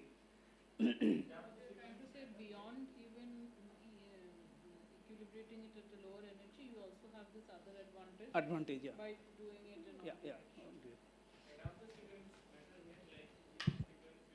No, it doesn't matter, yeah. Because that other, like one graph, you have some finite mean square displacement actually, that YZ for example. But you can actually always have this kink. That kink is there, but compared to rate. So if you happen to have oscillating in exactly the same direction, then there is you get much lesser changes in MSD. Yeah. But typically you get data which is like this. I think in this case, this is well annealed sample, somewhat. Well annealed in the computer sense. So now we came to come to the system size effect. So we asked this question, we see that if I take one system size, let's say around 1000, then it takes a certain amount of time to reach steady state. But if I increase the system size, the time it takes to reach the steady state or absorbing state is actually growing. And then we plotted that time or the number of cycles as a function of system size, and we see that there is a strong power law. Okay, it grows with a power which is close to 1 almost, or between 0.5 to 0.9. So yes, please ask. No. I want to give you a reason to talk more about this. Okay. No, I mean there should be a system size dependence, but is there any understanding of what the explanation? What the power? What is the power? Actually, the power is not unique. Yeah. Right? So, but how do we understand the power law? So this is where I will just come quickly to that. And so what we also computed is let's say the total number of drops that you have to actually you will go through before you reach a absorbing state. That will also obviously, because this is an integrated drops, that also grows with system size and has a bigger power law. And then also we ask this question, once you reach a steady state, so this is an oscillatory here, right? There are multiple drops it goes through, but eventually comes back to the same place. So number of such minima that it visit, that also grows with system size. And that grows with a power which is, seems like unique and 2/3. Okay, so this is where same 2/3 came back. And So the idea is that at some point, so this is the famous paper with Itamar and Idan, where we showed that so plastic drop or the delta gamma between, so strain between two plastic drop scales like a system size by this. So average interval between two plastic drop will decay with system size as n to the minus 2/3 in the steady state. Yeah, in the flow regime, yeah. And so in this steady state, and some of this you also showed in your paper, right? That in the steady state, these numbers are unique. And then the point is that if you do gamma max as a some strain, and you do oscillation in the steady state, then it's basically gamma max divided by delta gamma. So at least this, statistically this many number of points that you have to go through. And that will go as n to the 2/3. And indeed that we see something very close to that number. But transient has a lot more plastic drops. And if you integrate, that also somehow seems to grow with the power law with the varying exponent. Then we plotted the time scale, the number of drops, number of cycles that you need versus the number of drops that you have went through to reach a steady state for all amplitude of training. And it indeed falls into this curve. Okay? And there is some sort of a square root relation. So looks unique. And why there is a square root relation, that we do not have an idea. But the point is that as your system becomes bigger and bigger, the number of minima the system has will grow exponentially. And then to reach a steady state, you are going to take much longer time. Because I have a question. Yes. So with increasing system size, the distance to yield point also changes because gamma max is fixed. No. Delta gamma will change, yes. No. What I was saying was there was a plot where as n increases, the time it took to reach the absorbing state was getting higher. That's the number of cycles. Yes. Not the strain. The strain is same. I agree. Gamma C. Yes. Yeah. Now, the gamma max was 0.06, which it was fixed for all the system sizes. But the gamma max yield will be system size dependent. So the distance to yield is different. No, why gamma max yield will depend on system size? It shows some dependence. But very weak, even if it is there. But this is not of this sort. Yeah. So I had asked this to Manoj, and he also said the same thing, that is very weak. But that is also one contribution that no, but because it's you're not getting closer to the power yield. law of this scale. So here I am talking about power law of order close to 1 almost, Okay. 0.8, 0.9. Okay. So then maybe there is a corrections to those power law as well. Okay, It's quite okay. possible. But dominating fact seems to be the number of states that you have to explore through before you can reach a absorbing state is going to grow with the power law with the system size. So this means that it will become harder and harder for encode memory in for larger and larger system size. So we asked the question also, can I do not full training, but I do partial training, and then I give it to you. But it turns out that even the number of cycles that you need to partially encode your memory also grows with a very similar power law. So doesn't look like there is a advantage for a bulk system. Then we looked at basically quickly. I will looks like I won't be able to cover active particles anyway. So does that mean that if you have same number of cycles, bigger system memory will be weaker? Can we say that? That is not clear. Weaker doesn't mean Long text, longer time. Weaker meaning the signature will be fair. No, it doesn't look like. No, it doesn't look like. No, if you do same cycles, will the memory get encoded? No, that's why. You have to do a partial. So if you do same cycle, then it is. Yeah, then you cannot encode memory. Then it's actually kink will disappear. Yeah. So when you basically encode using same cycle, then it is indeed bad. Yeah. But if you do at least reach the steady state, then it is same. Yeah. So one point to note here is, while increasing the system size leads to these larger time scales, if you do, as you increase the system size, if you were to look at better annealed glasses, the number of minima that you have is exponentially decreasing with some parameter. So you can find ways of offsetting this effect. But you are asking two equally difficult question, right? Because annealing a bigger system is computationally even harder, or even yeah. So that's the possibility of decreasing the number of cycles. But I think this scaling will be very difficult to bypass at a similar degree of whether there will be a perfect match or not is hard. But if you if we go back to this kind of pillar geometry, and so all the cases that I showed before where the particle number was or 5,000 to 10,000. So this has a number of particles which is 150,000. Okay, and so this pillar, if you want to train it, it doesn't require more than 50, 60 cycles, or even less actually. So which is very interesting. So in this pillar, you just do compression and decompression cycle. Okay, and then you can show that indeed with open boundary, you reach a steady state nicely. There is system size dependence, and particularly if you take a larger amplitude, then it indeed comes back with 0.45. But you see that you are already starting at 10 to the 4 to 10 to the 5, and the number prefactor is definitely small. So same 10 to the 4 in the bulk periodic boundary condition, your cycle should be a few thousands already. So there is changes in the prefactor because of this open geometry, and particularly for small amplitude of oscillation, there is some sort of logarithmic growth. Okay, so which is maybe useful, but the point is that the nano pillar, the idea will be if you can do it at a smaller and smaller system size. And then it is advantage for you because you can actually have many pillars where you can actually store your information. Okay, and you can actually do all the multiple memory encoding. Everything can be basically done in a very similar manner. And but I think I should not. 1 minute for full. Okay. One graph.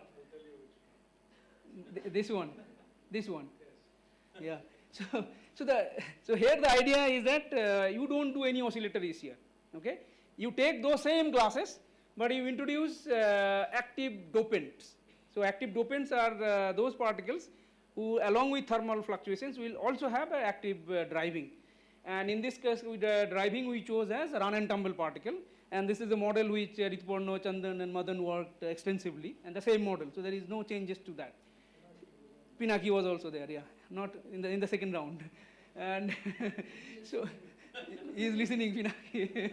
So what we found is that so if you increase the strength of the active force, then you get very nice annealing in a very similar way what you see it in oscillatories here.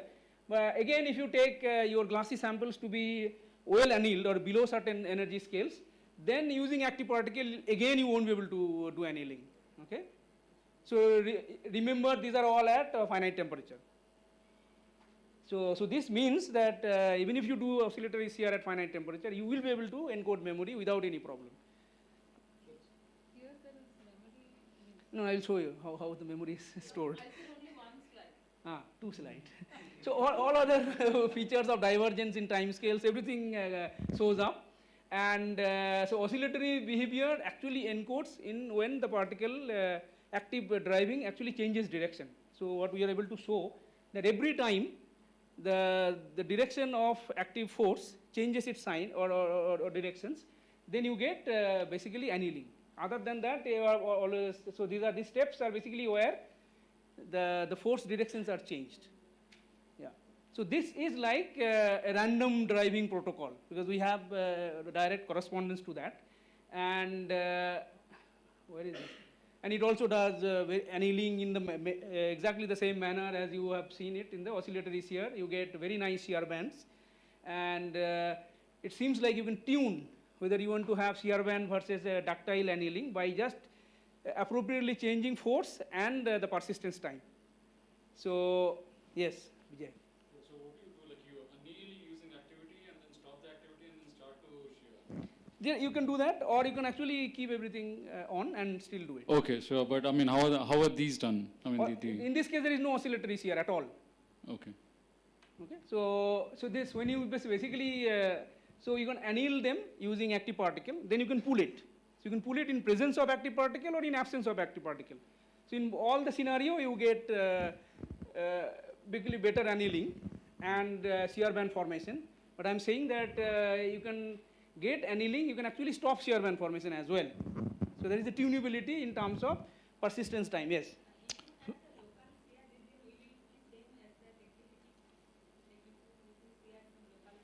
Local, but in a random direction. So I think Bulbul is trying that. So there are some local dipoles. She said that she's embedding some local dipoles in a random orientation, and I think one should see. So as well as just a technicality, which is answered in the other slide, I hope. So the tau p of 4 is actually a very small persistence time, right? So in principle, if that was the only persistence time you're looking at, no, we also now that's what I'm saying. No, I wanted 4,000, to highlight that. Then it's sort of, you could think of all the results in terms of an effective temperature, that's right? true. But so in order to make the points that you're making, you do have to look at larger but still finite persistence. Finite persistence, that I agree, So the data from this kind of system for small persistence time will have closer reality with the thermal system. But for large persistence time, we do get back similar data, but I think you went up to some 10 to the 4, 5 or something. So it's like persistence forever type. Yes. How do you think about this annealing? Like, it's just allowing the system to explore small, lower and lower energy minima when you put activity. When the activity is small, and then when the activity is large, so what happens? Do you? So what I understand is this.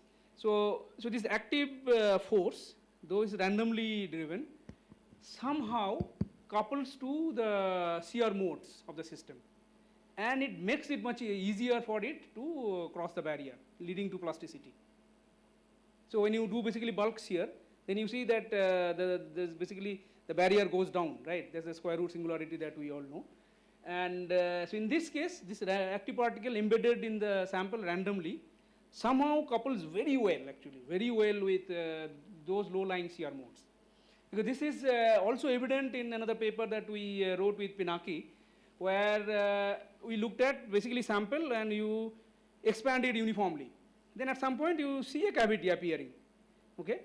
And so the density at which the cavity appears, if you now take a sample where you expand before it cavitates, then you do oscillatory shear, then you see the cavity appears. Okay, so oscillatory shear helps you to basically release your stresses or do some relaxation leading to cavitation. On the same sample, if you expand little bit, add active particle, exactly cavitates at the same densities. So it has to basically couple to the relaxation mode of the sample. And why and how it does it, that's something which is peculiar, because in another paper of ours, what we were able to show that this kind of driving, because it couples to shear mode, also destabilizes the material itself. And we find that much stronger Marvin-Wagner fluctuation in two-dimensional active glasses. And the fluctuation is so large that it actually destabilizes 3D glasses, active glass. And you see a logarithmic divergence in 3 dimensions, which is, I think, not been seen yet in any sample or any conditions. And so it actually changes your lower critical dimension from 2 to 3. And we are able to convincingly show that if you go to 4-dimensional glasses, we did, and the 4-dimensional active glasses are stable glass. Okay, so this is the answer. Maybe I should stop here. And so this is the memory part. So, and that's what say that if you, so how you basically anneal your glass and what is the strength of activity that you used, the system actually remembers. So how do you read it now? By shearing? No, you just again run your dynamics with a different active F0, and you see that there are changes. See, all other forcing that you apply, there will be changes in there will be not much annealing happening, or there will be annealing happening, but only at the trained situation, you have the minimal annealing. So this is one way to read, but I think one has to explore more. And do this and then shear it, will it? so that's something which, so we need many more people to do it. Anyway, but I think we can actually skip all of this. So this is the jump that I was talking about, but I don't have the other row data, but I think we can discuss. We can stop here, and thanks for your attention. So there is last point. So there are interesting things more than this annealing and activity. There is a geometric effect. So if you take samples instead of pillar versus a cube, the behavior will be very different. Okay. This one. Yeah. This is not yet reached steady state. So this is something which, for this particularly active glasses, looks very, very peculiar. So we have, I can show you some data after this. It looks like if basically rheology of these active glasses are very different. Another supposed to be submitted soon. Okay, so this I think you can skip it, but maybe I will just keep it for you to read. So this is an experiment by Olivier Dosso where he showed that if you have gel, then if you allow it to anneal for 3 months, then you get certain mechanical rigidity. So what he did, he embedded few photosensitive active particles in this gel and switch on light for, I think, 60 minutes. And the mechanical or annealing that he achieved is close to 3 months of annealing. So, yeah. So they are also exploring oscillatories here in these systems, equivalence to oscillatories here. Okay, thank you. Yeah. So thanks, Jordan. I think we have longer talks. That's what it looks like. Yeah. But I already took 1 hour, right? Yeah. Close Yes. to. And then you are still not happy that I'm asking you to stop. So we have the flash posters, and it's 1 minute because how much time we give away here is the time But I goes think, away from your poster. No. Let's give everybody some time. We can have the dinner slightly late, but. Yeah, that's the organizers. I'm not one. So the coffee can be. The coffee can be given there. So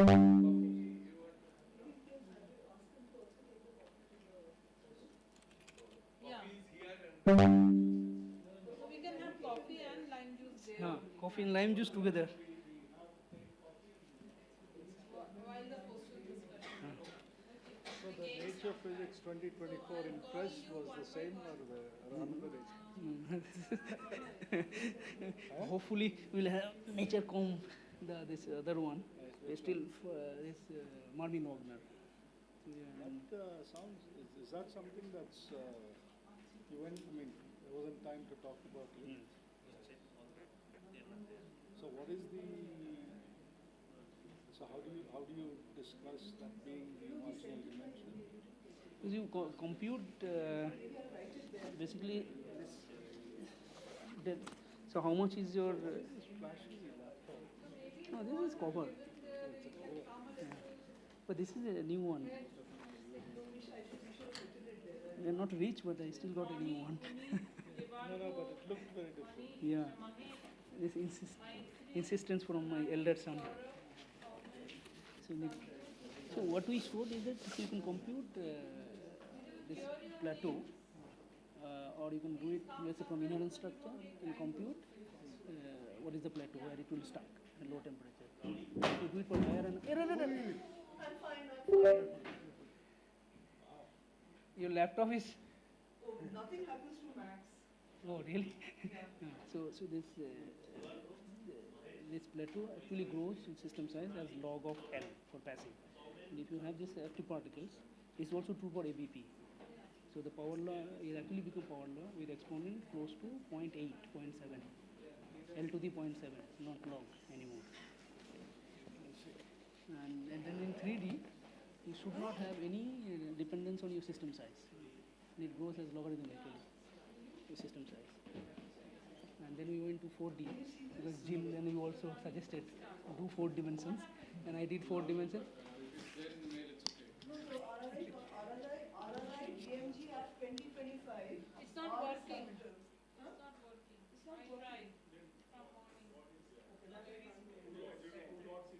Huh? After 5 there are 2 dots.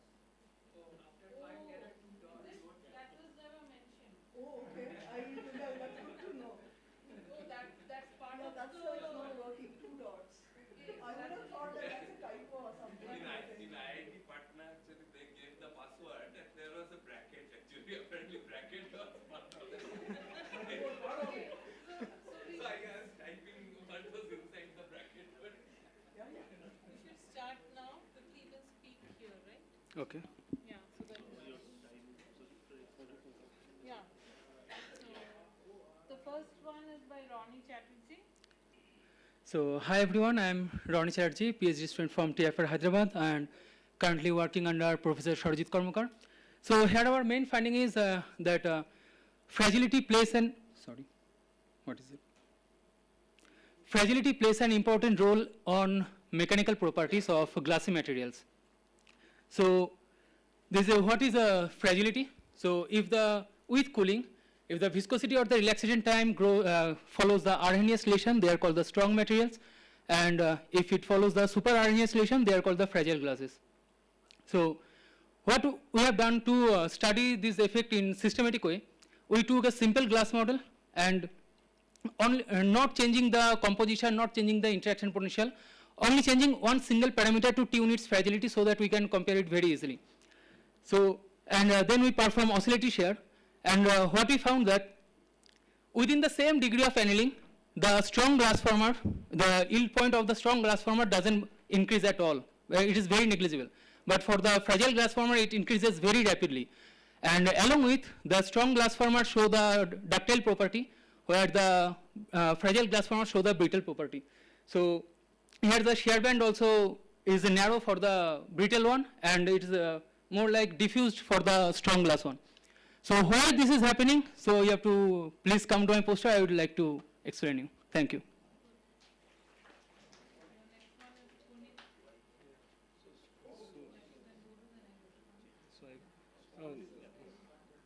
Yeah, so myself, Punit Parik, the title of my...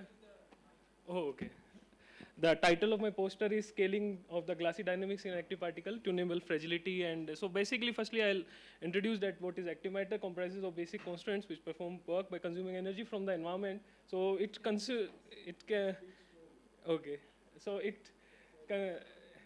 the active particles will have some self-propulsion force F naught, and they'll move in this particular direction for a characteristic time scale tau p. And understanding dense active matter, for example, dense active matter is like epithelial monolayer is crucial for several biological processes, for example, wound healing or epithelial to mesenchymal transition. And these dense active matter have known to show glassy behavior, for example, two-step relaxation in the intermediate autocorrelation function, and also dynamical heterogeneity. But the effect of activity on these glassy system is non-trivial. As you can see that you will have a re-entrant behavior, that is the non-monotonic relaxation time with the persistence time, or you can affect the fragility of the system, where the system can go from sub-Arrhenius to super-Arrhenius behavior. So the precise mechanism that leads to this kind of behavior is still unclear. So to understand this, we went up to look into some soft repulsive particle systems which are governed, in which the dynamics is governed by active Ornstein-Uhlenbeck process. And we firstly tried to characterize this system by looking into the liquid to glass critical diagram, by assuming that the critical form is given by the VFT form, and then varied the persistence time. So by firstly choosing a particular value of tau, persistence time, let's say for the passive system, and then varying the F naught square value, and then keep on changing the tau p. So basically exploring the three-dimensional phase diagram. So 1 minute. So we were able to get a form for the critical packing fraction, and we were able to see that this is completely reflects the non-monotonic relaxation time, and we also able to extend a dynamical scaling which was originally proposed for the passive particles and extended it for active particles, and we found that this non-equilibrium glass point has some persistence time dependence, and it explains this dynamical behavior.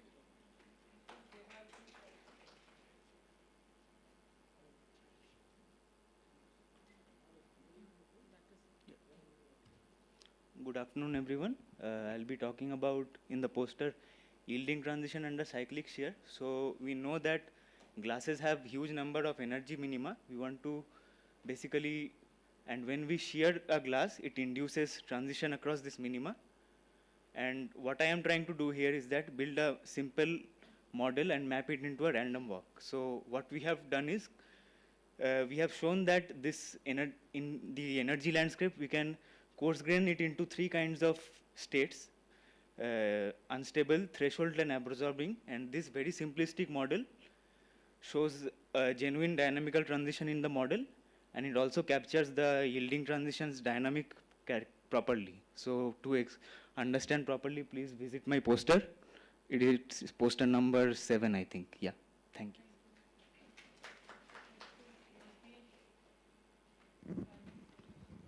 So this was part of my talk that I didn't get to, so please do.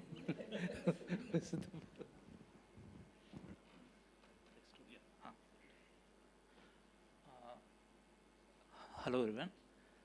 So you know that if you have a jammed system, you can unjam it by your favorite method. You can reduce density or increase temperature or shear strain it, or we can also add activity. Activity here is again every active particle has some self-propulsion direction which itself diffuses. And this 2 images are from Ritu Parnov's paper, who's right here. So if you have a jammed system of active particles, they found that there is a very rich phase diagram. For small activities, you have a dynamical arrest. Basically, the kinetic energy does not change. But if you increase self-propulsion direction, it becomes a liquid. What we were interested in this work is at tau equals infinity, that the persistence time of this change of self-propulsion is infinite. So we are at this jamming point. So right now, my model is even more simple. I don't have a tau. Tau is infinity. That's not a relevant parameter now. I have only F naught. So at tau equals infinity, we have looked at how the critical active force needed for every pressure to unjam the system. So here it was just a 1 point, but we are looking at how the FC, critical force, depends on pressure. And we also looked at force distributions and Hessians and so on. Please visit my poster if you want to know more. Thank you.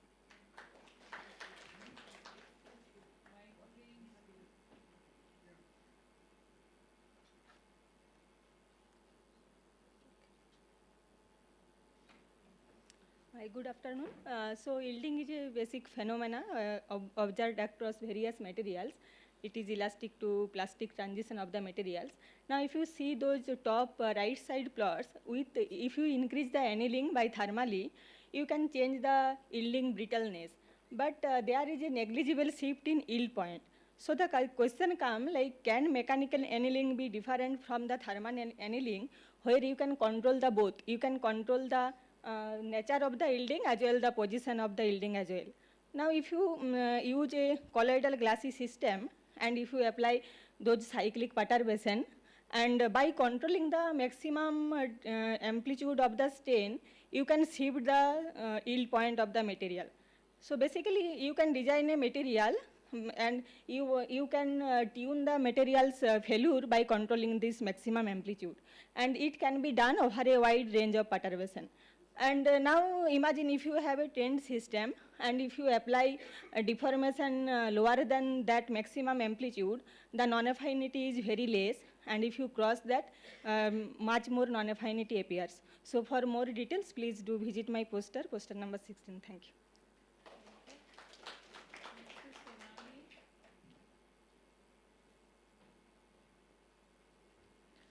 So good afternoon, everyone. We synthesize this Koshal particle.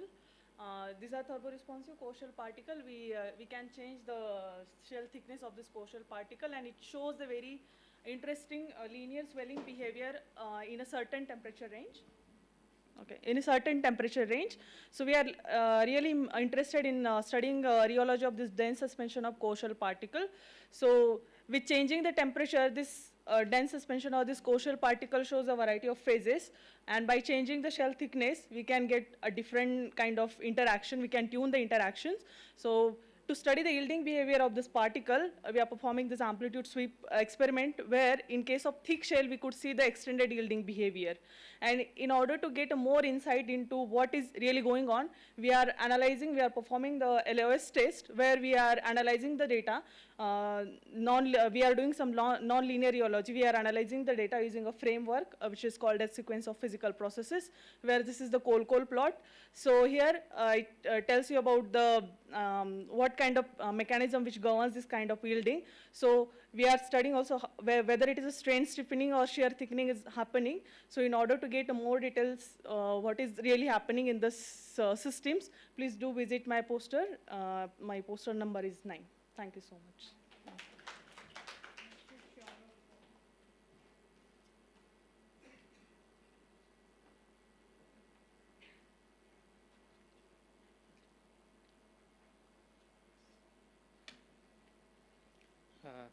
So good afternoon, everyone. I am Saurav from IIC, working under Professor Sumanta Sarkar.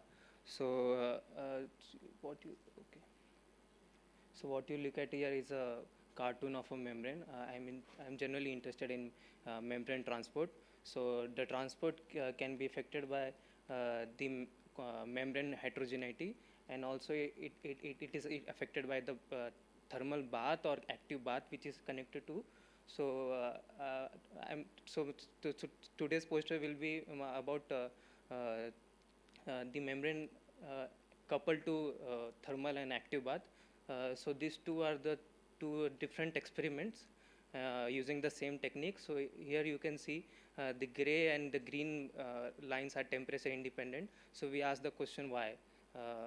So we have carried out the molecular dynamic simulations and as well as the lattice model simulation to probe the question what is the source of this temperature independence. We have found that the membrane couples with the actin cytoskeleton, which breaks the Tittle balance here, and we when we get the temperature independence. And also we have found a new method called barrier hopped dynamics, which gives us the equilibrium picture which we see in in molecular dynamics. So to get more details about my work, come to my poster. My poster number is 14. Thank you.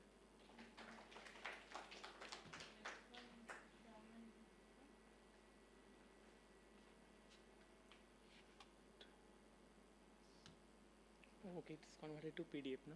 Yes. Okay, there is video, okay, no problem. Okay, so here we are studying the yielding of a model soft solid. So yielding basically yielding in materials refers to the irreversible plastic deformation in material. So in case of disordered material, the predicting yielding is difficult because of the lack of structural precursor that leads to the material failure. So in case of our systems, we are using a model system that is made out of cornstarch and paraphenol, which is like viscoelastic solid. So when you are sharing the system, so this system has behavior like it flows in a shear banded manner. There is a steady shear band. So there is a moving band. There is a part of the system which moves actually. I can't play here actually. This part of the system is moves, and the bottom portion of the system which remains static. Actually here the moving portion we are calling that is the yielded portion of the system, and the static portion which is not moving actually with the shear, so that portion is not yielded. So but like if you look carefully inside the system, we have seen that so inside the static portion of the system where the bulk velocity is 0, but still we have seen some speckle intensity fluctuations. So we have analyzed those fluctuations statistically, and what we have found is I can tell that so like so this is the fluctuation map. You can see that so velocity map and the fluctuation map. So you can see that for a low shear rate, so there the velocity, the width of the moving band was smaller, and also the fluctuations inside the non-yielded portion was minimal. But in case of a higher shear rate, so the width of the moving band increases, and also the fluctuations inside the static portion which is non-yielded, which also enhances. So now our questions is like, so is there any relation between this fluctuation, this enhanced fluctuation has any relation to the how close to the yielding we are? So now we are analyzing those things, and the more details you will get in the poster. So please do visit my poster. Okay, thank you.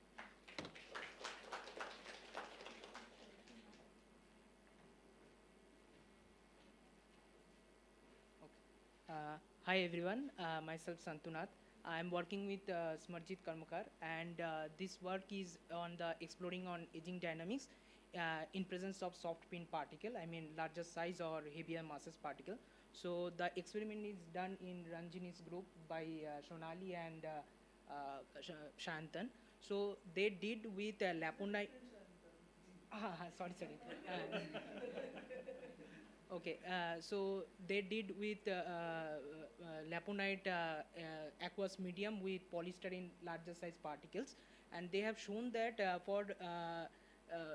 if you look at the gray color curve, gray colored points with black color curves, so the gray color curves shows the faster relaxation, and other sizes of laponites from 100 nanometer to 560 nanometer, they are showing that the slower relaxation compared to the only the laponite system.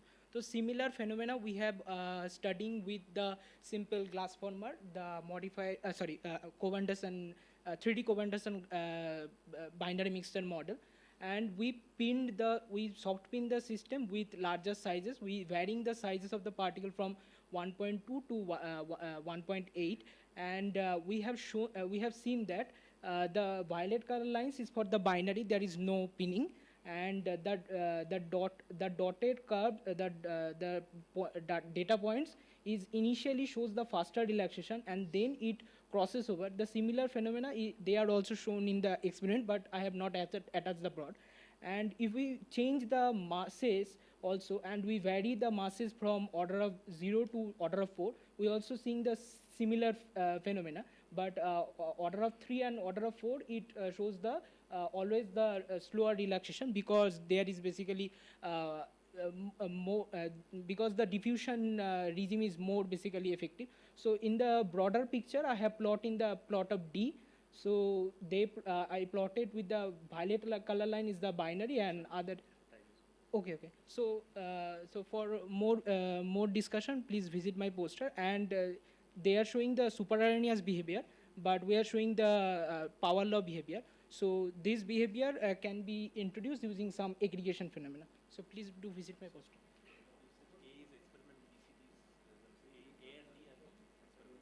No, A is experimental result, and B, C, D. D1 is basically the normalized. Okay.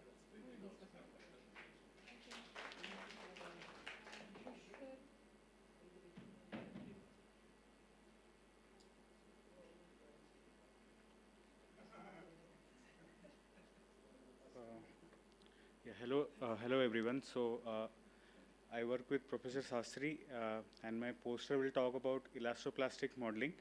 And there was a small discussion in the first session. So in the poster, you will see how we have used a energy landscape-based meso model, and using finite elements, we have solved for the elastic interactions that couple these meso states, and we do a full elastoplastic modeling, and there are some surprises which I'll tell you at the poster, and basically only a certain choices work and give meaningful results, and I would like to understand from more discussions why those choices work. Yes, thank you.